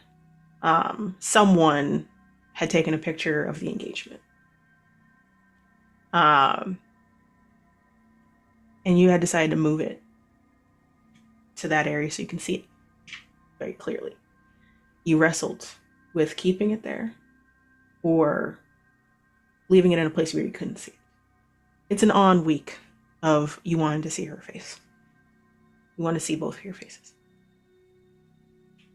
It fell off the entertainment center. It hit the wooden floor. That's what it looks like when you enter. Like, it didn't fall while you were there. It was already on the floor. Mm-hmm. You can see like little shards of glass underneath it. So it fell and shattered.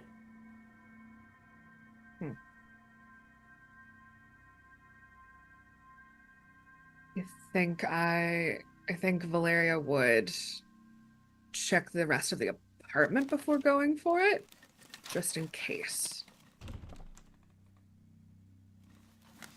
Doing like the keys between the fingers. Oh yeah, of course. A very New Yorker, very dead ass. So you do that. I'm trying to see if you're gonna roll for it. I'll give you a roll for it. This thing is going in jail. Oh. That's a 1. I love it for me, not for you. Yeah, I told you I would hand you knives. I didn't mean literally. Thank you. Thank you for the guy. Thank you for the knives. So you check everywhere. You did a brief look around in the living room kind of situation. But now you wanted to do a thorough one. You're listening out to see if there's another presence. And just as you get to, like, let's say there's this is like a loft situation. Your bedroom's on like a loft up like a set of stairs. You go to that area. You do hear feet running out the front door. You turn and you see the tail end of something black going out the door. You don't know what it was, like if it's like an elbow, a foot, a bag, or anything like that. But you do see someone stumble in the hallway and run. Is all you hear. Do you go look? Yes. Okay. You're like, oh shit! Someone did break into my house. I don't know how they got in, but they did. And you go, and it's not that much of the space of like, hey, I'm going to the door, like I will definitely see them in the hallway if I round that corner. You go, the door was left open, they didn't slam it, and you round the corner and you look down that long hallway and there is nobody. You hear the echo of someone running and then it's gone.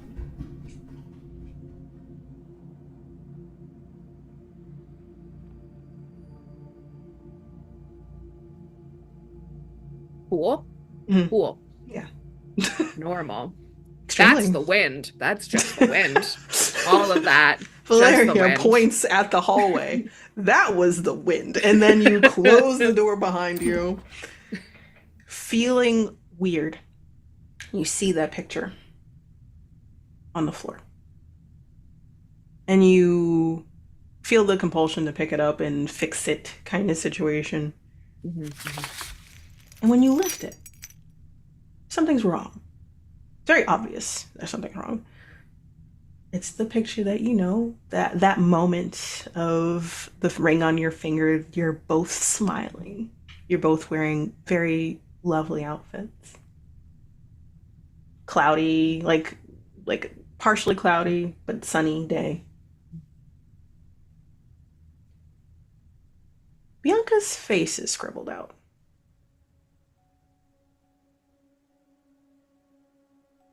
It looks like marker, black marker, or something black scribbled over her face.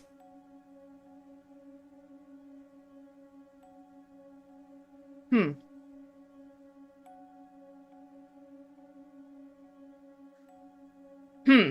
Hmm. Hmm. Hmm. Hmm. Hmm. I think Valeria will take that over to like the kitchen island.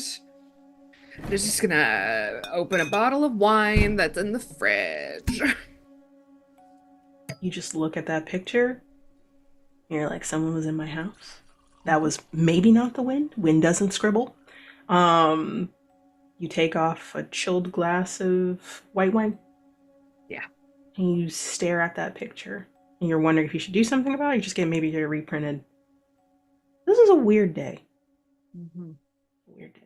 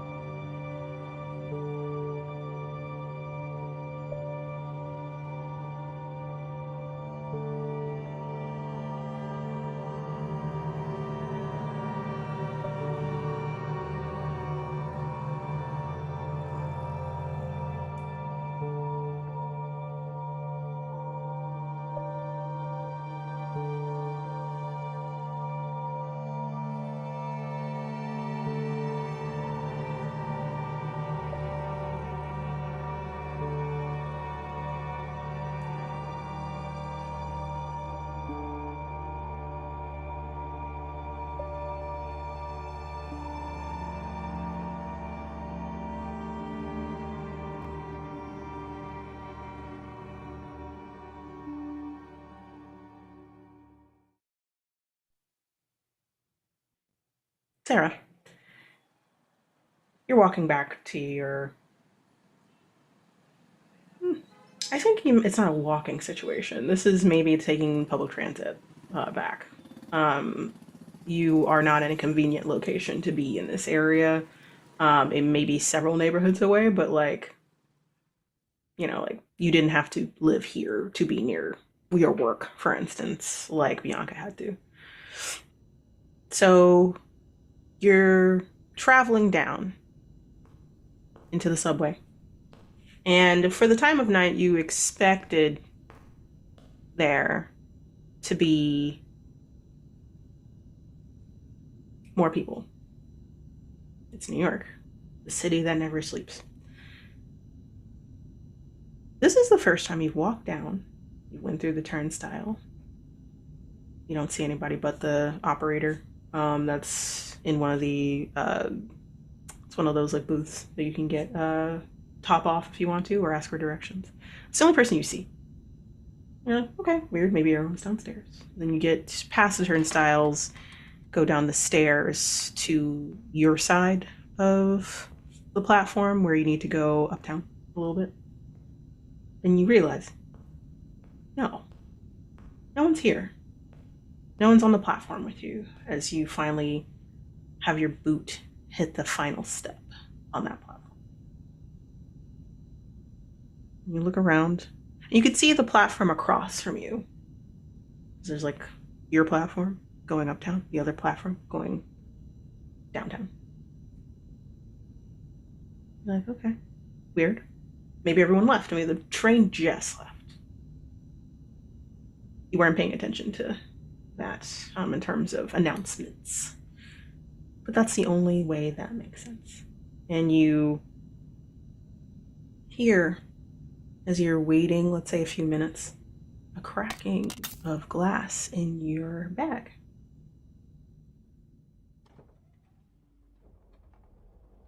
I think like completely forgetting the strangeness of how empty everything is, I just like pull it out of my bag as quickly and as safely as I can, recognizing the glass might be broken.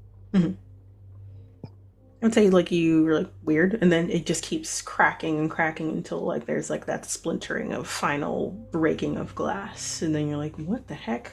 Maybe something's leaning against the glass, like keys leaning against glass could do this, for instance. Mm-hmm. Pretty certain your keys are separated from everything else. Like it's like in a little pouch or something in your bag. Yeah. You're like, but it could have fell out. You zip it open, you pull it out, and you see that the picture frame has been collapsed in a little bit. So like the glass is broken. The frame is kind of weirdly contorted. And the way your bag works, it really shouldn't do this. Like it should be kind of safe if it's laid flat kind of situation against like a book or something like that. So you're like, oh man, maybe something in there. And then you get ready to reach for it. And then you feel someone walk past you from behind. I think I don't even turn. I need to check on this picture. Mm-hmm. Oh, more people are coming onto the platform. That makes sense. I'm right near the stairwell. And you check on this picture and you pull it out. And that smiling picture that you saw earlier has scribble marks on it. Like someone took a black ink marker, maybe, and scratched out the face. What the fuck? I don't... Oh my god, I gotta stop drinking at these things.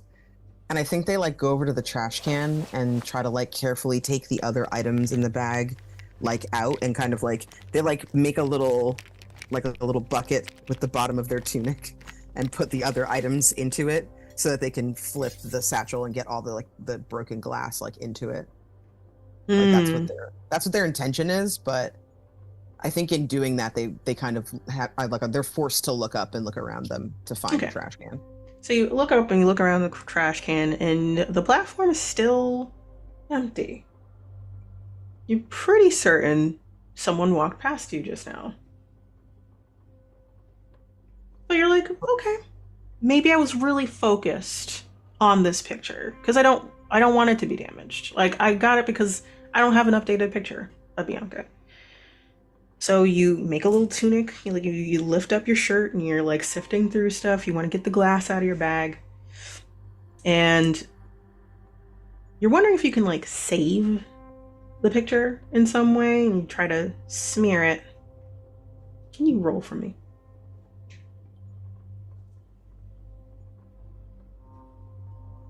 Two. Okay. All right. Your dice are on my Ambrose is like, this is gonna be a short game. Okay. You guys are y'all are still at uneasy, so y'all are fine. Like so okay. far. It's when Yeah, you I know, start but getting how into much ammunition do you have? I mean, I have a decent starting point of ammunition. More than I was expecting. I will say that. But you're fine so far. I hoard stuff until I release it all in one go. So I'm hoarding. Right now I'm hoarding the points. So you got a 2? yes. Okay. You look up and around and you have wiped or wiping at this what you think is like marker or ink because there's a shine to it, like a ballpoint pencil, like our ballpoint pen kind of situation, that kind of shine. Mm-hmm. And you touch it and it doesn't really feel like ink. It feels like something viscous, thick. You realize it has like it's elevated off the photo. That's not how ballpoint pens or marker works. And you touch it and then you pull it back and you see it stick to your fingers. And you try to smear it off. It's not coming off, you realize. And it's staying and you're trying to like wipe it on something and it spreads. Is it still on the picture? Still in the picture, yeah. Take a little bit of a dab from it. I feel like I rummage in my bag to see if I can find like a bleach pen or like a hand sanitizer wipe or something. Oh yeah, like a little wipe, like a little hand sanitizer wipe or like a little thing. And you pull it out, you like look through, and you pull out a wipe and then you look back at your hand and it looks like it has spread down your hand. What is this? Stay calm. Stay calm. You've had a long day. This has been a very, very long and stressful day. You didn't sleep much. You're fine. You're fine. It's fine. Get a wipe it off. You hear someone hum across the platform. Not on yours, the opposite platform going downtown. You look up. You see someone standing there. They're dressed kind of like a hipster. They're wearing a lot of stuff, like layers, like they're layered fashion, plaid on top of denim hoodie on top of that kind of thing. A style you're used to seeing in New York so far, and to be honest, in Seattle. But the main difference here is they don't have a face, and they can only be staring at you. What do you want? I'm going to take 2 dread and give you a small consequence.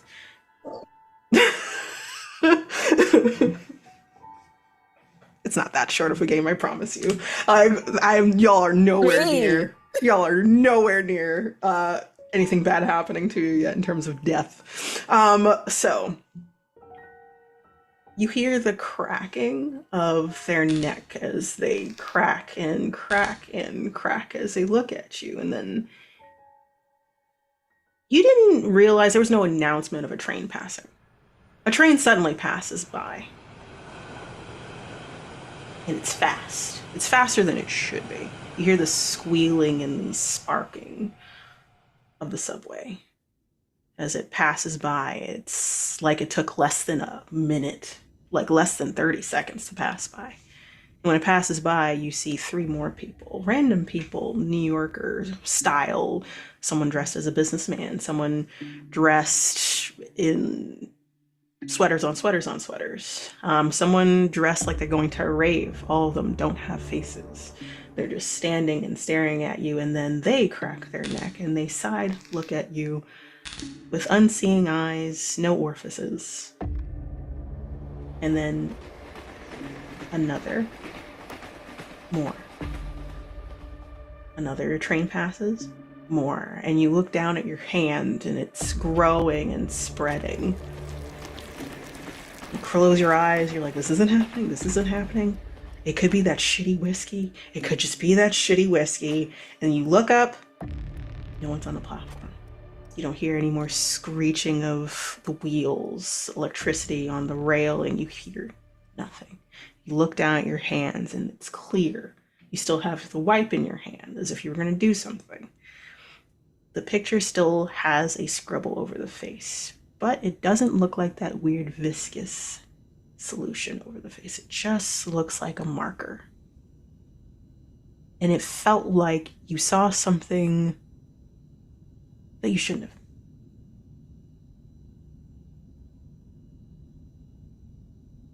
I raise my hands to my face and touch to make sure that I have a face. You feel your nose and your eyes, and you can see. You kind of experimentally like talk. You're like, kind of situation. Or something that like, I can use words, like as you say it to the space, and as you say that, someone does come down the stairs and looks at you weird. Like, yeah, you can use words. I mean, thanks. Yeah. Fucking weirdo. And then like walks down to like New York, right? This is just what you're used to. And you're like, okay.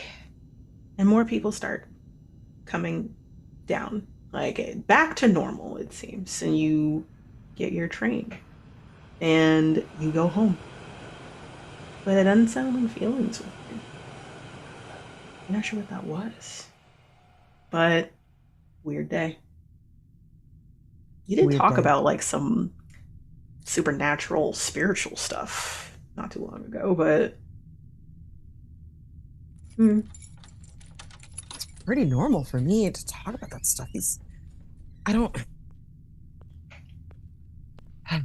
I think when I get home, I like put the picture up. I lay it flat on my countertop, and I add magic erasers to like the shopping list that's on my fridge, hoping that that'll like get it out. The shower that I take that night is 3 times as long as normal. very understandable. So you put on your refrigerator the to-do list to buy from the store list. Magic erasers. The passage of time happens and you cross it out as well as put other things on that list. Milk, maybe oat milk, eggs. You make a to-do list of things you need to get done this week. In terms of you, Valeria, you're trying to busy yourself with work and still thinking about this what you need to do. And you are given like a message of sorts from Rose. You know, Rose has traveled to Chicago and will be there for a little bit, but like isn't going to be there long. Like it is still a week out, but she will definitely be back before even this happens. And she sends a message of the things that you're going to need if you're still participating. First of all, checks if you're still participating. And it says like, hey, gonna need a couple of things. Gonna need this for the ritual we're doing. And then gives you a list of things. Something from the past and the present of this person. Need to bring an item of theirs that meant a lot to you. Something that could tether, is what she says. I don't have Sarah's number. I'm not sure if you have it. If possible, can you pass this on to her? And I think at first Valeria doesn't remember the card because of the everything of that night. And then when they're talking a little bit, they go, "Ah, yes." And then they find it. And they will pass everything on to Sarah. Sarah thanks you. Sends a similar message to you, Sarah, of past and present, and an item of that reminds you of this person that meant a lot to you. It has to be something with deep ties. And y'all do your search of your apartments and you think, what is that item that you want to bring with you? Sarah, what do you decide to bring?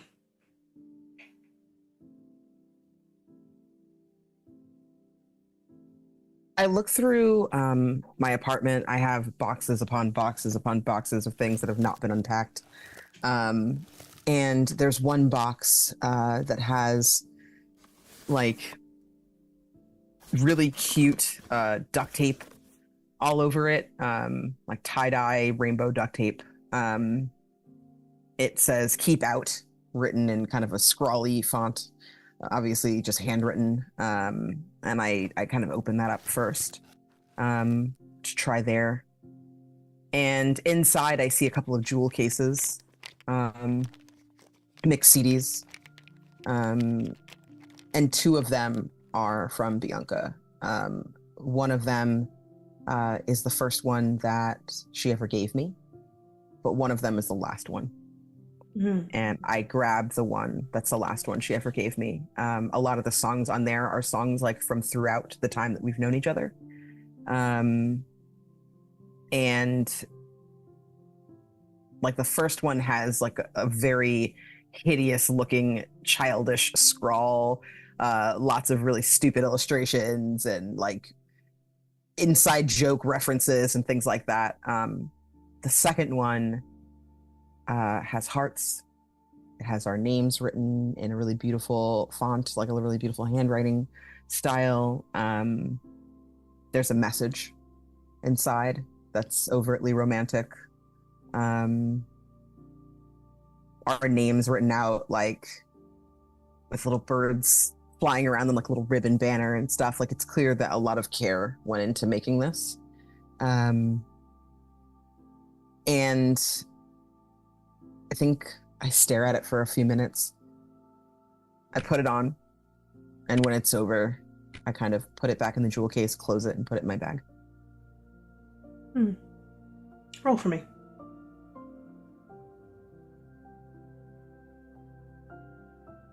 A 3.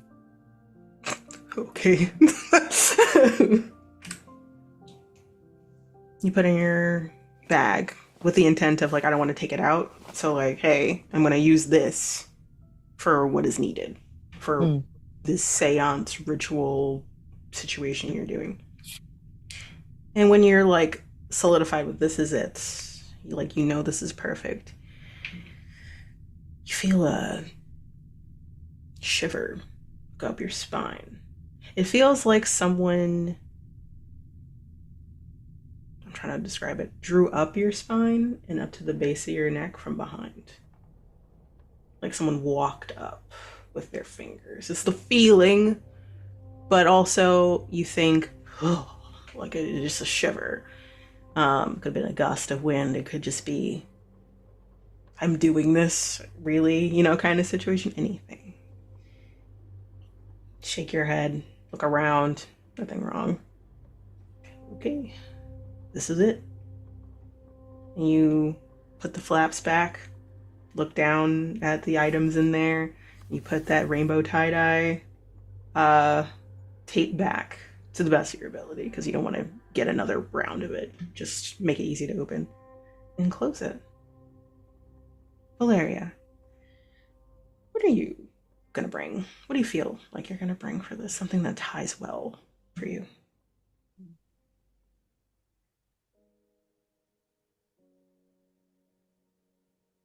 I think they have been having trouble packing things up in the apartment that are currently not being used. So they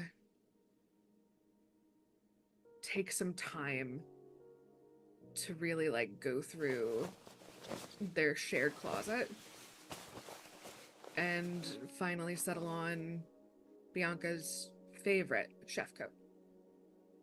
Oh, Still smells like her. I have a question. Why is this coat her favorite coat? It's the one I got her for our anniversary. That makes sense. It's monogrammed and everything. So you reach for it. And it's like a gravitational pull towards it of this. This is it. This is what I'll use. And you hold it, and you pick it up and you smell it. Her smell was floral and woodsy. And as you do, roll for me. Do well. Do well. You better. You see what happened to the other one. Okay. 5. Ooh, okay. Good. Keep that up. You feel you feel like this is the one. You're like, yes, this is what I'll bring. And you smell it one more time, and that floral woodsy smell turns for like a split second into decay and rot in your nostrils. And you jump back and you look and you're like, what? And still her chef's coat. And you smell again, this time more experimentally, like, where is that spot coming from? And it's not there. It's still her scent, but it was weird. It was a very pungent, immediate, kind of hit you in the face kind of smell. And it's gone, like it never existed. The wind. The wind. The window is open, so it could just be like garbage day in New York City, and it just kind of hit the wind and wafted in. Ugh. Exactly. Shake your head. Ugh. But you fold it, kind of put it on like the island, essentially. And noting it like, I'm going to keep it here for when I'm getting ready to leave. Several more days pass. Y'all continue your days. Sarah, you are now, would you say you're still fourth chair cellist in this new orchestra, or you're doing more stuff than just that? In the new orchestra, I'm second chair. Ooh, I and love that. I am an assistant director of a youth outreach program. Amazing. So you busy yourself with that, and you're getting used to life as second chair, and you're finding yourself smiling even though there's a heartache of, this could have been my life sooner. Maybe. I don't know. But you like it now. This feels good. Valeria, you go to the publishing house. You're in HR, and you're just kind of looking through paperwork. It's monotonous work, but the people, the friends that you keep make it all the worth of getting work done, working with each other kind of situation. Can you like describe like kind of what a day looks like, that like kind of highlights for the week for you? I think someone had a birthday, and so there were cupcakes. We love cupcake. Oh, maybe we got Magnolia. Ooh, Magnolia Bakery. Magnolia's always Yes, good. it's really good. Magnolia's always You can't go good. wrong. You cannot go wrong. Very exciting. What else do people in 9-to-5s do? I ask myself after a while. You gotta have chit chats by your water cooler. You gotta have chit chats with by your water cooler. Like, they Yeah. avoid the topic of Bianca in a natural way, so they're not like, so how's your? They're not doing anything like that. They're doing like, hey, did you want to go to like go to movies, or like, hey, we're gonna after work we're gonna like do a binge watch in the conference room or something, like just something for that's distracting and fun and just feels natural, so they're not treating you differently because of loss. They're including you like similarly, but like making sure you're okay. You're very happy, and you're glad they're being thoughtful about it. It makes you smile. And then the day comes. It's later in the day though, so you have to.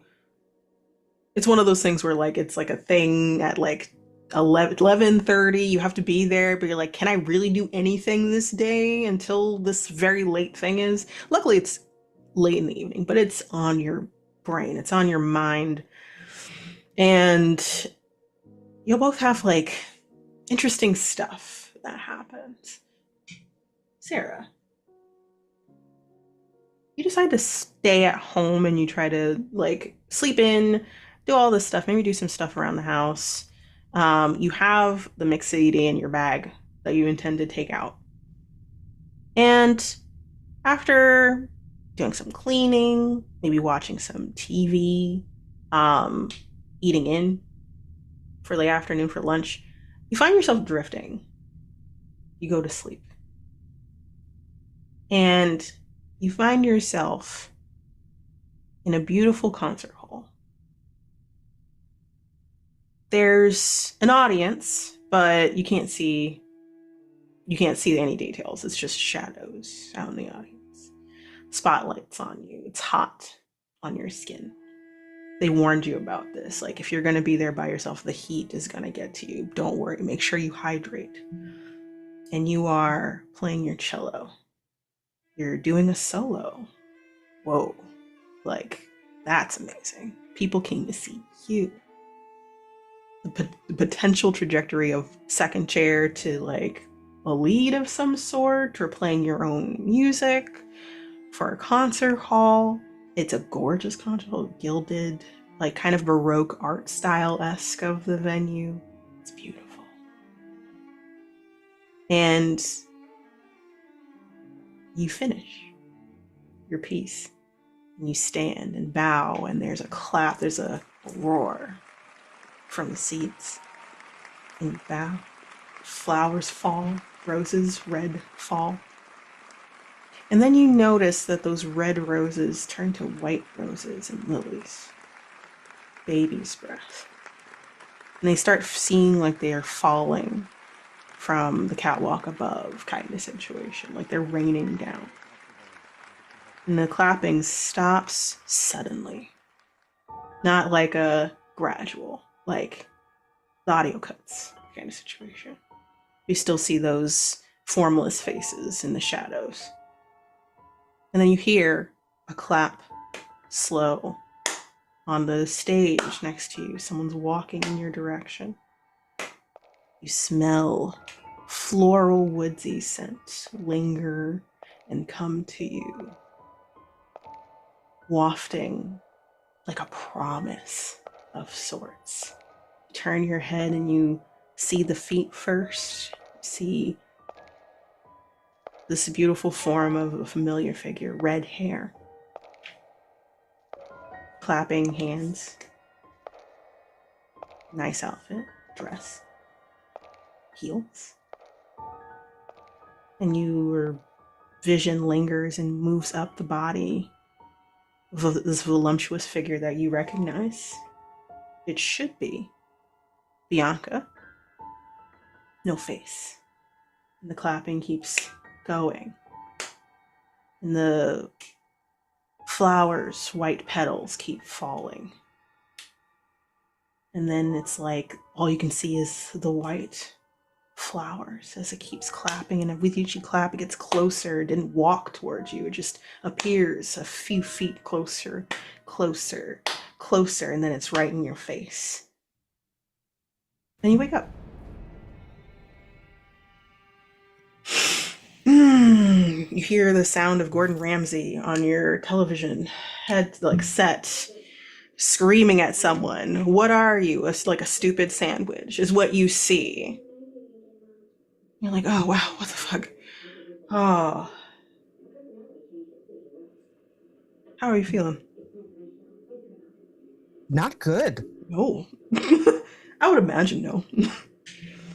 Yeah, there's a moment where I think I just sit up in bed straight up, look at the TV, look at the windows, look at the room, like have a check-in with myself just to be like, be present. Maybe. You're present. You're here. You're here. This is You're real. Mhm. More face touching. And I think like I turn the volume on the TV up and just like not taking my eyes off the screen because that's something that I can kind of ground myself with and hold on to.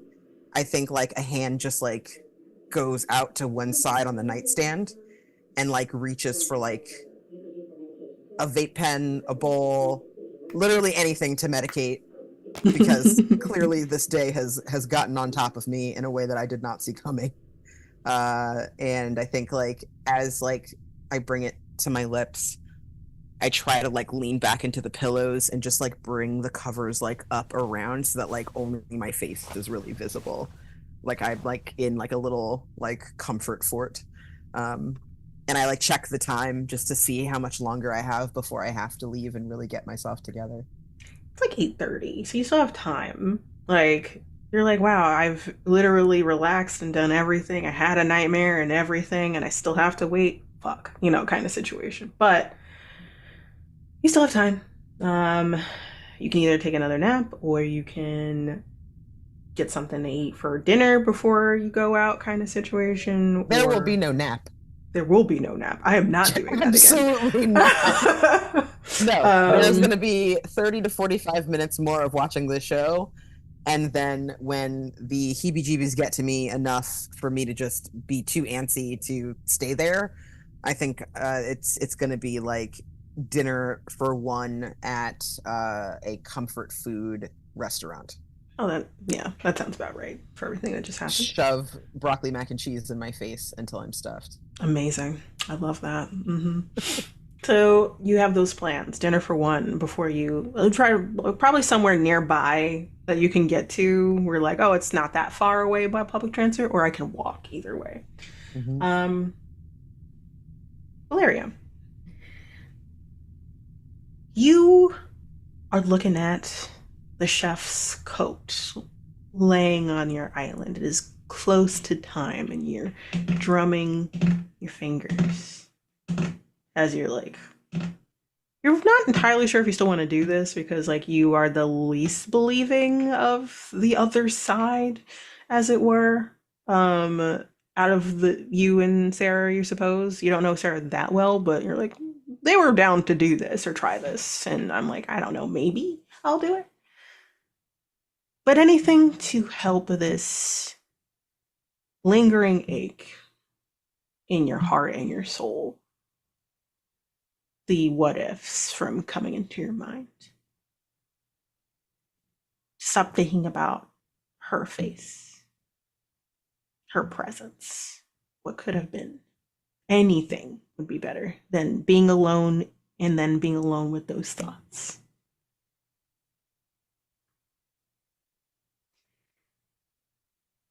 You get a knock on your door.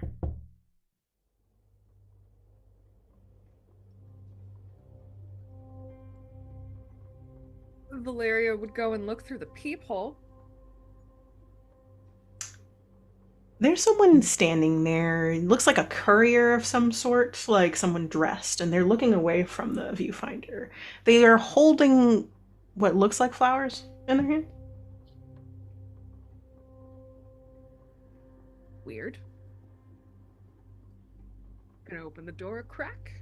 Just kind of put Valeria puts their face like sort of peering out like hesitantly. You see them turn their face and it's a guy. Was it like blue eyes, blonde hair? Looking back at you as soon as you open it? You're Valeria, right? Yes. Delivery of condolence flowers. Yes, thank you. And they just kind of like shove the door open and go to take it. Gives it to you. Their card or? I think it's in the, like nestled, how they do. Got it. Thank you. You shouldn't go anywhere today. I'm sorry? I'll see you later. Who are you? Like shows his name tag. Jeremy? Oh, but Oh, right. Yes. What? Nothing. It's just been a long week. I would ask for tip, but condolences, right? I don't like if you're okay, take care of yourself. You should stay home. Why? Why what? Nothing. Just my blood sugar's probably a little low. I'm just gonna. Oh, okay. Take care of. He looks around like he missed something. And condolences. Nods his head. Slowly closes the door. And then it closes behind you.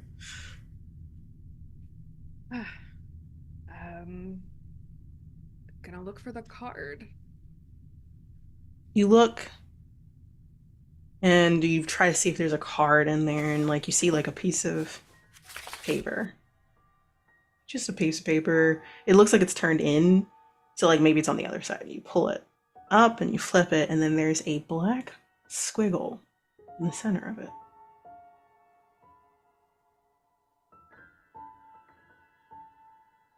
You blink, and then it says, "My condolences, heart," instead.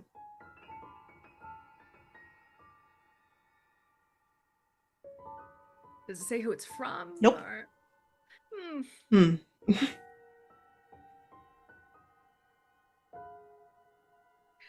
Just gonna toss the flowers into the compost bin. That's valid. That's very valid. You're kind of done with condolence flowers anyway. This is the first time in a while you've gotten them, but it could be because of the memorial, which was a week ago. So that kind of makes sense. And you nod, and you're like, okay, a few more hours. Just kind of like gesture to the compost bin. You're like, weird. And then you get ready for the day. I would say that just based off of how this lined up, it seems that for you, Sarah, you are on time. You try to be on time. You're literally like, hey, it's only 30 minutes away. If I leave 30 minutes before, I have an extra 15 minutes to be there. I want to be there on time, early, or around the time everyone else gets there, I suppose. But for some reason, everything is kind of delayed. Like, you're not getting, even like you have your mobile app to let you know when a train's arriving. You have like the announcements, like the board that tells you when trains are arriving. It doesn't seem like it's right. It says like it should be arriving now, and then it doesn't. It says that, it should take a few minutes between stations, and for some reason, while you're on the train, it's still moving, but you're not arriving. So it's like, theoretically, I should have been there by now. There was no pauses or breaks or like, there's a train in the station in front of us, please be patient sound that goes on the speakers from the automated voice on the MTA subway. It just keeps going in the darkness, and it just doesn't arrive for longer than it should, the more you pay attention. But you do get there late, unfortunately. Valeria, you do get there decently on time. You're still a little late in comparison to, like, let's say you're supposed to meet at 11:30. You get there like 11:40. You arrive, and there you see your friend Rose, and there's 3 people. Well, let's say 2 people right now that have arrived. You see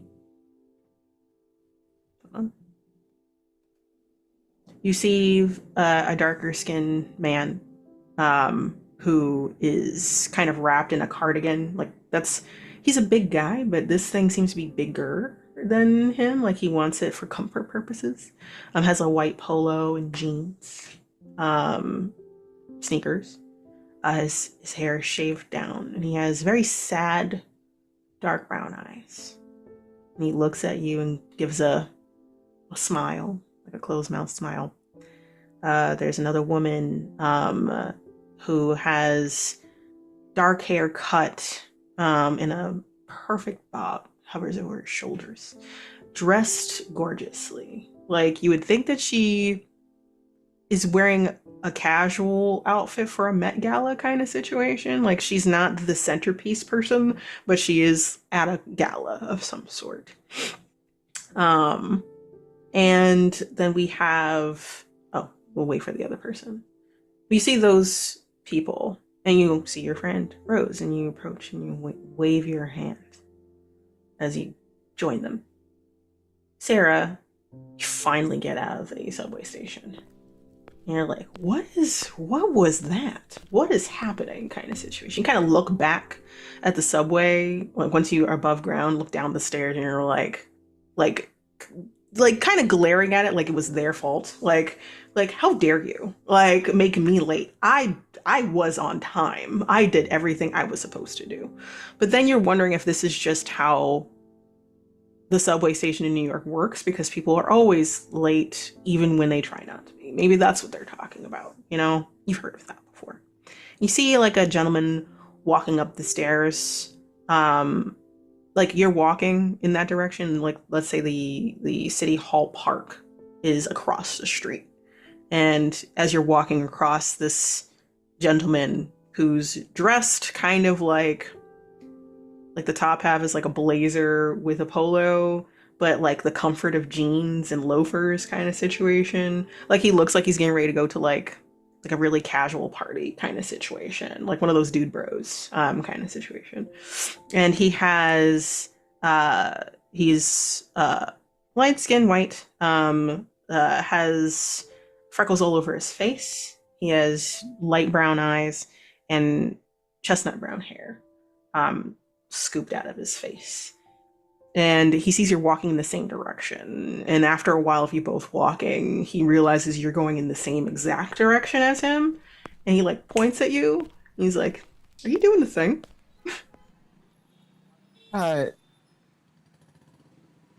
What? The like looks around and sees like, oh, less people going in this direction. Are you doing the woo woo thing? You know, like talking to the other side thing, the ghost shit. Communing with a loved one? Yeah, communing with a love. You got it. It was like, yeah, communing with a loved one. That thing. Yes. Okay. Yeah. Did you lose someone as well? Yeah. I think like at first Sarah has a very like, what the fuck do you want face. Very understandable. But like when he says, yeah, that he lost someone, I think like they soften. I'm really sorry for your loss. You know, anything to get one last time, right? Yeah. In a way, I know we're gonna bare our hearts anyway, but like not yet. Like it's just I miss him. In a way. Condolences to you too if you lost somebody, obviously. Yeah. And y'all keep walking as you walk in that direction. I'm not sure if I believe in this stuff yet. But anything to just see if you can rectify things, I guess. That's all. You know, it's a lot that you don't get to say when it's sudden, right? Yeah. You don't. This one, I'm not sure if it's quite sudden, more like I didn't know. Oh. I'm so sorry.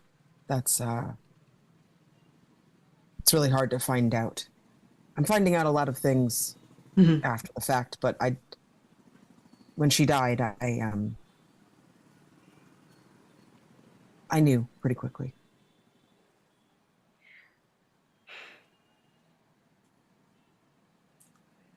We should go. And he kind of keeps walking, but doesn't like completely leave you in the dust. Like just kind of like, hey, I don't even want to look at you right now, or else I might cry, is the vibe you're getting.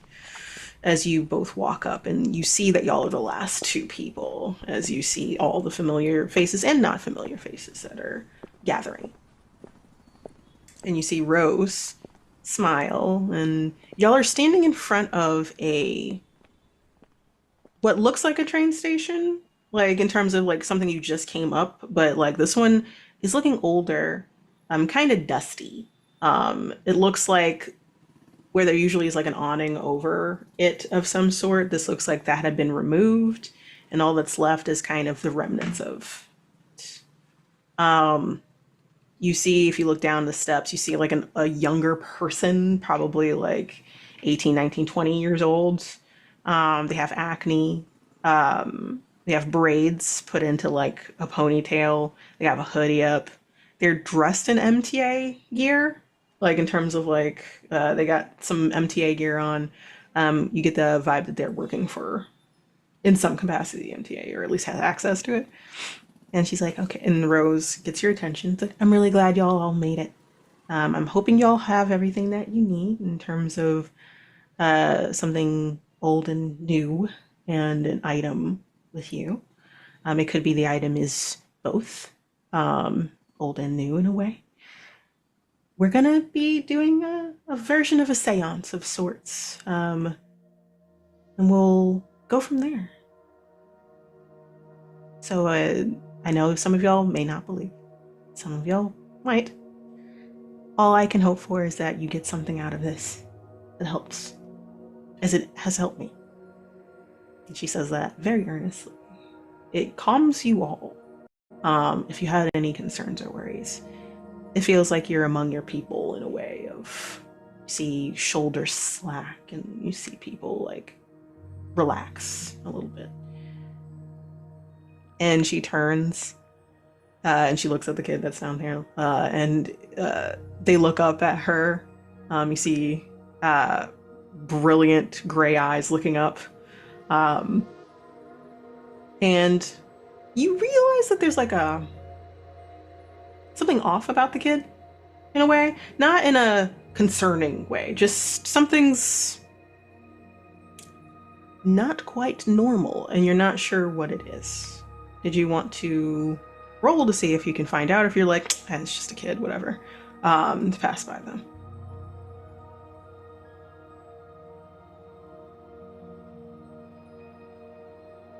Roll for it. Sure. Are y'all feeling, I think y'all still feeling uneasy, right? Okay. Y'all are relaxed now. If you were tense from all the buildup up until now, you are now like, oh, this woman has made me feel better. So yeah, roll 1 dice, please. That is a 6. Amazing. So yeah, are you rolling, Sarah, or no? You're just like, it's just a kid. I did roll. I got a 2. Oh man. Okay. Well, thank you for that tasty dread. I'm not. Right. But one of y'all succeeded. So as y'all are walking down the stairs, it feels like you're kind of walking into, in a way, a crypt, like, or something like that, because it's an older, you realize, station that is no longer in use. You're not sure how old it is, but this person has it's like one of those shuttered doors, like they have it rolled open for you and they're holding it. As you're passing Valeria, you see this kid. Their eyes are very luminescent in the shadows that are presented as you're walking in. So there's like a shadowed area, but as you walk in, the lights are on in there. And they nod at you, like jerk their jaw, sup.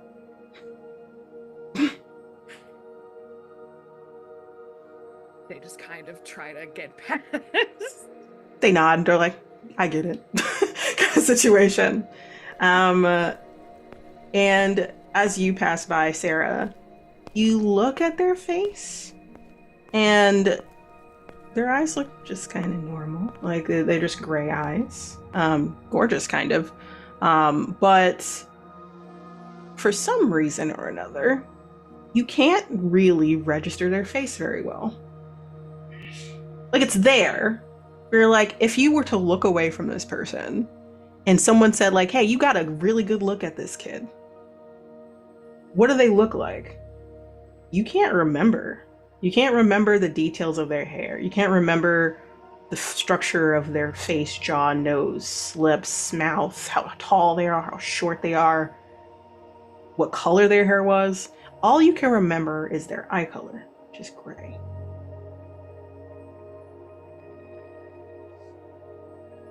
You look back and they're looking at you like, hey, deuces. Yeah, I feel like there's an inappropriate amount of staring that happens Very much before she like shakes herself out of it. Very similar vibe to the shock that she had experienced waking up from that dream, that nightmare. They give you a weird look, like, okay, onward. I gotta close it behind y'all. I'll check back in as everyone walks in. I'll check back in like usually like 12 or 1 o'clock. Well, you're going in 12. 1 o'clock. Make sure everything's good. Let you out. Like, Rose nods. Thank you, Winston. And that's what I'm here for. Closes it down. And y'all are left staring at that shadowed area where the door closed before you turn and you see lights on. And you see the start of a station. And left with a bit of an eerie vibe, but it's okay for now, of like, what are we getting ourselves into? What's next? Rose claps her hands. All right, shall we begin? And just as y'all walk in, we're gonna take a break, everybody. So, take a moment, get some water, tea, whatever your choice of beverages, and come back soon. Don't go anywhere. Bye-bye.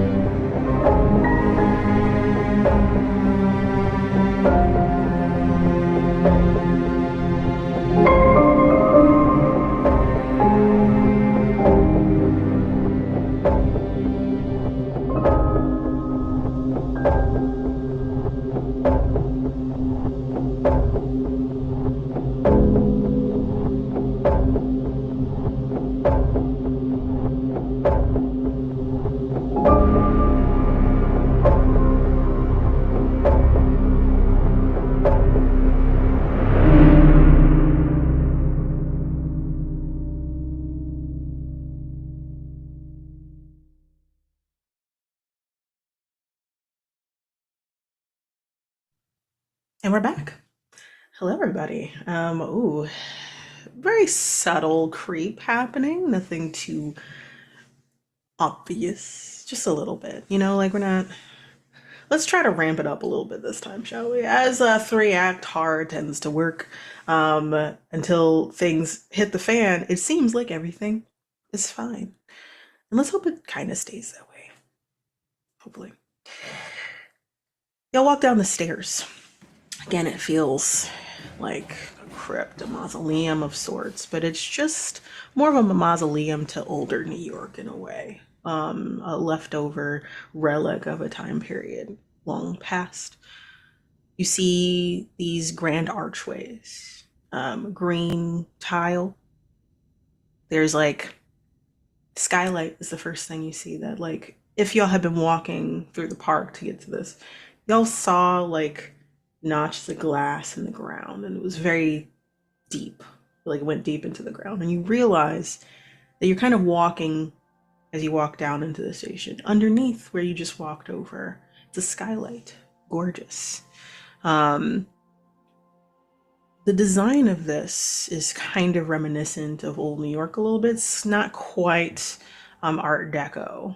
It's Gustavino style tile work is what you notice. Intricate patterns are made, and you're wondering, like, why did they close this place down? Like, it looks like it could have still been used in a way. It looks pristine, like it has upkeep to it, but it could just be like, what's the word I'm looking for? It's not quite a relic of the past, but it's like a because of historical significance, like it gets upkept because of it. That's what it's giving the vibe of.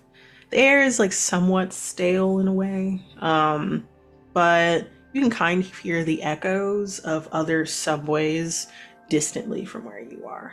It's very muffled though, so like this truck should not be in service at the moment. But it is still connected. It's curved when you walk down these stairs, so like you can kind of see the end of the platform from the other end. It's a really short platform, this curve. It looks like it can only fit maybe 4 or 5 cars, whereas you know, subway trains present day wise can be longer than that. So you're wondering, maybe because more people need to be on tracks, this isn't really ideal for large masses of people. And it was kind of designed to pick people up and go in the opposite direction once it entered. So nice little curve of sorts. The lights are on, but just enough so that you can see what's going on. Otherwise, like the station on either exit and out into the other lanes of trains that you can see through the barrier, it's just darkness, is what you can tell. Kind of creepy, but it's abandoned, so kind of makes sense. It increases the creep factor.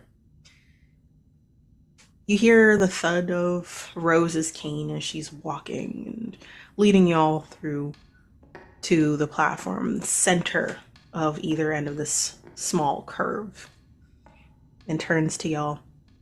She has a satchel of her own. She sits down, slowly, like gets to the floor, sinks down. to her knees, crosses them, takes stuff out of her bag, candles, different kinds of scents and smells, dried flowers, like a cloth to lay down, and kind of gestures you all to sit as well. You all look at each other, unaware of who everyone is. You realize that you're among familiar faces and strangers. But y'all look at each other, and you sink to the floor and sit as comfortably as you can on the concrete. And she sets up her items in a way that kind of is reminiscent of a, not quite a cross, not in like in the Christian sense, but like two intersections of sorts. Something in each section of that intersection. Like flowers, water, something reminiscent of what you might gather, elements of our world. Ashes for fire, stuff like that. And she lights candles. And the smell is nondescript. It doesn't really have a smell, but it smells like wax is the closest you can get to. But the scents that seem to be on those items that she has gathered, like dried rose, for instance, you smell those things, earthy. And it's weirdly comforting in this cavernous place. She claps her hands, closes her eyes, gestures for you all. Can y'all bring forward your items, please? The darker skinned man, like, nods. He's like, Justin. And he pulls out this beaten and torn journal, like leather bound with like a little string that's a part of it.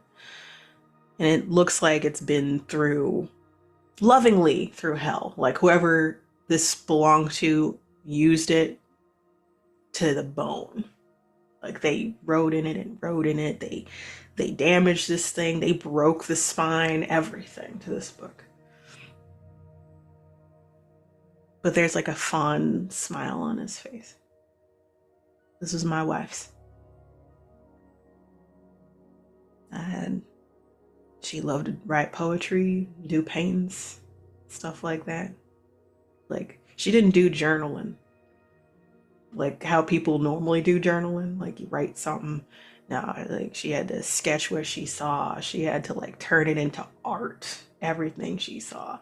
Spoken word. I loved it and I hated it at the same time. Like, can't you just be direct? Can't you just do that?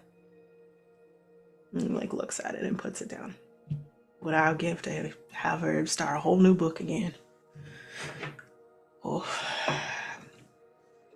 Someone go next, please. Anybody. Jeez. Yeah, I'll go. I have a mixed CD, hand illustrated, and it was important to me. She was important to me. Not many people knew me as well as Bianca did.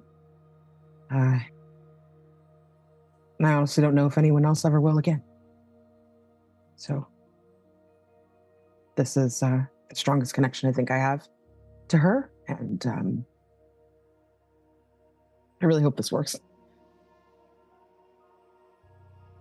You see Rose nod, and that knowing stare, that piercing stare goes through you again. Like searching through your whole being it's a weird feeling, but this is a very soul-bearing thing you're doing, so it makes sense. It's not judging, at the very least. It's just intense. And then, next person. Woman with black hair, cut perfectly. My name's Amy.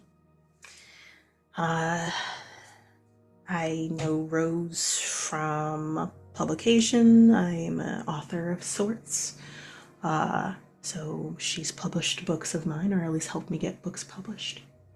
And then I would say Valeria, you might know this.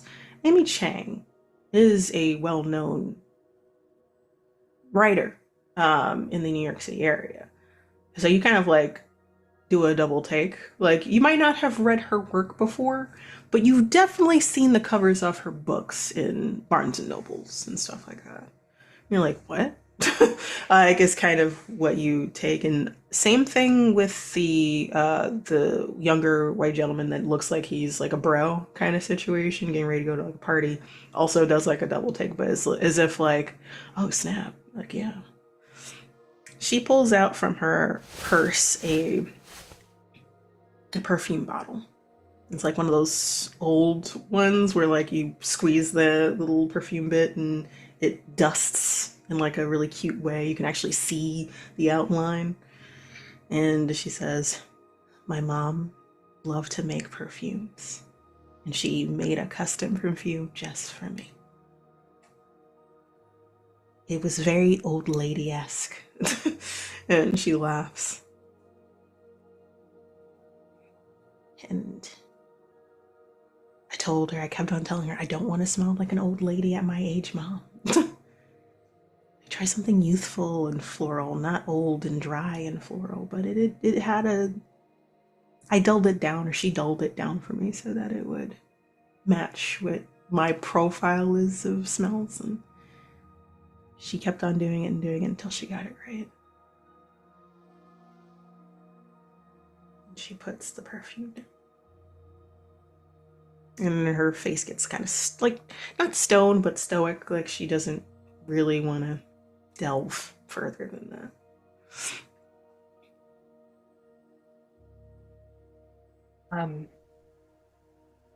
And Valeria sort of pulls the chef's coat out of like a tote bag that they had. Bianca was my fiance, but she was also my best friend. We told each other everything. Almost everything. And I miss her every day. And she just kind of gently places the monogrammed chef's coat. Rose looks down at you. Or, sorry, like, not down. Looks at you. And, like, kind of reaches out, put a hand on your hand, squeezes it reassuringly. And this guy with, like, chestnut brown hair, like, light brown eyes, nods. It's my turn, right? I'm the last one. I'm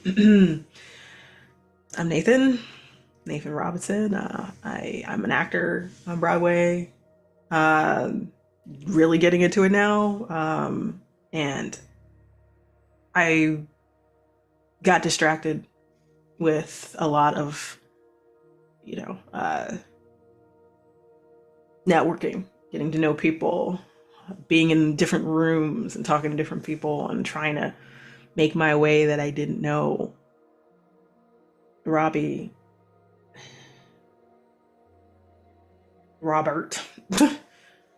my brother. He died. I didn't know he had a problem. He hid it so well from me, where maybe he was shit at hiding it and I was just too up my own ass to know he was hurting.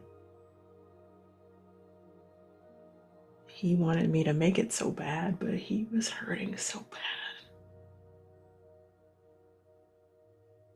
I wish I just, fuck it, like, I just wish I was there for him. He reaches into his pocket and pulls out, like, a coin. And it's not like a quarter or anything like that. It looks like a coin that you might get, like someone made it, minted it or something like that. And it looks like brass or something like that. Custom done. He was like, we went to like a fair near our house growing up, and we would try to do tricks with it, like big on magic tricks and doing like those little like, now you see me, now you don't bullshits. And he got that for me. Obviously, I'm not a magician now, and I think it's kind of bullshit now. But growing up, I thought it was rad, and I never didn't have it. I always had it in my pocket for good luck. I always thought of him. Puts it down.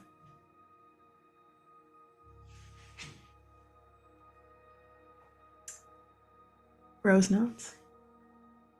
Thank you for sharing and presenting these memories. That's what's really important. We need these things to tether us. We need them to tether us back to the present. Because we're going to do something that will take us away in a way. If we're going to go see our loved ones, that means we need to go right up to the line to say hi. It should be, if y'all have your ties to these things, it should be fine. She lights the candles. And she reaches her hands out for everyone to grab. So like make a circle. Y'all are naturally in a circle. So kind of instructs you to hold each other's hands. We're going to be passing energies between each other in a way. Like, we're all human. Keep the chain locked. Do not break it. She closes her eyes. And those flickering flames illuminate you. There's a warmth of those stories. There's a warmth from the candles. There's a warmth of knowing you're not alone in your grief. The different forms it takes. The guilt that it takes. The regret it takes. That's a little reassuring as well. And she says, to the north is my body. To the south is my soul. To the east is my heart. And to the west is my memories. She grips, and you feel a surge of sorts pulse through you. It's very automatic of, what the fuck was that kind of situation? If y'all had any doubts about, this is kind of weird, this ain't nothing, you doubt yourself maybe in that moment of feeling that surge of energy pulse through your arms, pass from your finger over here to the other side, and it goes through and it passes through, and it happens really quick, one direction and the next. The heat of the candles light just a little bit more before going down. And you drop each other's hands. It feels natural to do so. Like this was the right call to drop. Nathan's like, whoa, what was that?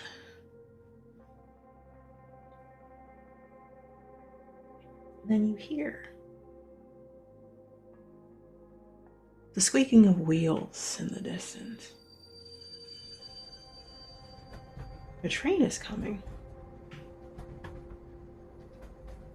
And you see lights turn in from that curve slowly, and approach and round. And you see the 4 cars of this, what looks like an old-timey train, maybe from the 1940s, 50s. It looks pristine. It looks like it's new and polished. Well, you can tell no one's operating it. And the doors slide open. Rose stands up, uses her cane for assistance, wipes her knees. Shall we?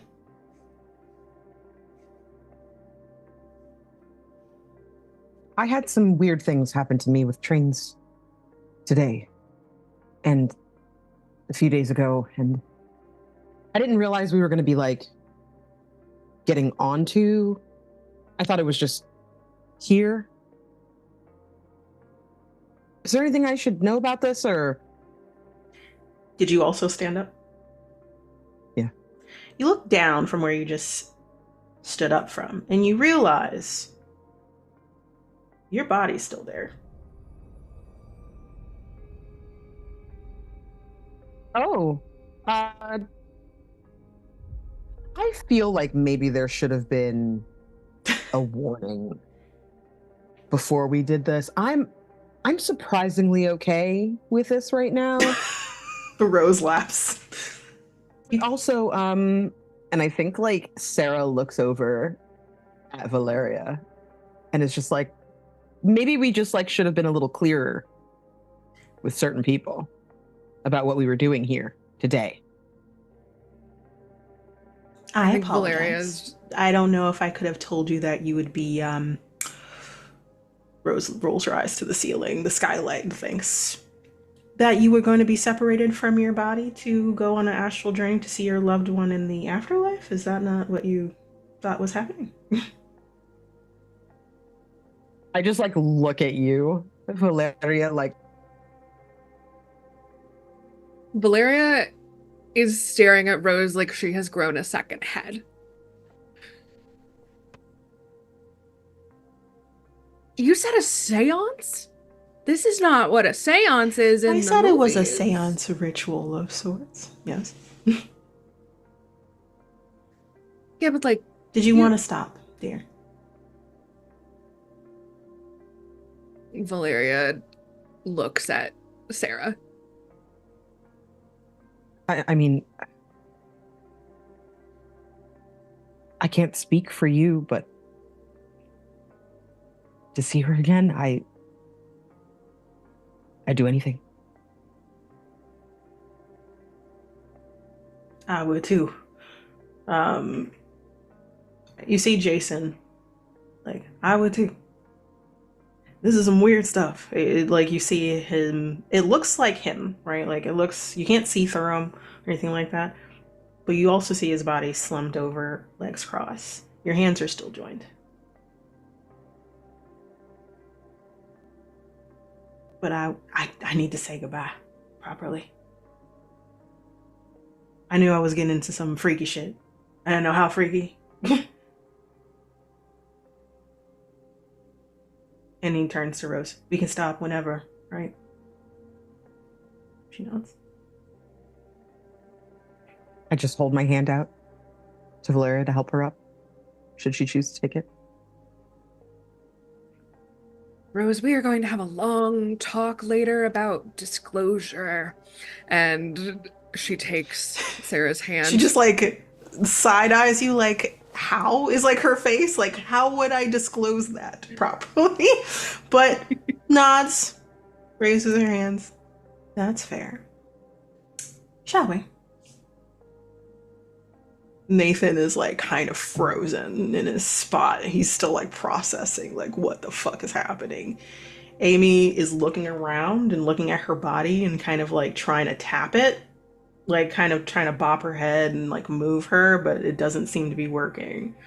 The body doesn't seem to register it. The movement is happening, like her body is moving, but like it's like, oh, this is inspiring as fuck. Amy, like Amy says, it's like, this is astral projection. Did you give us something? Like, she's like, no, nah, just your items and this ritual. Freaky. She stands to like her high heels, red bottoms, and confidently walks onto the train in front of everybody else. Rose just like, okay. Anybody else want to back out? I can send you back and you can wait for us. All right. You all agree. You all carefully, one by one, board the train. And it's very comfortable in here. It looks polished and new. Nothing like the cavernous old relic. It's a living relic of sorts. You all sit, some of y'all across from each other of the platform. The doors close. And you all move forward. And it seems like you travel through the dark for a while. Then it's like you came out of a tunnel and outside. There's sun. Doesn't make sense for the time period. Like it's nighttime. see countryside in a way, or trees, a sky that's gray but no rain, the whistling of wind.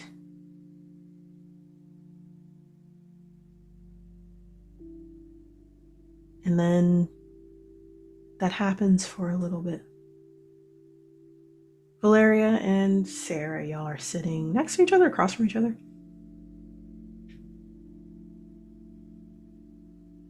Next to each other, I think. There's a lot of stuff that seems to be unsaid between you two. It's awkward, it's weird. You kind of alluded to things describing the items that you bought. And that weighs heavy over you. Do y'all say anything to each other?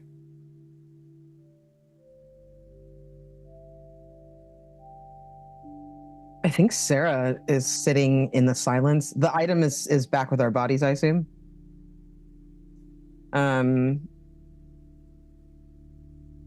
Yeah, Sarah is sitting in that awkward silence and kind of just taking in like the world that we've stepped into. They're doing what they think is being present, but their mind is just racing. Like they're not present at all. Like their mind is totally just going a mile a minute, and they're sort of just like staring at everything around them. Once in a while, they glance over at Valeria with like a expression, like a kind of harried, and a little confused, and a little bit sad. And I think Valeria is doing the exact same thing. There is Nathan, who is like sitting, y'all are sitting next to each other. He's sitting across from y'all, and he's like looking between you two. Like has like that expression as he's like looking at both y'all for a little bit. What is this? What is this? Gestures to both of you, like this explains the overarching situation he's talking about. Axes? What's what? Us? Yeah, you too. No. No. No. No, not at all. Okay. No. No. But y'all know each other. No. No. But y'all are technically it's Mourning the same person. okay. All right. Yeah. Your ex like points to Valeria. Yes. Yes. Your friend or ex points to you, Sarah. My ex. Like sees Valeria making a face. Oh. You know, I shouldn't have said anything. I was genuinely cursed. I thought that like since I bared my soul out, I just wanted to get to the bottom of your stories. Didn't know. You didn't know that. Did ya?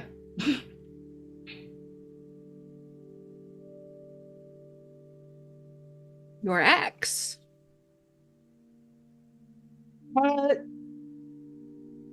There's probably a better time to talk about this. Yes is the short answer. And you know what? It doesn't matter. It was a long time ago. And I just miss her. We were very close friends for a long time.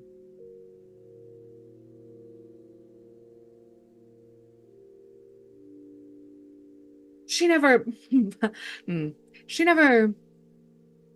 mentioned that. Yeah, I'm gathering that. And gotta tell you, it's not great. But it's fine, you know? I'm sure for her, it must have been puppy love. You're the prize. You had the ring. we're going to spend the rest of your life with her. Who cares what came before, right? You don't need to care about what came before.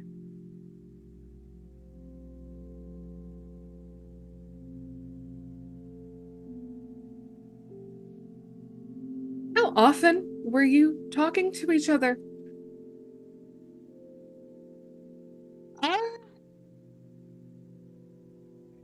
I mean, when we were together, it was all the time. We were After the inseparable. move? 2, 3 times a week. Comments on social. Just chit chat. Nothing like you think. Nothing. Forgive me this face. It wasn't. Oh, she no. She was very in love with you. I know all of this about you. She talked about you a lot. She said she thought I would like you. You're cute. She said you talked on holidays and birthdays. Yeah. We did that too.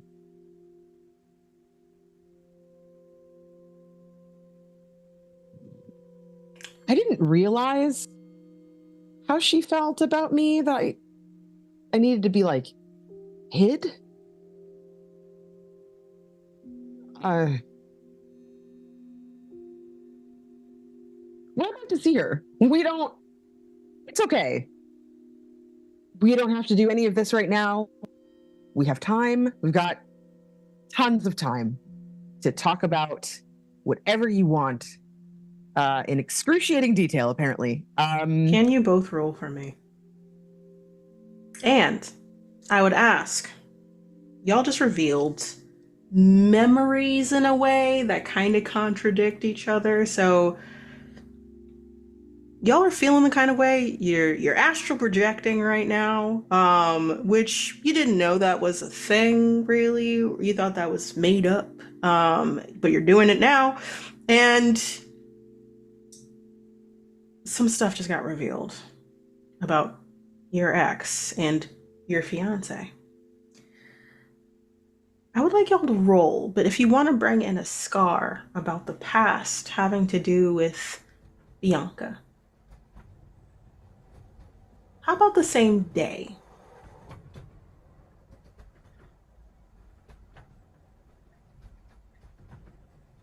Her hiding you from each other.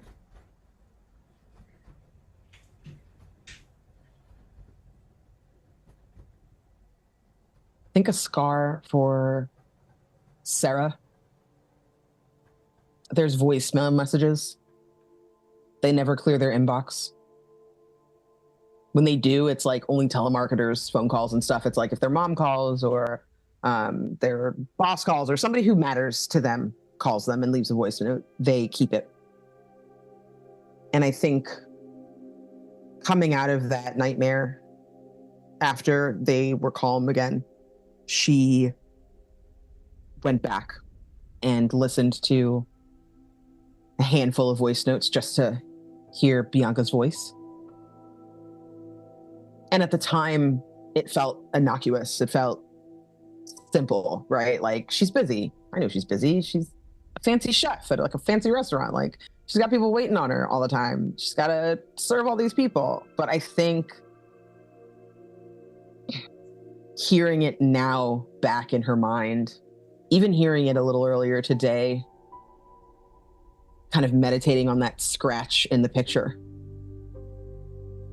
I think Sarah has realized that the hurriedness of the voice note, her trying to get off the phone, the whispers and like the muffled sounds of her voice, that all of that was hiding. It wasn't her being just busy. It was, no one can know that we're talking, and then I'm leaving this voice note for you at 2:00 in the morning. I'm going to write your element as hidden X. Add an extra dice when you roll, but since you used a scar, increase your anxiety by 2. Valerio. if you would like to do the same day of like, hey, what's going on? Or a different day where you're like, you're acting kind of weird. What's that? Same day. I think we had a fight.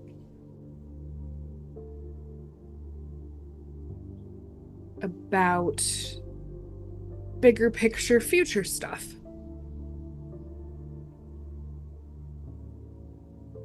I think Bianca had indicated that she wanted a family, and Valeria was not as receptive as she could have been.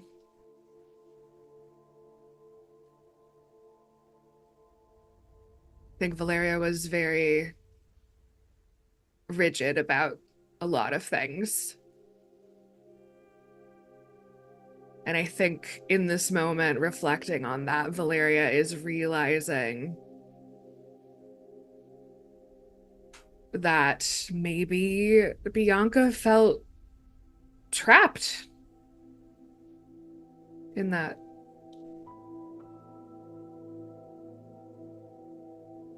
Okay. What would we call this element of yours?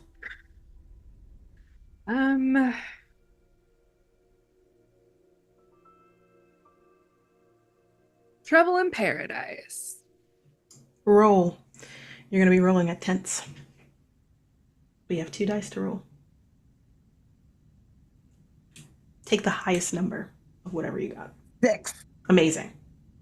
Thank God for scars, because I definitely got a 1. 5. 5. All right, so increase dread. Anything else happens? Y'all look at each other, and some stuff clicks into place a little bit about Bianca. For you, Valeria, it feels like stuff unsaid.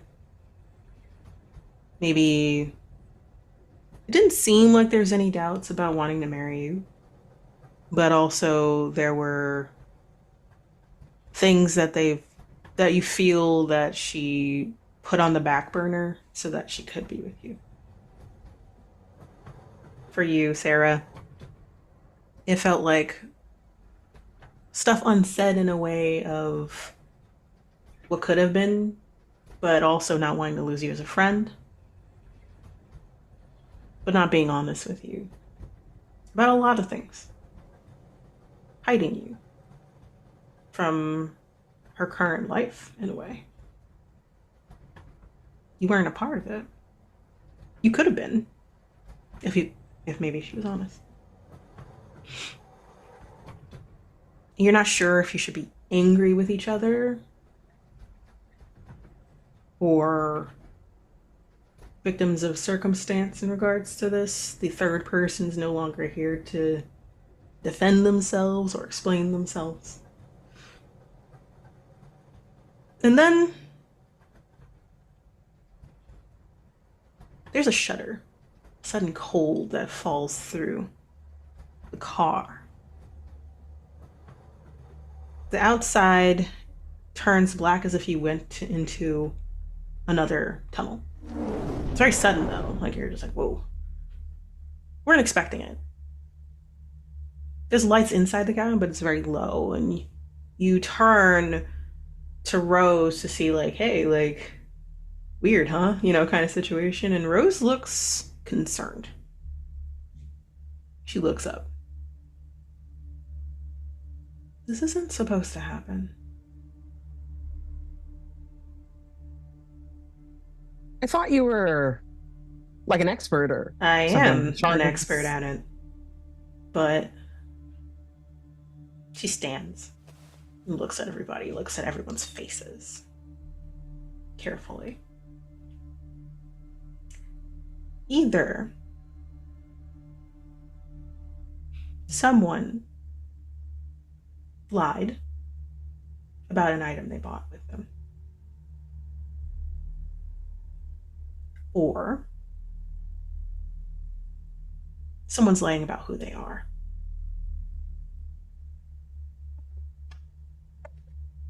She's looking at all of you carefully and walking down the line and checking faces carefully. And as she approaches Amy, stands in front of Amy carefully. She looks down at her. Amy stares up at her, and it's weird. It's blank. It's like no emotion or emoting or anything. It's like just a person staring, truly, through Rose.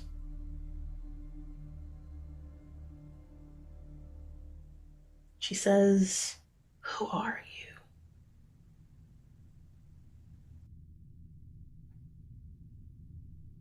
And Amy smiles sweetly.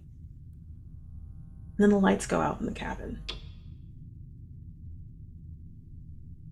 There's noises of like different voices, like you're going through a tunnel of choirs of people.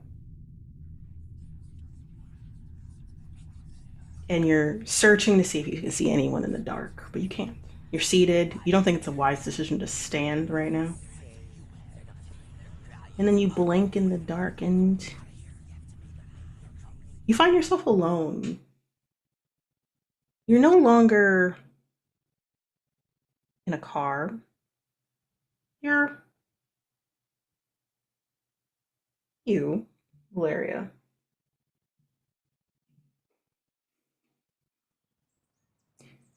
You find yourself standing in a park in New York City. Partly cloudy, sun. Warm-ish. Like it's spring turning into summer. Beautiful day for New York, all things considered. You're sitting on a bench. You just finished ice cream gotten from a vendor. And you see Bianca sitting next to you, smiling. Want to get another round? You feel like you just left a train car where there might have been an intruder. And now you're standing in front of your dead fiance, who is smiling at you warmly, lovingly.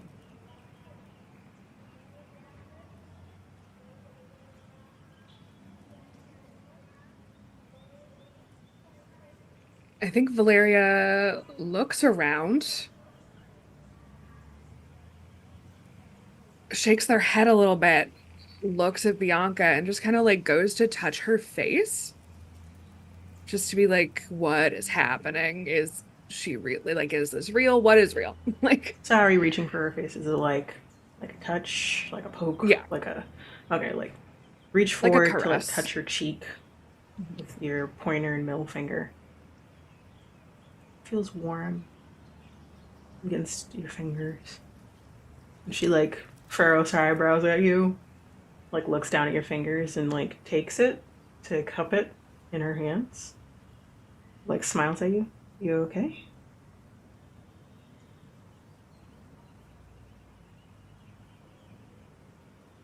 yeah, sorry.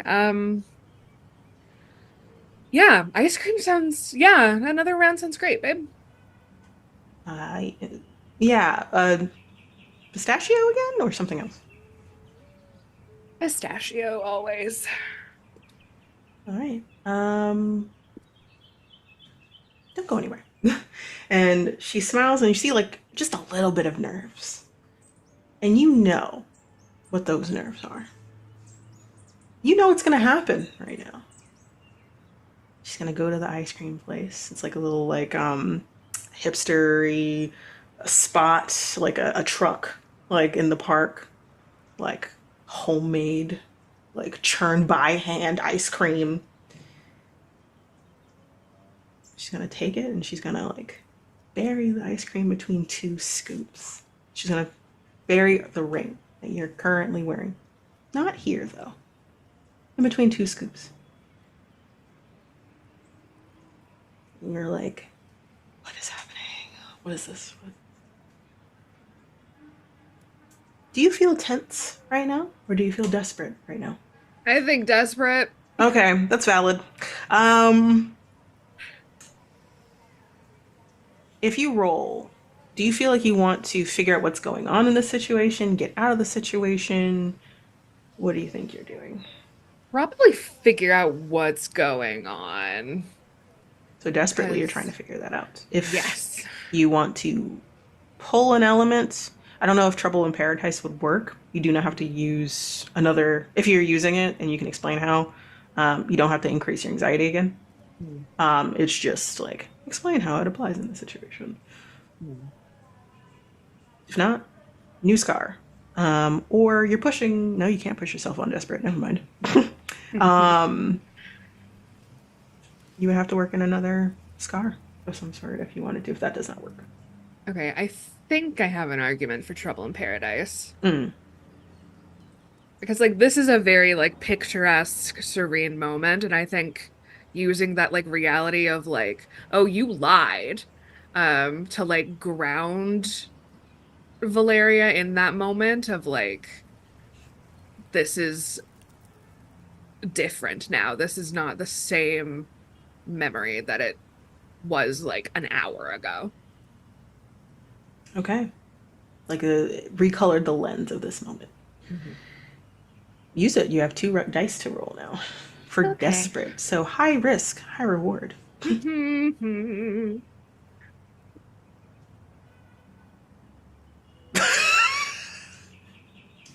What's the highest roll you have? 1. You just got ones? Okay. Increase your despair by 1. Dread goes up by 2. We are at 7. Suffer a severe consequence. Okay. I'm in danger. You're in danger. So you're sitting. You see Bianca talking to the person. And you don't see the exchange or anything like that. It seems like maybe that was pre-planned with this person to put the ring in that. Walking back with cups of ice cream and sitting beside you and smiling at you. They have like a lavender ice cream of some sort with a wafer like buried. Eating it and shyly looking up at you. How is it? It's good. Are you It's okay? real good. Yeah. Just I'm tired. Like gives you a look like, come on now. Like that look that you know that she's like, she knows you're lying about how you're feeling. Come on, talk to me. It's just work's been busy. How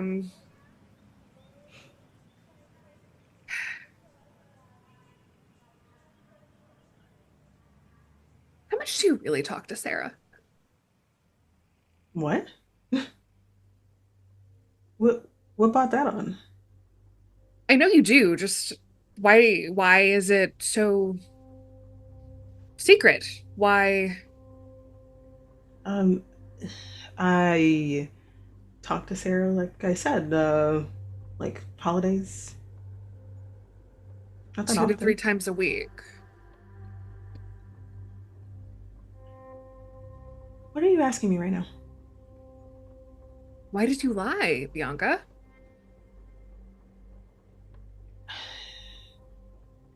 Puts the ice cream down. I don't know what you're talking about. She's definitely lying right now. Like, you could tell her faces that she makes when she's holding something back.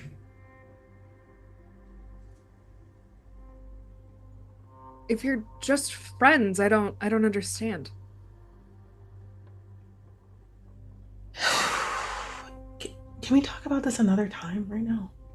Like, I'll tell you everything. Just not today.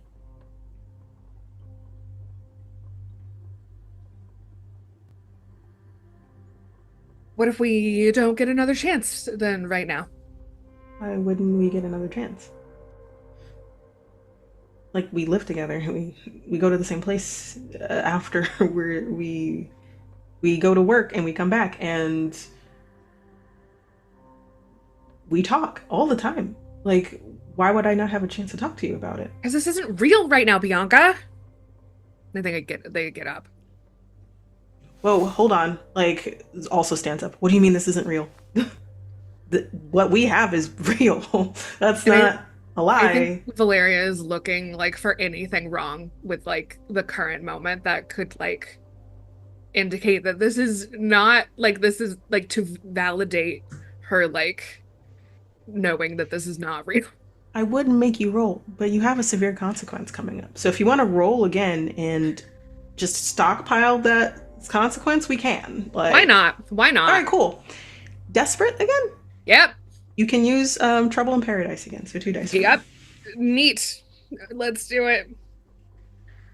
That's a 3. What's the other one gonna be? That's a 4. That's better. All right. Dread goes up again. I have 9. I'm going to use it at some point, I promise.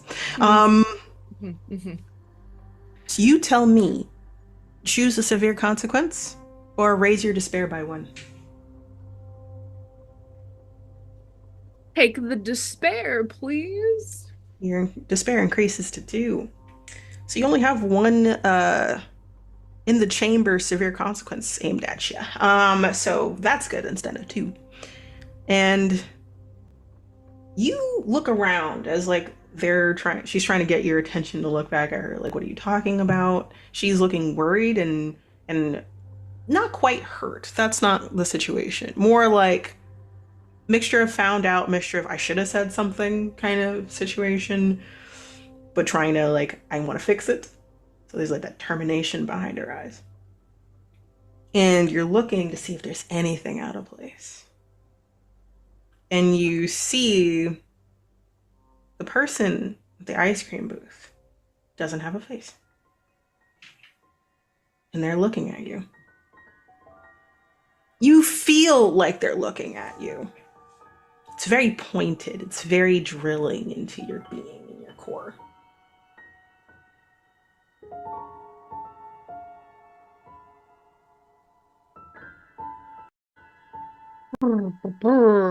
Okay. Bianca like steps into your vision. Like, talk to me, okay? Like, what do you mean this isn't real? Like, no, look at, and I think Valeria takes Bianca by the shoulders and turns her to like look at the guy and just like points. You see that guy, still no face, like hands up, kind of like looking, like arms on like the countertop of that area where opening to give food, and he's waving at both of you, and Bianca like just tilts her head. What's wrong with him? He doesn't have a face, babe. I mean, he doesn't have a face. He just like smiles and like slowly waves back at him.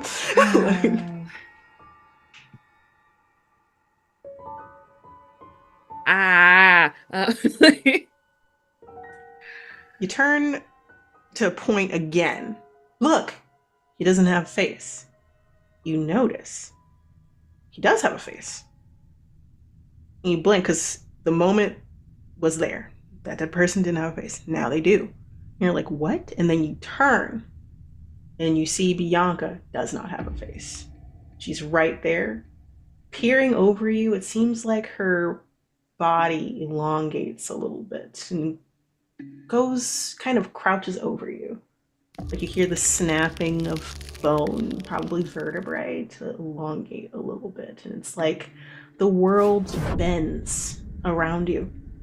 The people around you stop moving. It's quiet. And a faceless person with elongated, twisted features of your loved one.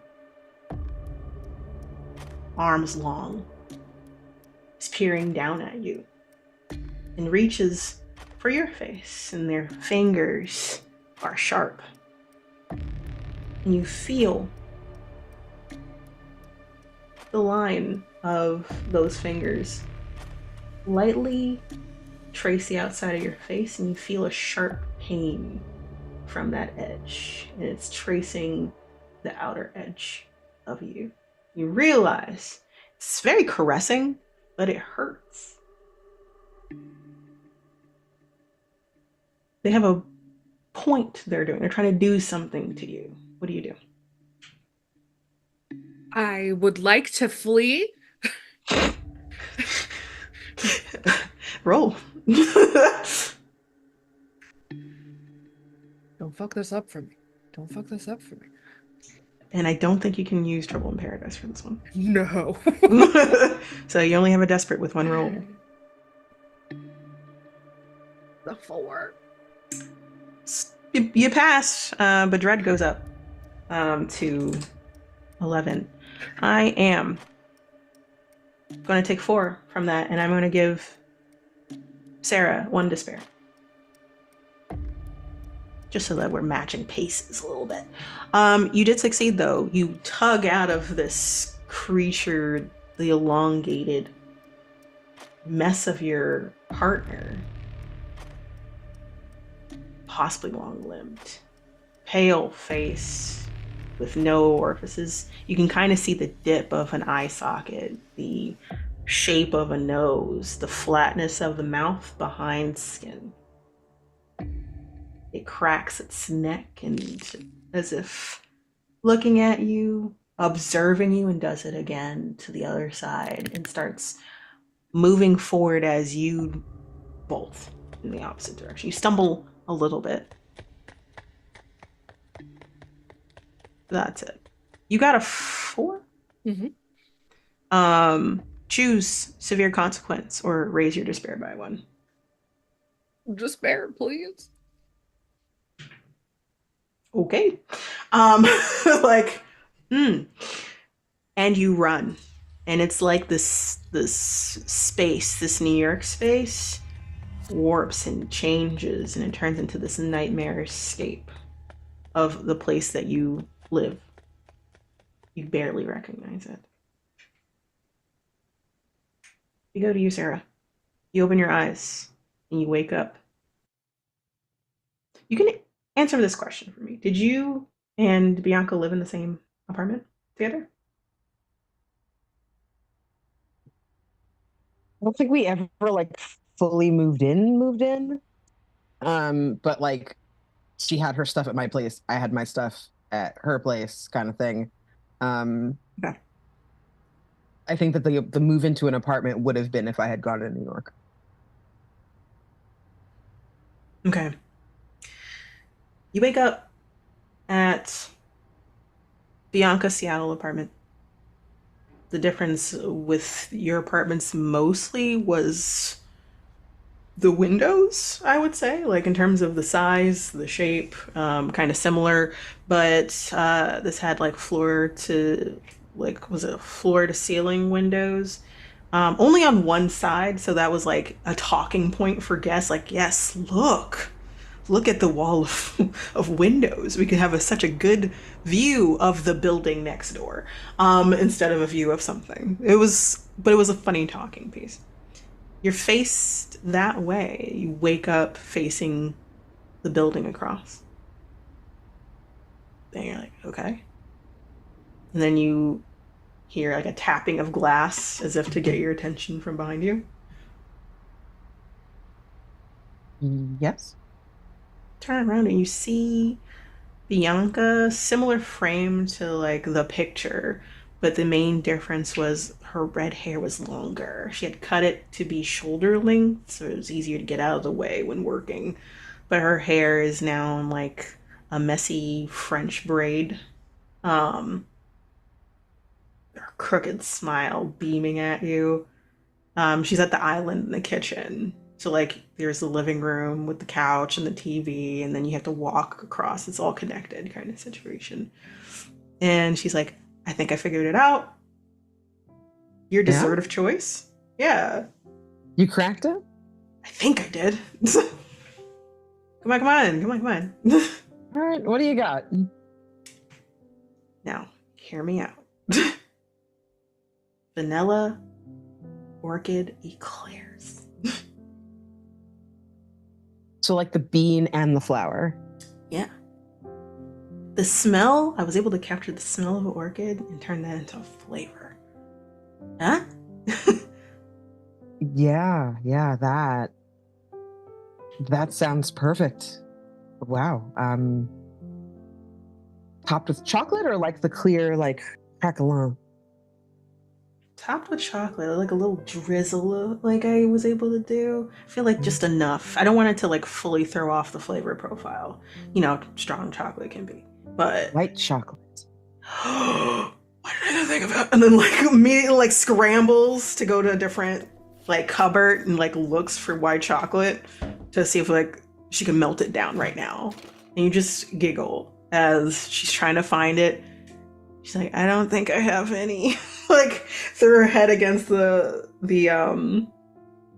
was it like the shelf? As she's like, I think I ran out. All I have is dark chocolate and milk chocolate. Give it to me naked. Purposely Looks over her shoulder like, okay, listen. Eat your food first. And then maybe. I mean, no, you eat it naked now. But later. Enjoy yourself. Like turns back around, continues to like throw their face into their hands on the countertop. I think I pick one up and taking a big breath, big whiff. Love florals. Something that we had in common. Really enjoying floral like delicacies and desserts. Mm-hmm. And the second that I bite in, like it tastes like love and it tastes like romance, and it's got this beautiful creaminess to the filling, to the pastry cream, and it's just brilliant. Like it's brilliant, like everything she makes. And I think I go up behind her and sort of like pull her away from the shelf and like back into me. And just kind of just stand there and like rock her back and forth, stroke her arms and like tuck the little strays of hair away from her face, and then turn her around to face me and just give her a really long kiss. When you do that, you're rocking her and like she's trying to like, the bashful nature is coming through. You see her ears are like red. The like down her neck is red because like I wasn't expecting that kind of situation. I was just trying to make you a really nice thing, and now maybe turn around, kiss her, mind goes blank. You stay there for a while and you pull away. Her eyes are still closed. She's taking that in like, you didn't eat it yet. you should do that. I had some. I take another Shut up. bite and then I like pointed at her face to give her some. She smiles, takes a bite, chews it. Maybe your best thing yet. Oh my god. Yeah. Like takes a moment. Oh my god. So you see where this is coming from. I get it. I get it. Okay. Yeah. Damn. I need to like write this down. You go write it down, and then like Sarah just crams, like I cram the rest of it in my face, just like unceremoniously, just like, and I will, I can provide a soundtrack. Yeah. Yeah, do that. I go to get my cello from the other room. Oh my god. uh, she watches you for a moment as you go down the hallway. Her face changes, not in like a, just more of a, wait, hold on. Uh, come here for a moment. Yeah. What's And wrong? like, you walk back and you see those hazel eyes piercing and calculating and piercing through you. Kind of looks between your eyes, just takes your face in. Uh, Takes a seat at the bar, like I'm on a bar stool, and pulls you by the hands in. You know I never stopped loving you, right? Oh, not a memory. Kind of a Yeah, memory. I was hoping you didn't. How could I? I'd never want to take away from what you have. Valeria is adorable, like you said. Adorable. I love her so much. Yeah. But I You love guys you were great too. together. I never stopped thinking about what could have happened. And I don't think I was fair to you or her on that. I agree it wasn't fair to her. I'm here with her now, and I don't know how What do you to mean? talk about us. What do you mean she's here? I'm visiting you. I know, but I thought you was just you. Where is she? No. He's here too. Are you having your own talk with them? I can only do one at a time, Sarah. Oh, listen, I'm gonna stay here. You should go find her. However this works, can we go find, someone needs to find her. Where are they? There's a moment where kind of looking down, like there's a processing that crosses her face. I don't feel her anywhere. Are you sure she's here? I am positive that she is here. The last thing I said to her, unfortunately, was that you and I used to date, which she didn't seem to know. Yeah, because I'm an asshole. That's why. I didn't know how to tell her. It's You know, when fine. You can tell her now, but we need to find her because yes, I don't know. where they are. I just give me a fucking second. Stands up, holds your shoulders. All right. If I leave you here, if something's wrong, something might be around. You know how like ooh, I'm trying to how do I compare? How do I do this? And like she starts pacing. Like you know how there's like a boundary of things.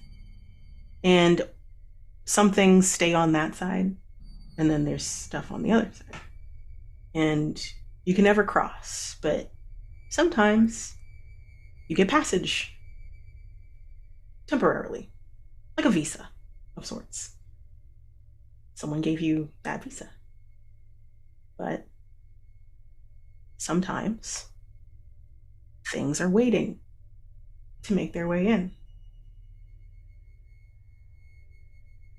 during the passage. You know, on the train, Rose did say that one of us was not who we said we were. It wasn't me. It wasn't Valeria, but Oh God. Okay. just go find her. Just go I find will. her. I will. I'll be fine. Looks at you, grabs you by the shoulders, kisses you deeply. I think like in the wake of the kiss, like Sarah's mind just goes blank. And they just kind of like stumble back and sit on the sofa. It's fine. I'll be fine. I'm gonna stay here, I'm gonna play music, and I will wait for you to come back. Yeah. I have a fiance. Like walks away, and then you see her go around the island, go like if there's like a wall going to the front door. When she should be passing, you don't see her come from the other side. She's just gone. And you're just in this space.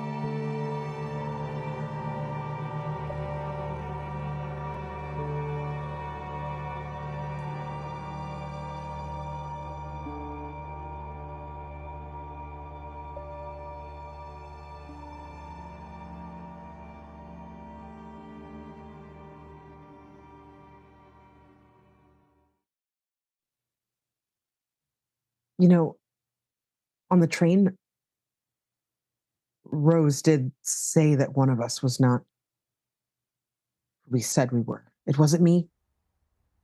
It wasn't Valeria, but Oh God. Okay. just go find her. Just go I find will. her. I will. I'll be fine. Looks at you, grabs you by the shoulders, kisses you deeply. I think like in the wake of the kiss, like Sarah's mind just goes blank. And they just kind of like stumble back and sit on the sofa. It's fine. I'll be fine. I'm gonna stay here, I'm gonna play music, and I will wait for you to come back. Yeah.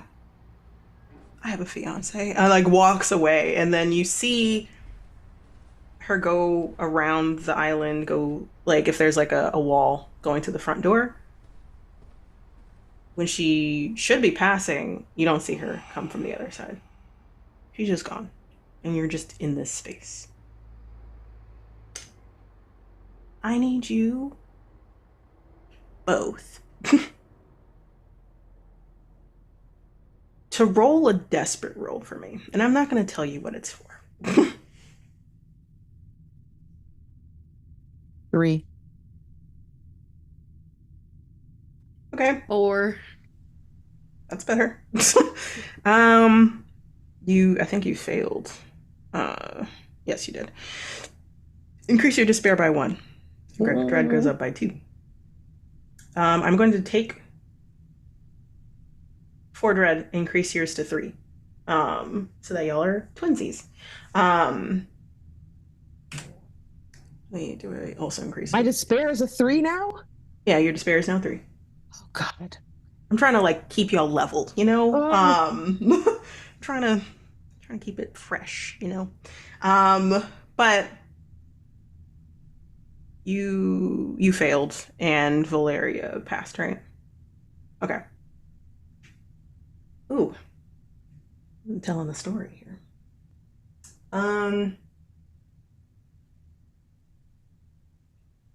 Valeria, you are running through this park that seems to never end. You should have left the park at some point to get to the street, but it seems like it warps and shifts the land in front of you. Kind of like checker pieces a little bit. Like it shifts by grid. And it makes no sense, and it kind of makes you queasy. Sick in a way. There's blood on the side of you that's slowly pooling. And it's like a sharp sting. It's a little deeper than you expected it to be. And also you didn't expect to feel pain.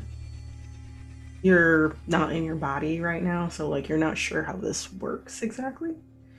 If you get hurt or killed or something happens to you in this state, what happens to you? It doesn't make you feel great.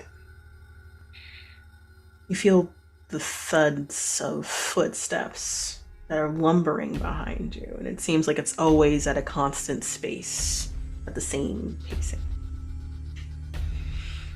And then you finally, with great effort, make to the edge of the park. And it's like that hellscape with colors of green, black, grays, warped sky, warped landscape, snap back into what it used to be. And you see Bianca running after you, or Bianca, as you remember her. Okay, hold on. Okay. Stop running, please. Oh, God. Are you okay? You just tried to like eat my face. No, I'm not What are you okay. talking about? No, I didn't. What? I didn't try to eat your face.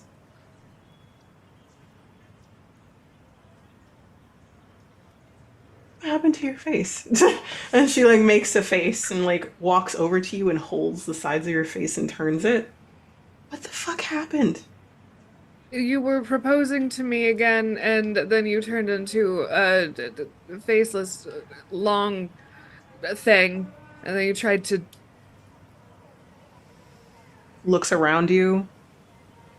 You take a moment and you realize that, like, you sound ludicrous right now. You sound like, what? The words you just said. Bianca, if she heard you saying these things from what you remember, she would have been like, okay, do we need to go back home and you need to take a nap? You know, that's what you would expect her to say, but instead she, like, believes you, and looks around.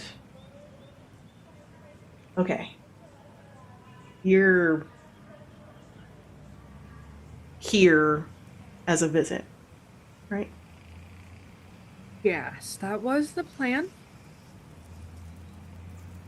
Okay. We need to go. You need to get out of here. Okay?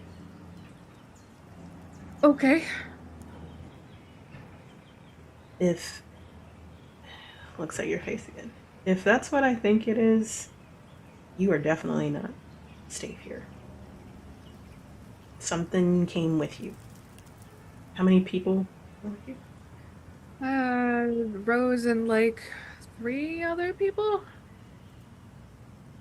Rose. You remember Rose, Rose? Rose, I thought I'd do the thing. Yeah, apparently. Oh. Well, all things considered, and your face sliced and like gingerly holds the side of your face. It's good to see you again. Yeah. I'm kind of mad at you right now. I know. Okay. Wait, did Sarah get the real you and I got the face stealing you? I think so. God damn it. I don't know how it works. All I saw was one person here. Like, it's like, you know, someone in the waiting room lobby kind of situation. Like, I Oh. just saw one person here. That's fair, I guess. I say like I've done this before. I don't know. Let's go. Yeah. Yeah, Right. let's go. Grab your arm and your hand interweaves the fingers. And it's like you pass through, like there's like a little bit of resistance if you're passing through something. It shimmers. It's like your body needs to turn sideways to enter kind of situation. What you see shifts and changes into different landscapes in different places. Like you're walking through different memories of yours together. The memories you have together. Meeting each other. Having dinner. Going to that bakery. And it's like moseying, passing as you're shifting through these. Can you roll for me?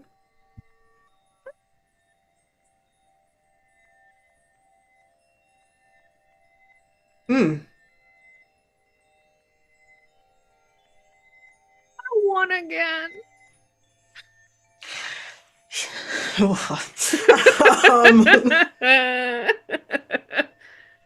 So y'all keep walking. Well, first of all, 1. Increase your despair by 1. Dread goes up by 2. You get a severe consequence. Yay. So just everything, the lottery of bad consequences. Y'all walk, the hand that's warm in yours holds you tightly. Then suddenly, as y'all like are bleeding through these memories, walking sideways like a mirage of memories in a way, you suddenly jump to a memory you don't recognize, and from what you can tell from Bianca's face, also doesn't recognize. And like looks around. You are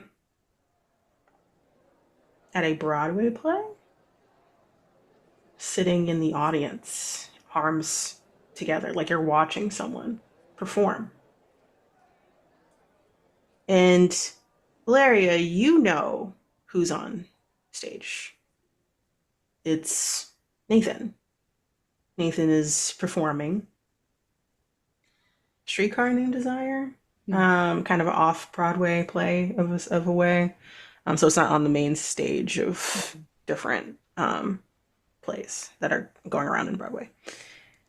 And he is shirtless, screaming Stella on stage, the final act. And people are cheering as like things come to a close for the whole performance. Y'all are watching it like, why are you here? You don't feel like you can leave. You feel glued to your spot. And you feel like something terrible is going to happen. You feel someone's presence behind you lean over your shoulder. You hear what sounds like the guttural growl of a monster of some sort next to your ears, but you can't move. You want to, and you're almost able to. And then you see Nathan on stage stop. Everything freezes. And he looks around.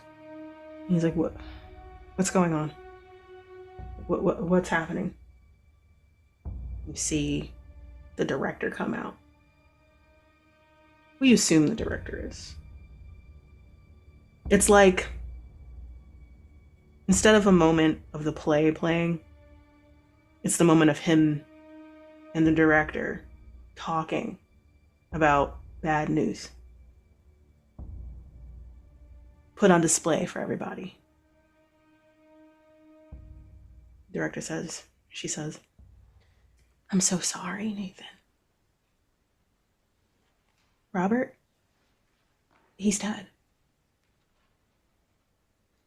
What do you mean he's dead? I just talked to him this morning. Like, what do you mean? Was it an accident? Like, there must be a mistake, okay? Like, he's not dead. They found him in this house.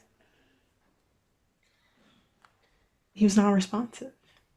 Okay, what happened? Like, did he get hurt? Did he trip? Was it like an aneurysm or something? Was it like heart attack? He's really young. We're very young. He shouldn't be having a heart attack. He doesn't have any health problems. There was a needle in his arm.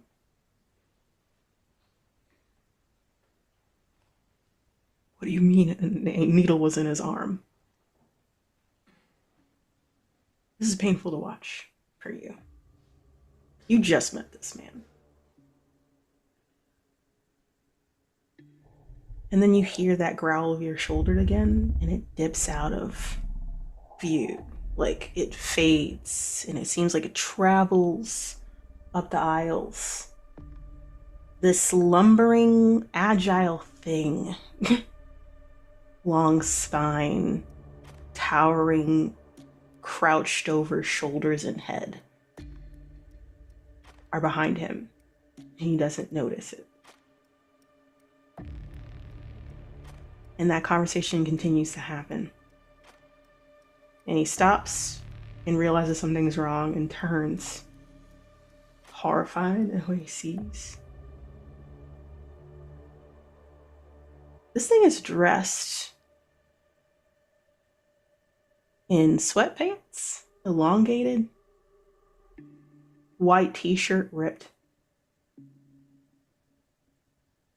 And he's trying to sputter out what you realize is Robbie, before it descends on him. Shoves his face into the floor. Sickening crunch. Razor sharp fingers on the edge of his face. Slices it off his face. Before he can scream. Before he can react. It was waiting for something. Who knows what that was? And all you see from your distance is a splotch of red where his face was. He falls limp. And you blink and the theater goes dark. And you shake in the darkness. Before you blink again. And you're standing on the train.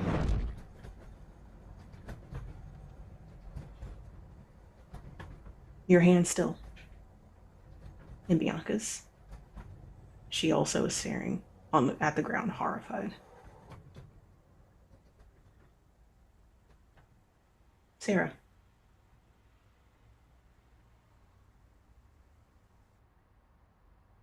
You failed your role.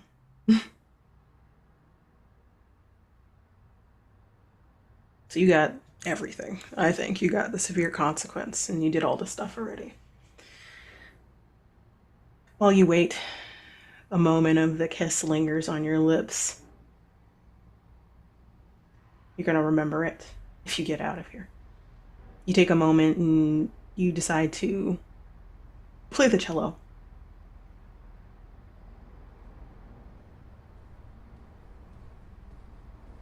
And as you reach the cello, you bring it back to the living room and you tune it. You hear a knock on the counter to get your attention. Hey, back.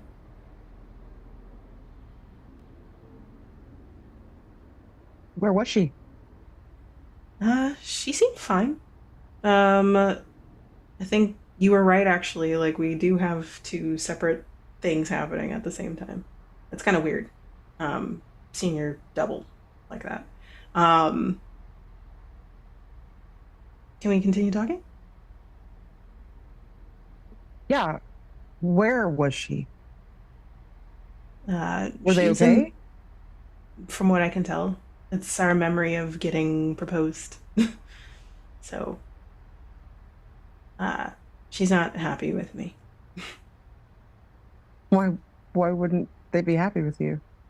It's a beautiful Because memory. it's a very beautiful memory, but also remembering that I hid my ex from her isn't really a good way to come back and have a conversation about. She brought that up or you did? She did.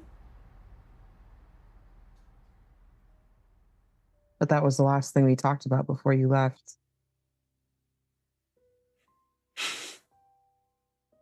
No.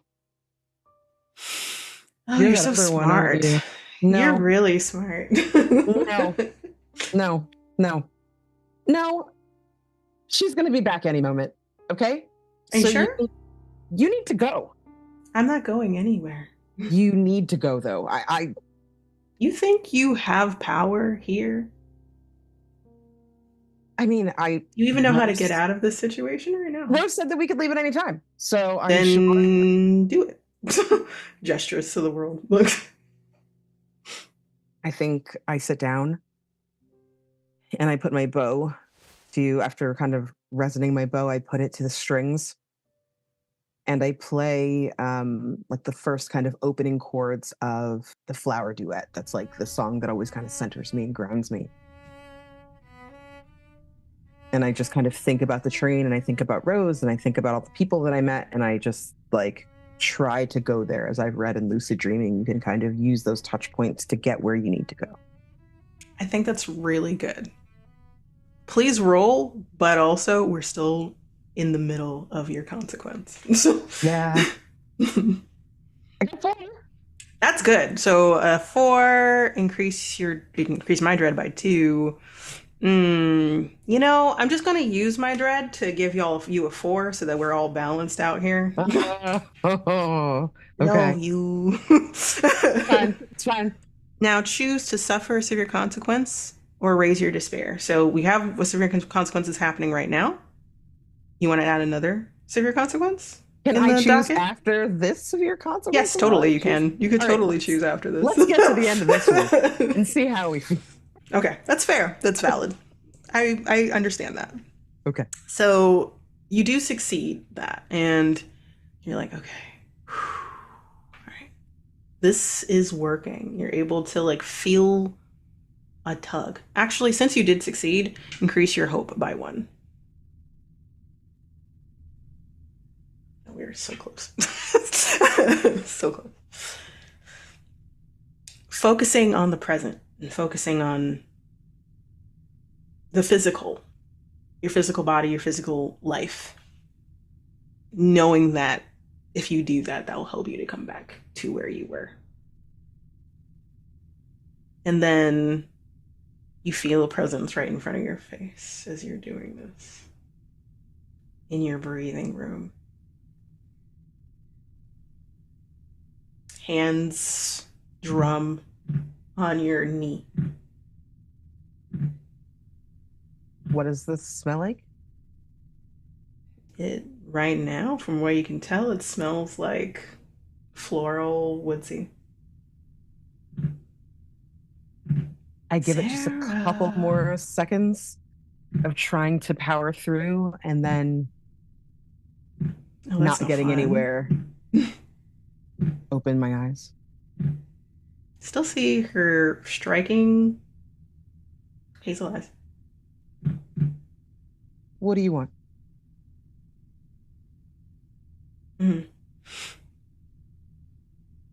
Oof. I don't normally just tell people that. It's not fun doing that. Okay. I stroke her cheek Leans and put into my it. hand on her shoulder, like in her chest, kind of like that upper region. What do you want? When you ask so sweetly like that, I have to give an answer. He reaches forward, gently touches your face. That thing that makes humans who they are. This is your soul, like traces your face down to your neck, down to like where your heart is. I don't really care for the physical of y'all, but I do care about your core,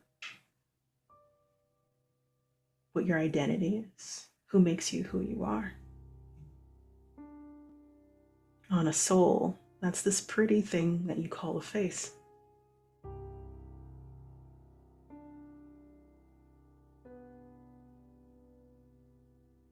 Are you just gonna give it to me, pretty? I mean, I can't give it to you and leave here, right? No. Unfortunately. It wouldn't be the first time someone just gave in, either.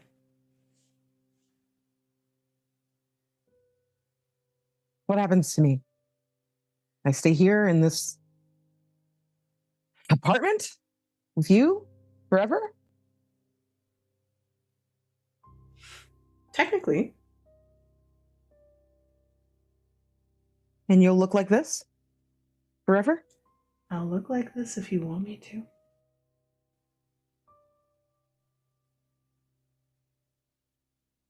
Can everyone else go? You want everyone else to leave? I mean, I don't think everyone deserves to be here forever. And you do? I'm in an unfamiliar city with no friends.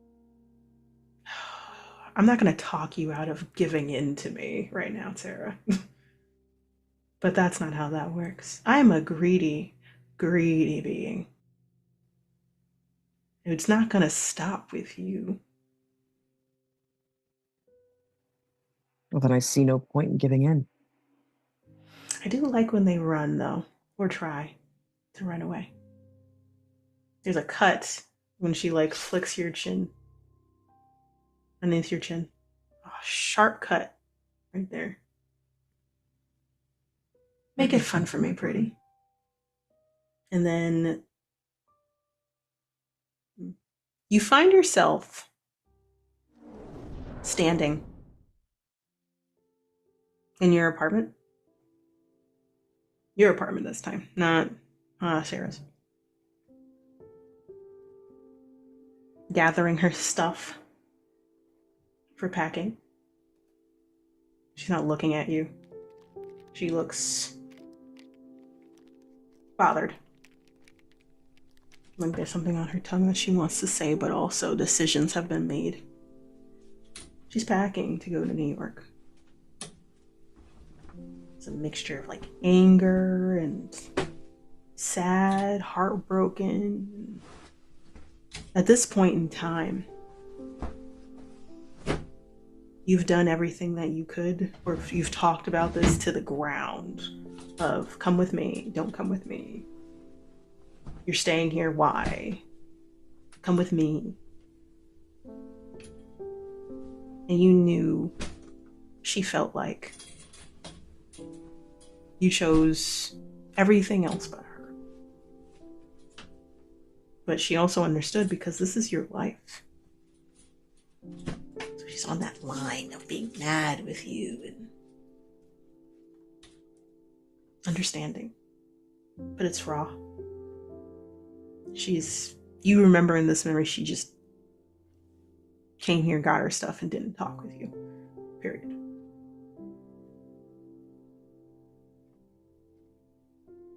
If you asked the question, she gave you one-word answers.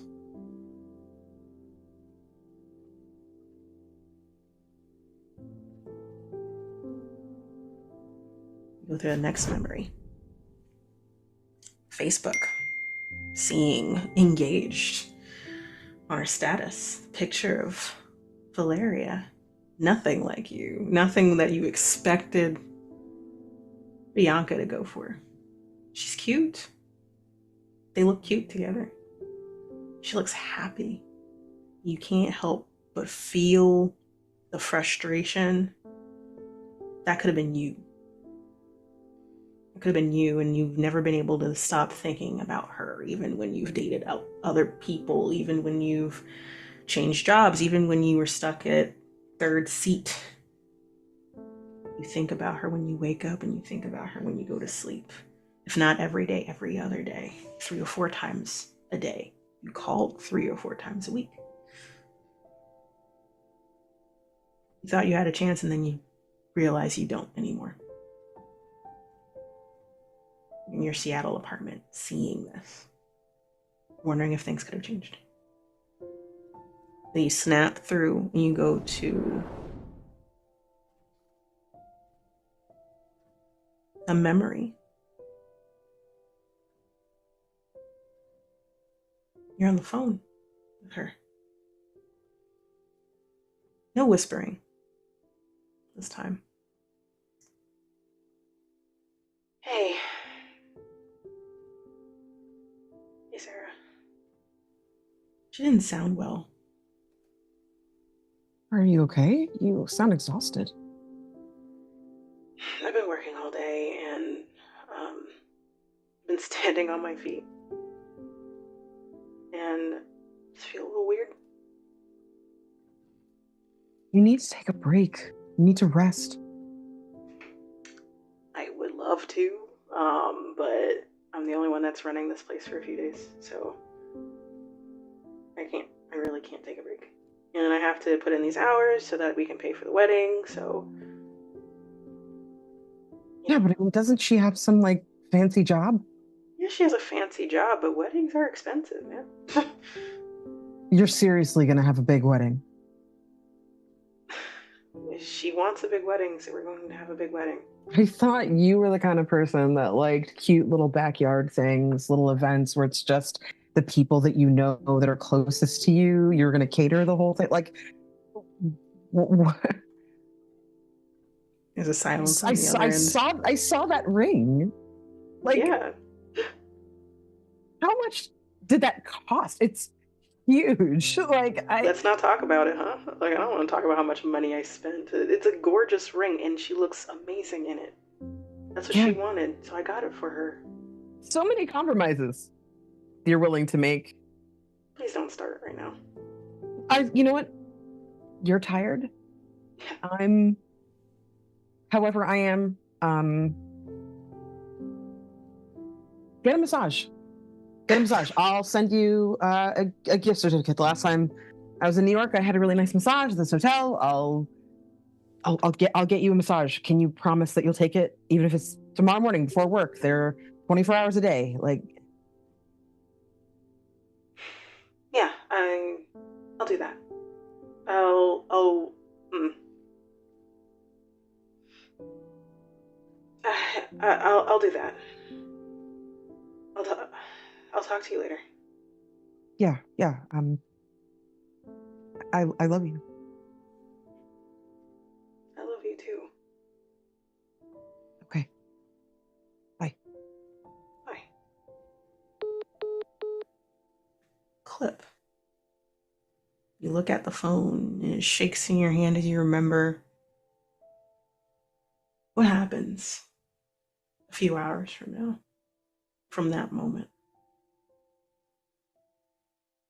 24 hours later, she's gone.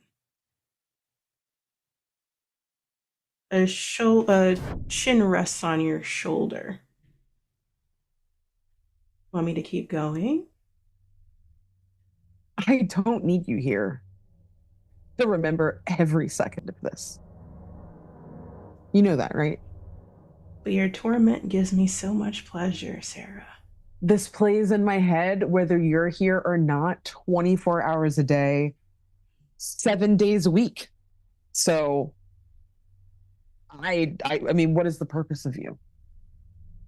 To make you feel worse, I guess. Why didn't you tell her to stay? Why didn't you go to her in New York?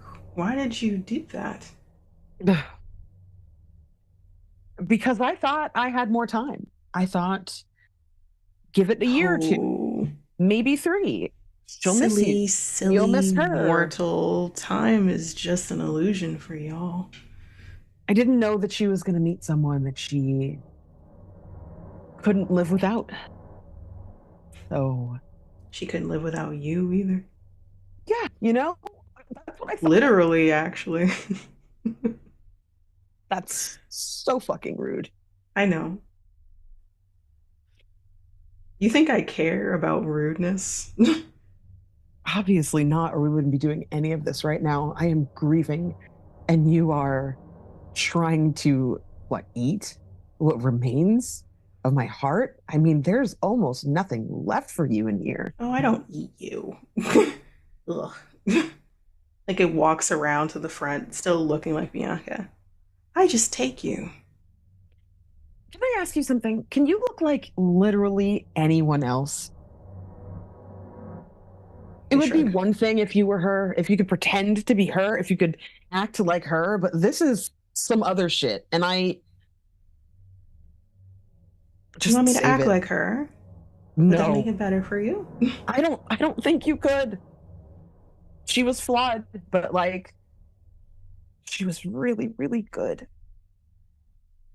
You have a choice because we didn't select it. Severe consequence again, or increase your despair. But if you do, you will go to 5 and you will die. Severe consequence. Okay. You are done with this thing, whatever it is, wearing the face of your lost loved one, and you center yourself again. And you latch on.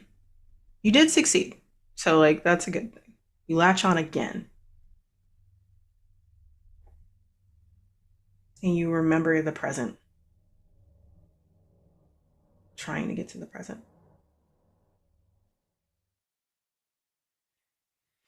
Take a deep breath. And you feel your surroundings shift. But rough hands wrap around your wrists. The bite slice into your wrist. Something sharp digs and it hurts. Why does it hurt? Aren't you like a spirit or soul or whatever got detached from your body? How does that work? As if it's trying to keep you, root you. So you get sliced through your wrists. Though, when you finally are released, because it worked, you open your eyes, and you're back on that train. And you look around and you see Valeria and Bianca. Oh my God. You look down on your wrist. It's just deep gouges. There's no actual blood coming out. But it seems like, hey, there's a dip in it kind of situation. You see the red. That's about it. But it hurts. You're you now? You're you. Yeah, are you okay? You found. You're Yes. okay? Yes, Valeria. I was. You're both okay. I think Valeria is holding, like, still holding a hand over where, like, you know, the slice in their faces, and she's just like, I think she just runs to Sarah and, like, gives her a hug. Hey, it's okay. It's okay. It's okay. I'm sorry that I got the real one. It's not your fault. I don't know. Maybe it is. That's not your fault. It's no one's fault. It was a waiting room situation. I didn't know. Are you okay? This thing keeps wearing your face and it's fucking atrocious. I don't like that. She looks around through the windows of the train. This is what it looks like for y'all.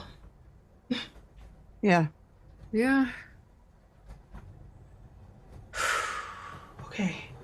Oh, also, by the way, before I forget, increase your hope again. Because you did the thing again, Sarah. Before I forget. All right. Can we just talk real quick, and then can y'all leave? And I, like, respectfully, from the bottom of my heart, I love you both. But if that's happening to both of you, something's here that's not supposed to be here.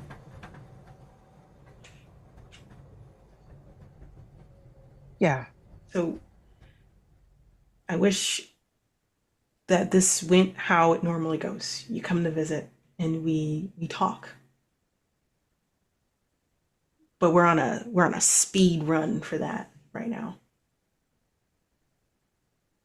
So I'm really sorry. Looks at you, Valeria.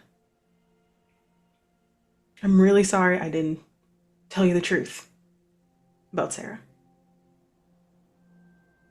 I really am. I was and still am in love with her.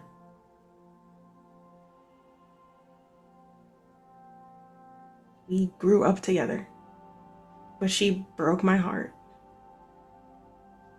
Not in like a, no one cheated or anything. No one did anything wrong. It was just, then she's pacing. She wanted to stay in Seattle, and I couldn't stay. I chose my career. She chose her career. And I'm not gonna lie and sit here like I didn't think about what if. But then I met you. And I fell in love with you. I am in love with you. I wanted to marry you. Yeah, I compromised. I wanted this short fucking wedding. I wanted to just go to a fucking courthouse and then, like, maybe we go on a trip somewhere and we just spend time with each other, or go to one of our family's houses and do a backyard thing or something. Yes, I wanted to do just let those you have things. that. I should have just let you have that. But that's not your fault. And that's not your burden to bear, okay? I wanted to give you everything you've ever wanted. That's my job.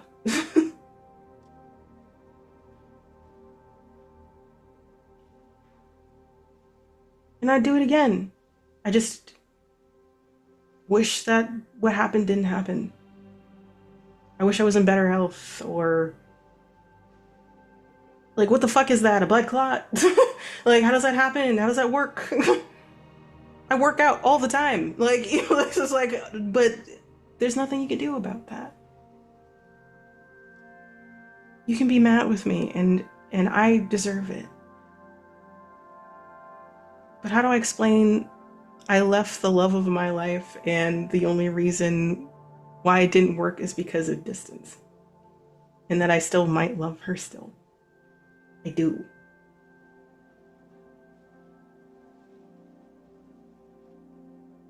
It's complicated. It's what do I say?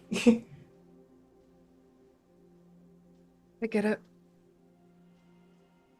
I mean, I don't get it, but like I get it. Yeah, like this, it's complicated. Yeah. But I wanted to be with you. That has not changed. Please roll for me. You're desperate. Did you want to reveal a scar that might help you in this situation? And or did you want help from Sarah to maybe add, because you can reveal a scar, you can ask for help, you can pile it, you can stockpile it, you can do that. It's Do I help? Yeah. if you're helping, increase your anxiety by 1. So as someone who's helping, do I just give an extra die, or do I have you give to an roll? extra dice? You just give an extra die. If Awesome. they fail, or like whatever they fail, if they do like straight up fail, you get the consequences just as much as they do. So you both deal with the consequences essentially. Wow. So increase by 1. So that's 2 dice. Did you want to reveal a scar too, or you want to leave it at that? I'll reveal a scar. Okay. Yeah. So I think they were at brunch with their friends. Valeria, Bianca, and like some of their friends who were like recently exploring polyamory. And I think those friends had just left. And Valeria had had a couple Bloody Marys. And I think Bianca tried to like get a temp check on the concept of polyamory. And Valeria just kind of laughed it off. Because they're very uptight. That's valid. What do you want to name that element? Temp check? Yeah. Where am I writing? I don't know why it keeps on going to like the shadow realm. Okay. So that's 2 dice. Increase your anxiety by 2. Okay. Alright. So now you have 3 dice that you can roll in this situation. Don't fuck with me. Don't fuck with me.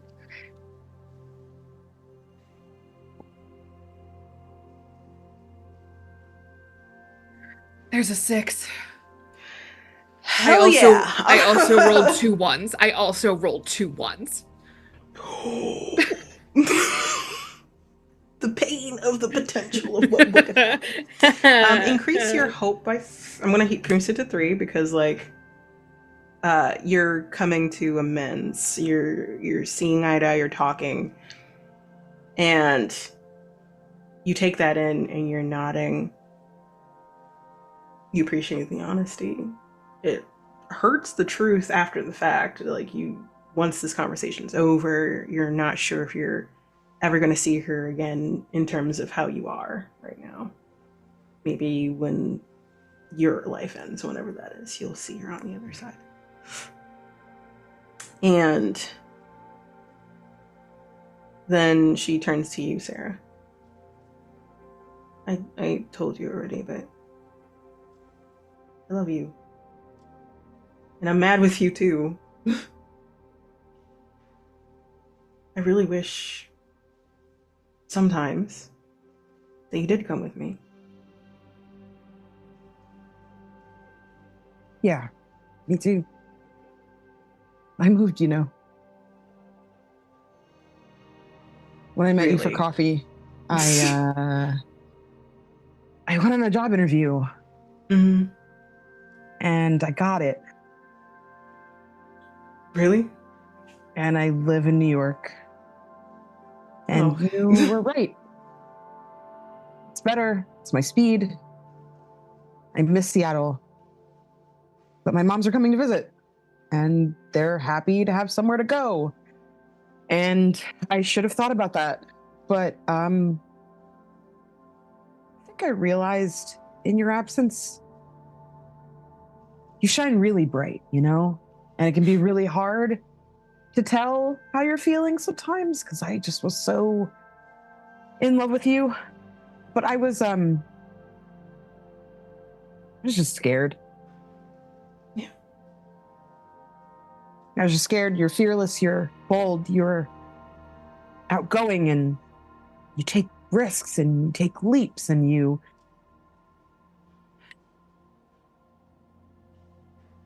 I was really scared to fail. I was pretty sure I was gonna fail. And all these years Never. talking to you since then, it just took time. I know. There's a sad smile on their face. It's time we didn't have, you know? And they smile, and there's like a little cheekiness that crosses their face of, so what you're saying is, I was right? Yes, you're right. Yes. Okay. I will wear a shirt. Bianca was right. Someone make that. Someone needs to make that. Get it made, somebody. Call the presses, like says that to the car that's empty, that's still like rattling off, but then smiles. Yes, please enjoy this. I only get to once. I'm glad that you are enjoying your time in New York. And I hope that you continue to. It reminds me of you every day. It reminded me of you every day. Roll for me. Similarly, did you want to reveal a scar Yes, and I ask do. for help?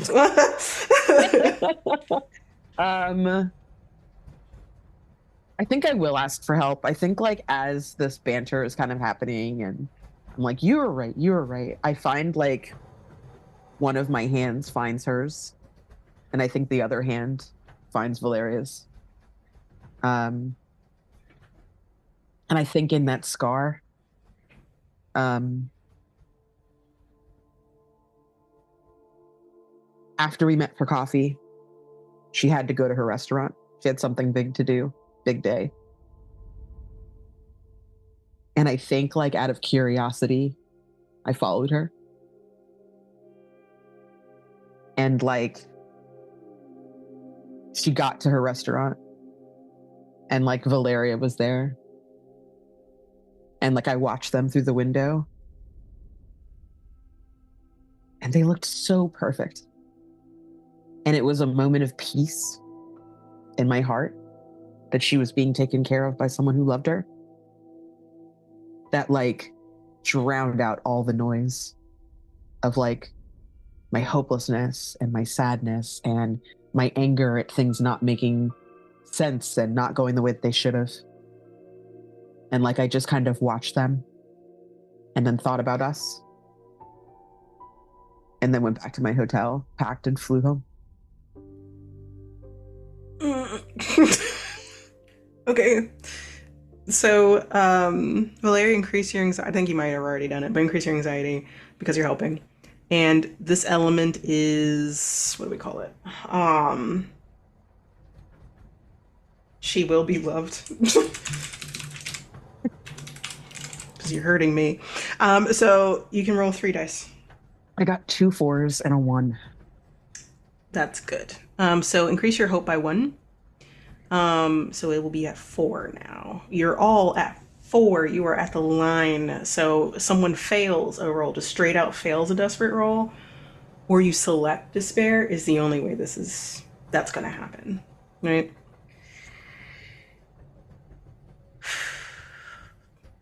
Love in her eyes as she looks at you and squeezes your hand, squeezes Valeria's hand. The lights blink on the train.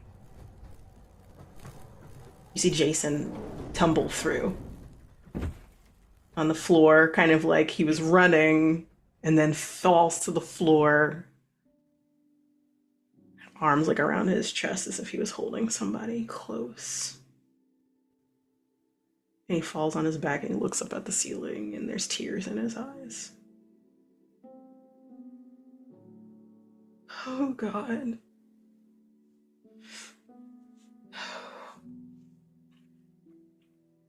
Sits up, looks around at y'all. Oh, am I interrupt something? Oh, my bad. Like, stands up. No, don't mind me. I just saw Mary. Oh, that was intense. Oh, this is drama, ain't it? Stands up fully. I mean, it was. I don't know that it is anymore. And I think I squeezed Valeria's hand. Squeeze both their hands too. I think it's okay now. Looks at you both. Love you. Love you. Love you. There's a gentle squeeze and release.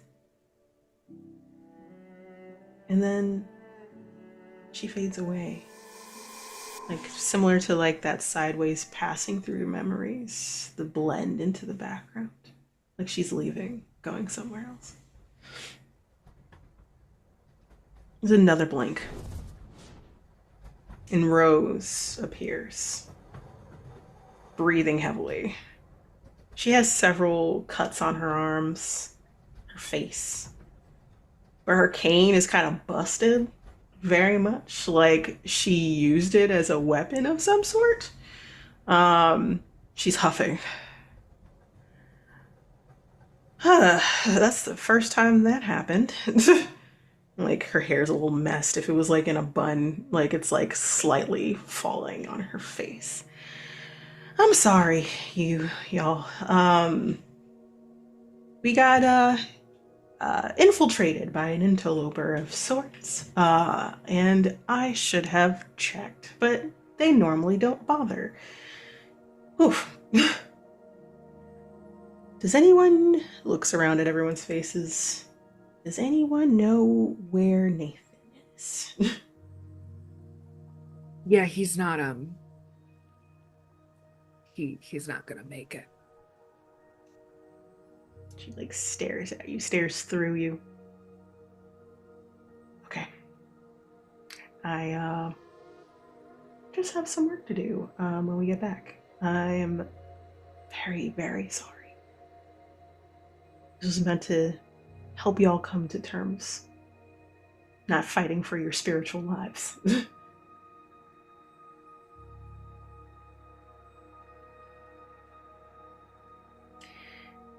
We can go back now. Like, reaches out hands for y'all.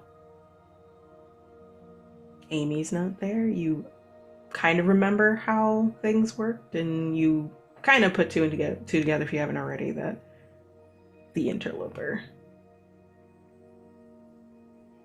Nathan, was a casualty, it looks like.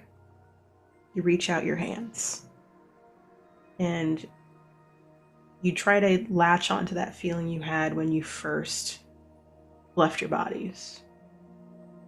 Holding hands, pulsing energy. Both of you roll. And if you want to use an element here, you can, but it's just going to be one dice. You can also say you're helping each other out if you want to do that. So, because you technically are. You're like joined at the hands and you're helping each other. Yeah, I think we're helping each other. I think that works for me. Yeah. So, do you want to just help, or do you also want to use an element? It might not work. I'm just like, because if you can convince me otherwise. I'm going to say, and I don't know if this would double for both of us, but the fact that we have been able to find like solace and peace here, especially in the face of like extreme duress, both personal and like non-corporeal, distress, like danger. I feel like we're doing what she would want us to do, which is go back to our lives and live again. Right. I will That's what say I was that gonna She Will Be say. Loved can apply to both of you because it's both of your memories from different perspectives here, and different reasonings for what y'all saw. So roll 2 extra dice. What'd you get? Did you get 6? 2 6s and 2. Awesome. So definitely passed. All right. Valeria. I got a 6. Amazing. twos. All Come right. Full Ooh. successes. Your dreads go up, but who cares? Y'all increase your hope to 5. You survive. You see the pulses. You feel the pulses between your hands and your bodies. There's less people, but it still works regardless. There's the speeding of the train. You feel or hear that guttural growl around you, demanding, wanting to participate, trying to get in to the train car. As it speeds through, you can hear glass screeching, trying to pry the door open, but you hold firm. The memory of Bianca is enough. And then in a jolt, your eyes open, your hands are all joined. You're sitting around on that train platform. Amy's gone. Nathan is still there, but he doesn't wake up. Rose stands up, kind of stands up on her knees and checks his pulse. He still looks alive. Like he's a little pale, but like more just not well. Okay, all right. I have some things I need to do, but please all you go home. I know that y'all did get to see your loved ones, but not the way I wanted you to. Looks at you, Valeria. We'll talk. I'll answer any question you have. Same thing with you, Sarah. I just know that I work with her, and I have to explain myself. Very much. Nods. Take care, everyone. He looks at Jason. He nods down at her. She looks up at him, grabs his hand, squeezes it. There's tears of mixed emotion, joy,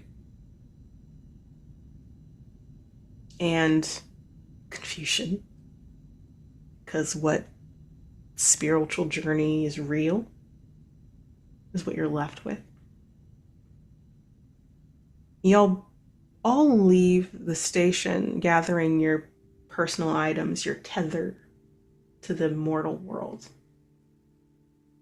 Not only is it a beautiful memory, but now it is your lifeline to here. You realize.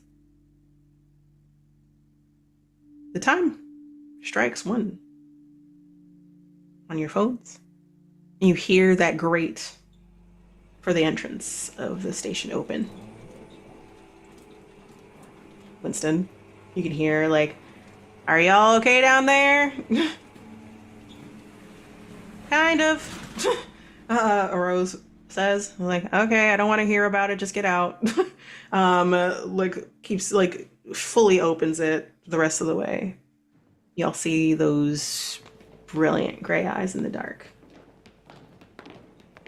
As y'all exit, look back over your shoulders as it closes. Epilogue. Sarah. After this happens, you've been changed.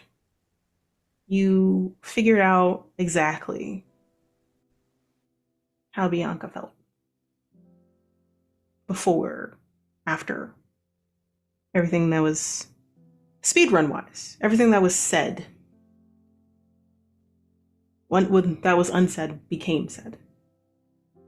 You feel lighter. How have you changed because of this meeting?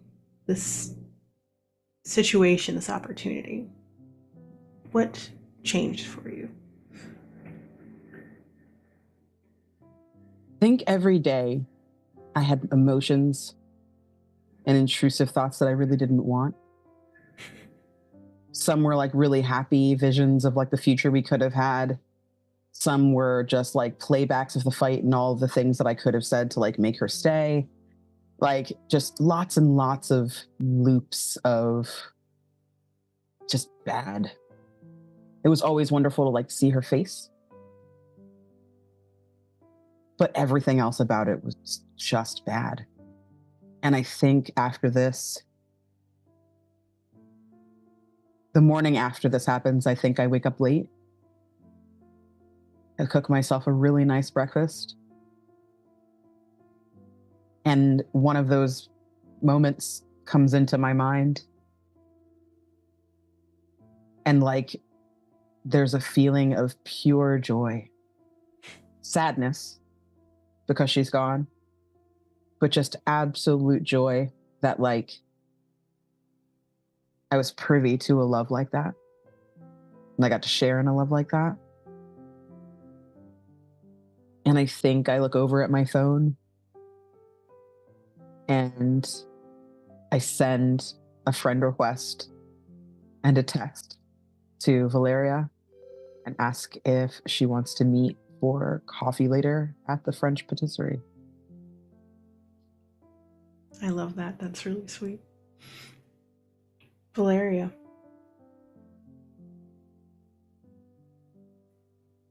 Bianca was honest with you. You felt like there was something unsaid about this friend that you now know wasn't just a friend, was an ex that was very deeply loved. And if circumstances had been different, you might not have never met. Or maybe if you had, it wouldn't be that way. But you were happy that you got to get the truth. To understand and not understand. Because it's complicated emotions. You wish that maybe she did introduce Sarah. And the blow up might have happened. But she could have been a friend. She could have been someone that was another part of her life that you got to know. The Seattle life, the life that you didn't know a lot about, not enough about. Missed opportunities, but you got to see her again. The guilt is no longer there about if only we did things simply. If things were different, maybe this wouldn't have happened. That's not there anymore. How has this event changed you?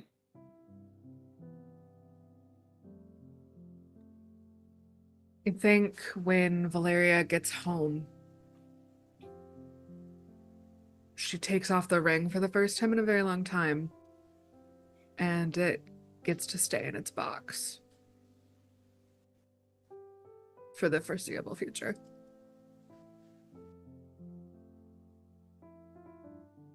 And I think she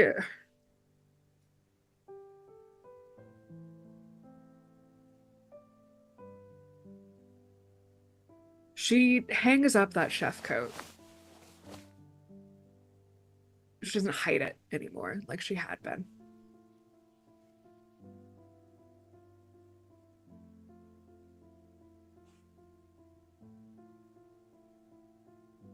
And they start workshopping a text that she wants to send to Sarah. And falls asleep with her phone on top of their face. And you wake up to a friend request and a very thoughtful text from Sarah.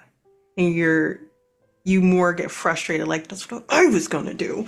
But great minds is how you feel.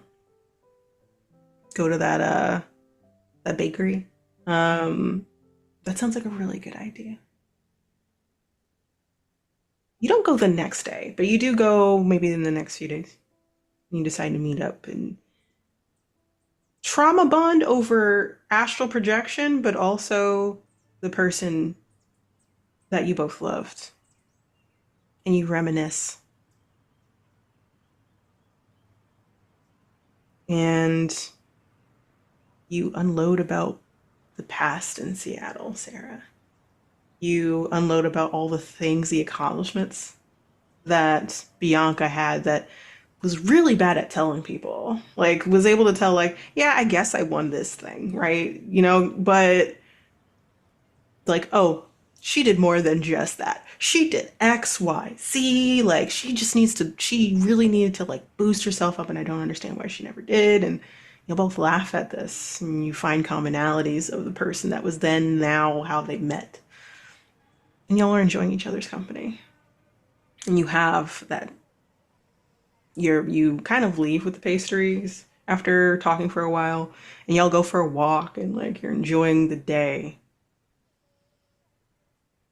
And then, as you're walking, someone's walking in your direction. They're on their phone.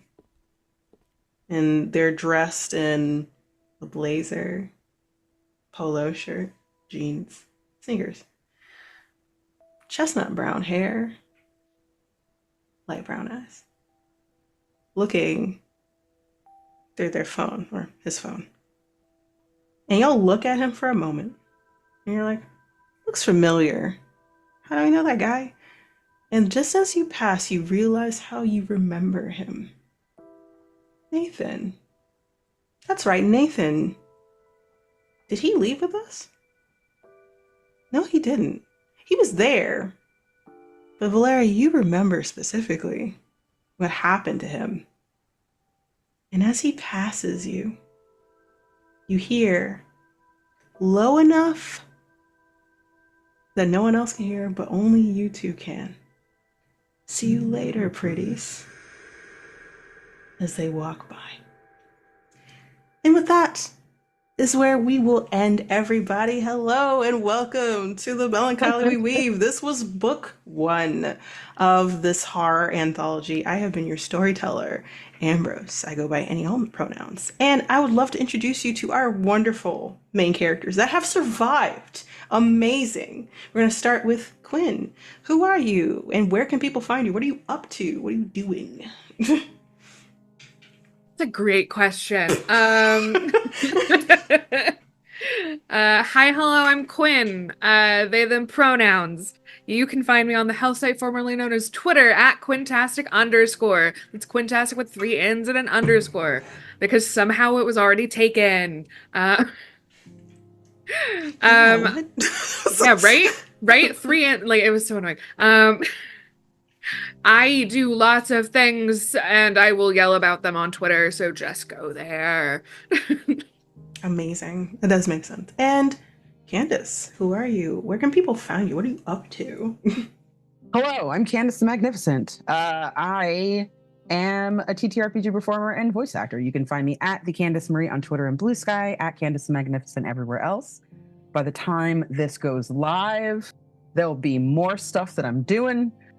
So check my socials. And if you like ukulele covers, every other Saturday you can see me over on Twitch doing some. I'll probably be doing some for, if this goes live in September, I will probably be doing some songs for Latin Heritage Month. And if you see this in October, it'll probably be scary music or Halloween stuff, or maybe creepy goth stuff. We'll see. I've got some themes, maybe. And if you're going to be at Big Bad Con, please come say what's up. Yeah, amazing. And hi, everybody. As I said, I'm Ambrose. I was a storyteller for these wonderful 2 people that did an amazing job. I am the creator, director, and founder of Othersider Studios. I am the keeper of the award-nominated Arcane Core series. And I am an award-winning TTRPG performer and storyteller, and I keep on forgetting to say that. Yeah, this has been an amazing project. This is our final chapter. But this is not going to be our only book. So stay tuned for book 2. Whenever that is planned, we will be announcing when our cast has been selected for the next round of horrifying and tragic tales. But until then, talk to you all later. And again, see you on the other side. Take care.